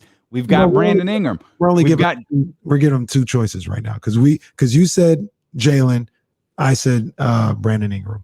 So we'll starting with Cold Game Hav. All right, we'll start there, and they'll decide who's the number 2 pick. Brandon Ingram. Looks like Brown is going to run away with this thing. Yeah, a lot of, and we've got to put a cap on. Oh, there's okay. Yeah. We'll let this roll. I'm gonna count to 10, and then yet. Okay, it's Jaylen Brown. It's Jaylen Brown. Jaylen Brown. He's number 2. Okay, that's the correct answer, by the way, for those who are wondering. Brandon Brown. That would be a pretty good. That's a good pick. That's a good selection here. So now clearly we're fighting about the 3rd pick though, because you're going to believe it's Brandon Ingram. Yeah. And I'm going to believe it's Ben Simmons. Hey, you go be Ben Simmons to Boston. As we keep going further down. How far are you willing to not draft Ben Simmons? This is crazy. Jamal Murray to Philadelphia. Fine. Jaylen Brown to Los Angeles. I'm with it. You're telling me Ben Simmons to the Boston Celtics. You'd rather go Brandon Ingram here. I'd rather go Brandon Ingram. Jesse, tell us. Jesse will be the deciding vote here. Well, look in the Slack. It says, give me Simmons in Boston then. Okay, so he wants Simmons over Ingram. That I just want to clarify that, because Roddy says Simmons over Ingram. Y'all crazy. Look at it's you. It's you. Man. Y'all crazy. It's Soldier Boy. You don't like Ben Simmons. Well, Jesse, Damian, the chat has spoken. Simmons goes 3rd to Boston. So Ben Simmons goes to Boston here in our 2016 redraft, which means Brandon Ingram goes to the Phoenix Suns at number 4. Who does Minnesota screw up here at number 5? Oof. We've still got Sabonis, Siakam. Pascal Siakam is out there. Karis LeVert, Malcolm Brogdon, the rookie of the year that year. At Minnesota at 5, I think he goes Sabonis. Okay, that's what I was thinking too. To be honest with you, he already got selected. I was going to put Sabonis ahead of Ben Simmons. And I think that's after Sabonis. I think that's where you could put Simmons. So I would have had Simmons at like 5 or something like that, 5 or 6 or something. We have Sabonis at 5 because we have Ingram at 4, Sabonis at 5. You would have put Ben Simmons here. Thankfully, I talked you into some sense into you, and Ben Simmons is going higher. He's going 3. So we've got Jamal Murray at number 1 to the Philadelphia 76ers. The Los Angeles Lakers take Jaylen Brown. The Boston Celtics take Ben Simmons. Brandon Ingram goes to the Phoenix Suns. Sabonis goes to the Minnesota Timberwolves. Huh. And now we're okay. Now we're at the. I'm sorry, I was thinking about that. Now we're at the New Orleans Pelicans, who selected Buddy Hield at this position. And to me, does Buddy Hield go number 6? No. To me, this one is between Siakam and Brogdon. And I think I will go with Siakam. Great. I was going to go Brogdon. Chat, you know what to do. So Siakam or Brogdon here at number 6, and we're keep in mind I'm okay with how this goes because I sort of wanted. I don't think there's a way I can do it like with any amount of integrity to our redraft here. I wanted Brogdon at 8. I just don't think that can happen. I don't think Brogdon at 8 can happen. So I'll give you Siakam here. We spoke so much about him this offseason. So I'll give you the Siakam selection here, which means at number 7, the Denver Nuggets are taking Malcolm Brogdon. Okay, so this is where it gets crazy. So here's the number 8 slot where the Sacramento Kings are. Here's where it gets crazy because no, it doesn't get crazy. I think it's easy. I was just about to say until I forgot about it. I was going to say, is it DeJounte Murray or Buddy Hield? But no, it's Karis LeVert. Okay, that's what I was going to ask you. Yeah, okay. it's easy. I thought it was either DeJounte Murray or Karis LeVert. I think it's Karis LeVert. So Karis LeVert goes number 8 to the Sacramento Kings in this 2016 redraft. Now, given that you brought up his name, does that mean Buddy Hield goes number 9 to the Toronto Raptors? So. I think so. I think Buddy at 9. And then that would mean DeJounte Murray goes. There's people who could say DeJounte would go ahead of him and Buddy would go to. I can understand that, but I like DeJounte. I don't like the fact that he's a point guard that isn't really a good shooter. So for me, I'd go Buddy at 9, Murray at 10. Okay, we'll do that just to round out the top 10 and stick with our theme of drafting the guy that the Kings actually drafted. So not it's not a steep fall for Buddy Hield by any stretch of the imagination. Of course, he wasn't drafted by the Sacramento Kings, as everybody is well aware of. He got here in the DeMarcus Cousins deal. Yeah. So to recap, it's a redraft of the 2016 NBA draft. The order is, in real life, Ben Simmons, Brandon Ingram, Jaylen Brown. The names we haven't mentioned. Dragon Bender went to the Phoenix Suns. Chris Dunn went to the Minnesota Timberwolves at number 5. Of course, Buddy Hield went to the New Orleans Pelicans at 6. Jamal Murray went number 7 to the Denver Nuggets. Marquise Chris went to the Sacramento Kings. Yes, we know there was a deal there. We're not making that a part of this conversation. And where was I? Thon Maker to the Bucks at 10. So in the redraft, it's Jamal Murray going number 1 after a great deal of discussion. Jaylen Brown goes number 2. Ben Simmons goes number 3 to the Boston Celtics. Does that make right now, all things the same, the Boston Celtics the better, worse, or the same? If they had Ben Simmons, and you're saying kind of jump into today, so Ben today, Tatum, and I think it makes them worse. I think Jaylen's better than Ben Simmons. For fun, is anything different with this organization, with the Boston Celtics organization, if Ben Simmons, like, does Kevin Love work out differently if it's Ben Simmons, Jason Tatum, and Kevin Love versus, Jaylen and Tatum and all of that different stuff? Does that work out differently? Does Kemba Walker work out differently if it's Ben Simmons versus Jaylen Brown? One more time. What you mean by Kevin Love? Would the Celtics be different Like it would the acquisition of Kevin Love have worked out better? You mean Gordon Hayward? Gordon Hayward, sorry. I'm like really following. I was like, Kevin. Gordon, sorry. Gordon. Huh? There's a joke to be made there. There's a joke to be made there. Would the acquisition of Gordon Hayward have worked out differently? So Simmons, Tatum, Hayward.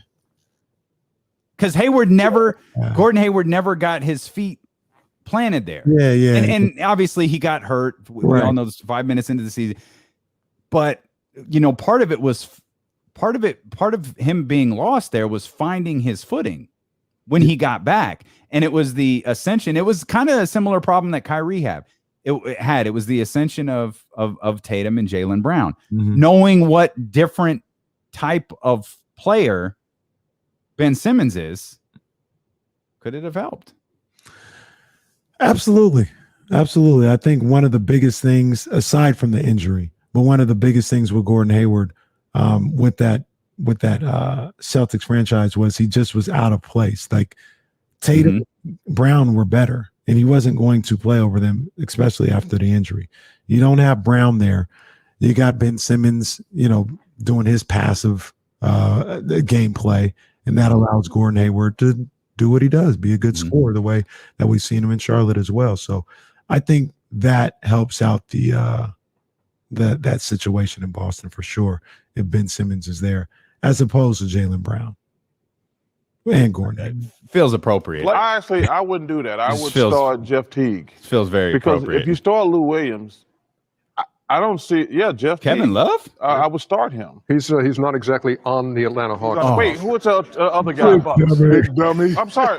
No, I wasn't even talking about Dunn. Well, you ain't talking about Teague. I'm forgetting somebody. My mistake. I can make a mistake. Who? There it is. It is right there. Look, Marv, this is a fraternity. I've been doing it for 36 years. And Marv, when you talk about, it's really Magic and Larry, they were the ones that they made the NBA. But it's a fraternity. Then Michael Jordan took it to another level. But Marv, when I talk about you, I have to talk about this is a fraternity, and it's Magic and Larry who made this what it was. I really wish Malcolm Brogdon would have. Oh, but to finish this out, I could make a mistake. I gotta isolate that because it's clear I'm going to need it a lot.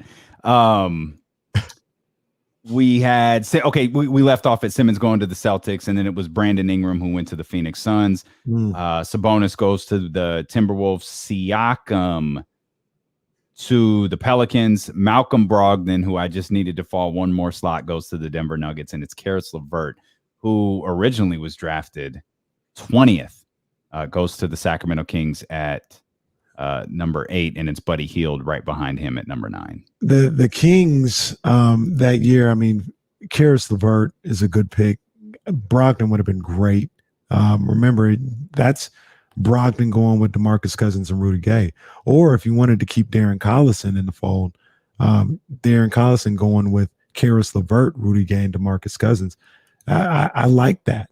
I don't know if Karis was ready to be what he eventually ended up being day one. Like, I feel like he really worked on his game. He got better. Yeah. I mean, man, that'd be great. All of these guys, with the exception of DeJounte Murray, and I don't mean this in a jerk. Like, I don't know that Buddy Hield fits into this category either. All of these guys really developed over time. Obviously, this is 2016. We're not talking about a decade here. We're just talking about a couple of years. Like Jamal Murray was good. Jamal Murray was really good. Jamal Murray hit a different status in the bubble last year. And he was able, for the most part, to carry that over into this year, obviously, before the injury. And I guess the same as I guess Jaylen Brown falls into the category of good right away because he had to be. Yeah. I can't remember. Jesse, let us know in Slack. How was he his rookie year? I know the second year when Tatum got there, that's when he did his thing and everybody got excited. I remember his rookie year, his crowning moment was they got swept by the Cavs, but he had a good game 4, game 3, and they're like, yo, Jaylen Brown's not scared. Like, he's not scared. He's going to be a good one. Was that the LeBron post? I think LeBron posted something about Jaylen Brown So. after that. Yeah. I vaguely remember something like that. Yeah, but that was when Kyrie did what he did in that series.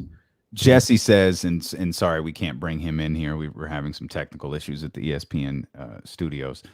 He came off the bench his rookie year. He wasn't that dude yet, but you knew they had something special with him.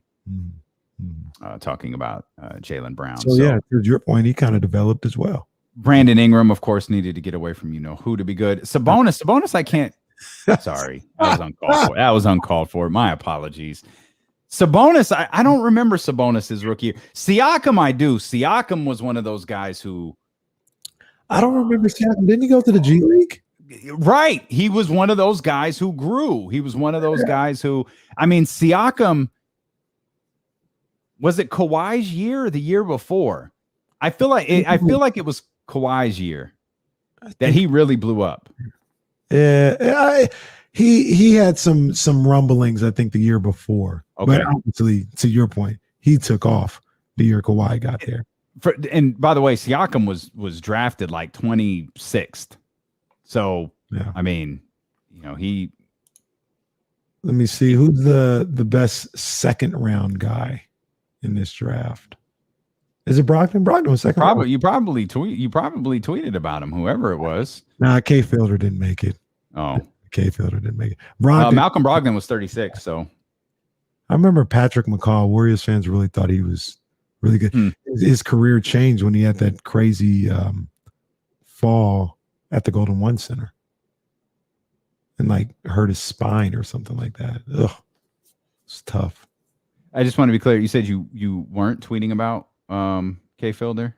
No, I definitely was. Oh, you were. Okay. Yeah, as our guy David pointed out. Dr. David pulled it up already. Yep. Yeah, man. He said, "What? Let me get this for sure. I don't want to miss anything." This was on where are we at? Yes, here we go. On October 5th, 2016. Jeez. At IMK Diddy. Y'all see K Fielder tonight? Kings are dumb passing on him. Oh dear. Oh boy. I can't wait to look back at your tweets 5 years from now. No, I'm done tweeting. I'm not tweeting no more. What? I'm gonna have you've tweeted SMH an uncountable amount of times. I have nothing but magic tweets from here on out to make sure I'm not wrong. I'm gonna look at what happens afterwards and then say something. So whoever wins this game, like, man, the Bucks sure did look good winning game 1 tonight. Man, dude was good in Oakland though. Holy crap. I think he led the nation in scoring. Dude, he 24.4 points per game his last year. His first year in Cleveland, 4. And then he quickly went to Chicago, where he averaged 3.9. And then that same season, he was in Detroit, where he averaged 1.0. And unfortunately, your man's career. You might see K Fielder in the basketball tournament, though. You might, or the big 3. I'm all for it. Very entertaining stuff. And we hope today's show was very entertaining for you as well. We appreciate you so much for being with us. If you're on YouTube, please hit the thumbs up. If you haven't subscribed yet, subscribe. Go back and watch later. If you missed the 13th round, no problem. We got you. Real quick, I got Bucks winning tonight. Okay, there you go. I'm not making any proclamations because I don't want them thrown at me later. So I know one thing, Bucks and Suns. You can get that beginning at 5:30 here on ESPN 1320, and you can get more D-Lo and KC tomorrow at noon here on Sacramento's #1 sports station, ESPN 1320. Holla. That's a wrap. You big dummy. You big dummy. That's good stuff. Hey, listen, I can make a mistake, Kevin Love. I kept thinking, like, what does he not understand when they acquired Kevin Love? He broke his ankle 5 minutes into the season. What are you talking about? Were you not there? Did you watching a Floyd Mayweather highlight, Kenny? Did you not see? You couldn't. He said, I was so confused too. I was like, why are you not understanding what I'm talking about? Oh, man. Hey, listen, I can make a mistake. Charles said they need to start Jeff Teague.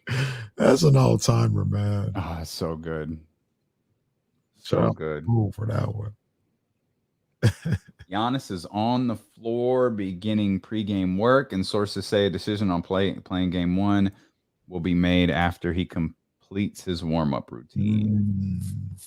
I love that Malika and Giannis are Malika and Woj are working in concert on this. Yeah, this I game. didn't see Woj go in the way I heard he went in. I didn't see it either. I didn't see it either.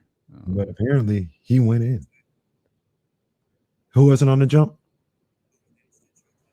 That's crazy. He says there was no jump today. The jump, they didn't do a show. And that's crazy considering it's game one of the NBA Finals. Wow. They're such cowards, man. We really need to go back to the conversation of rebranding this station. We had some great, I know it was we had some good ones here in the early days of 1320, the People's Station, 1320, there's some pretty good, Pocket Watching Station, I think was one. So Warren says Woj was retweeting Malika's tweet. Malika was going in? No. He's talking. I think he's talking about like right now. The news, yeah. Got you. Who was that? Peyton said that Marvin Bagley was on a podcast. Yes. Did you hear that? Or I did not, because I don't think Team Bagley knows how to program podcast to post. So they were hyping it up, and I kept seeing it on my timeline, and I couldn't figure out why. But you know how someone likes it and it gets into your algorithm. It's like, oh, I'll take a listen to this. I think it posted sometime we were on the air. Marvin. And they said he addresses everything. A word? Okay. Yeah, y'all got my ear. I'm gonna take a listen. Ooh, she's responding to Kings fans. Oh, what do we got here? Brandon tweeted, the world hasn't really seen Marvin Bagley, and I honestly in my heart believe that. Bagley, that's a quote from Marvin Bagley. Well, you know what? I agree. I think Marvin Bagley's a lot better than what he's putting out there. Well, she hasn't listened to that part. Marvin addressed the liked tweet on the episode.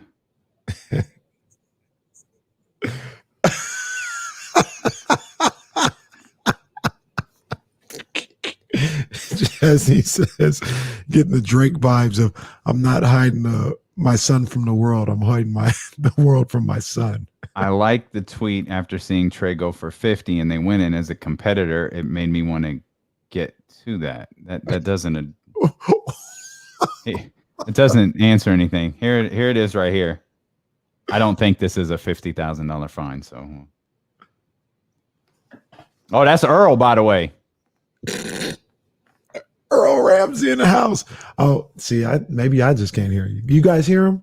Oh, you know what? Hold on. That's Emi. Hang on. I'll fix it. Ramsey. I'll fix it. Give me 5, 4, 3, 2. Okay. It's my Twitter, bro.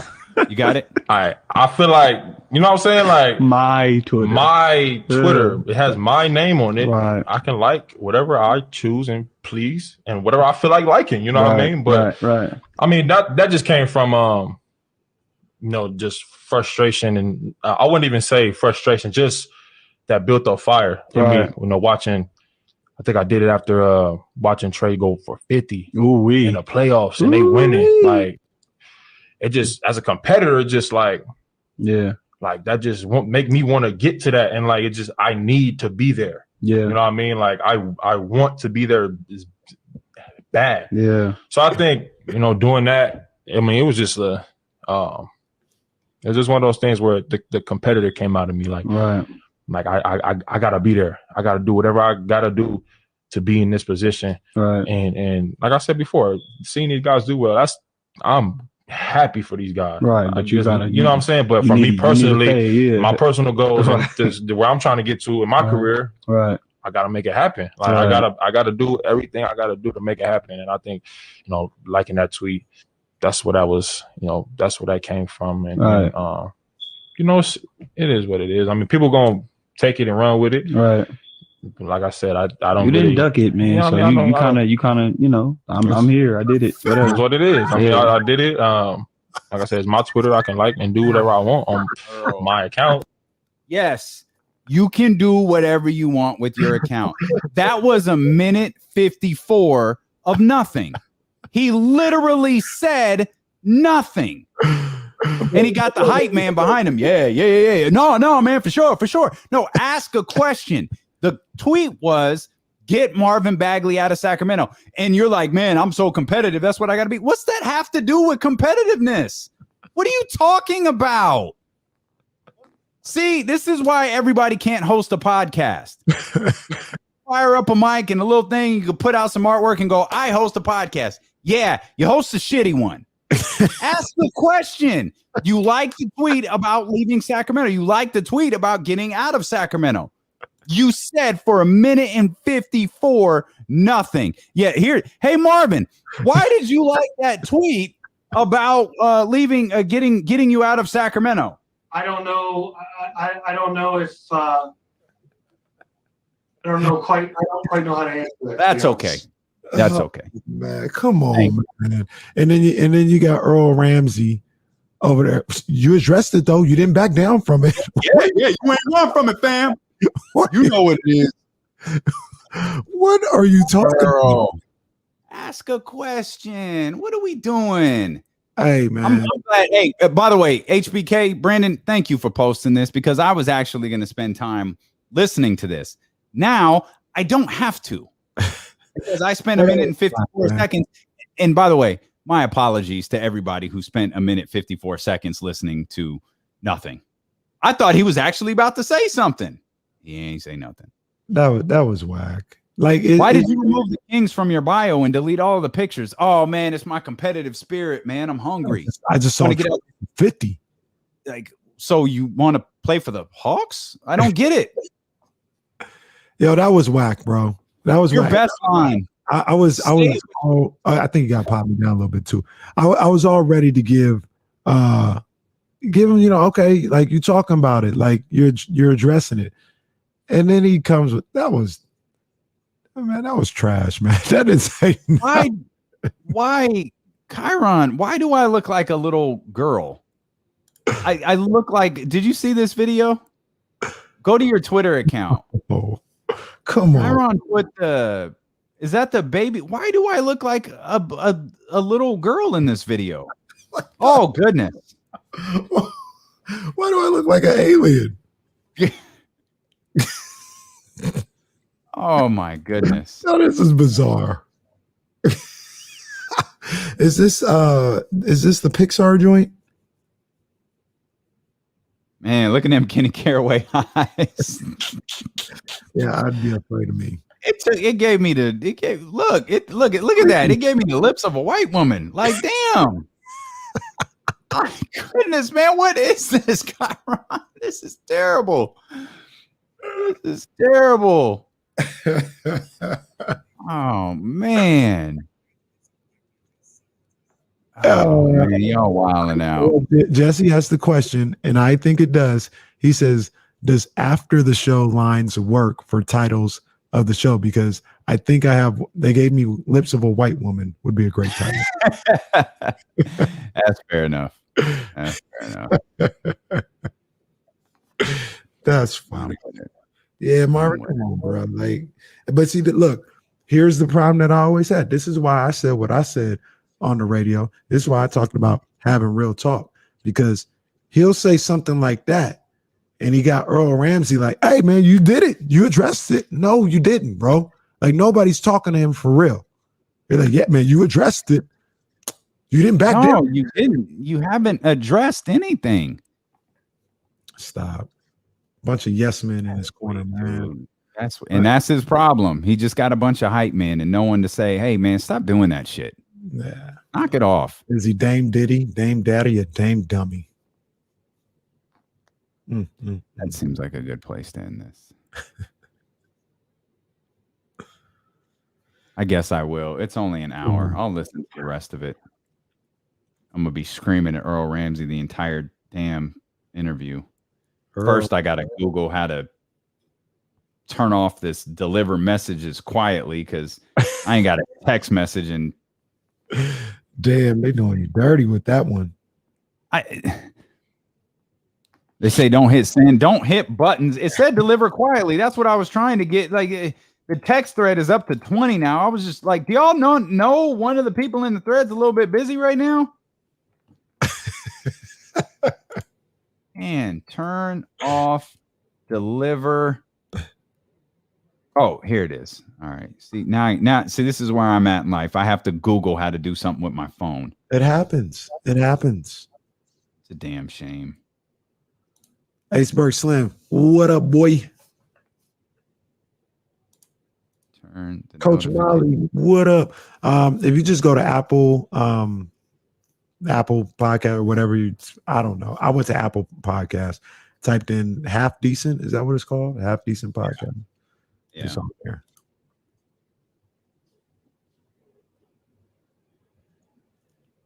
All right, y'all. Thanks for hanging out. James Ham tomorrow. Yeah, mock draft 3.0 tomorrow. Ooh, mock draft 3.0. Dopeones.com. DLOKC. Get your gear. And I will find that and that. And we'll go here. Give the salute and back.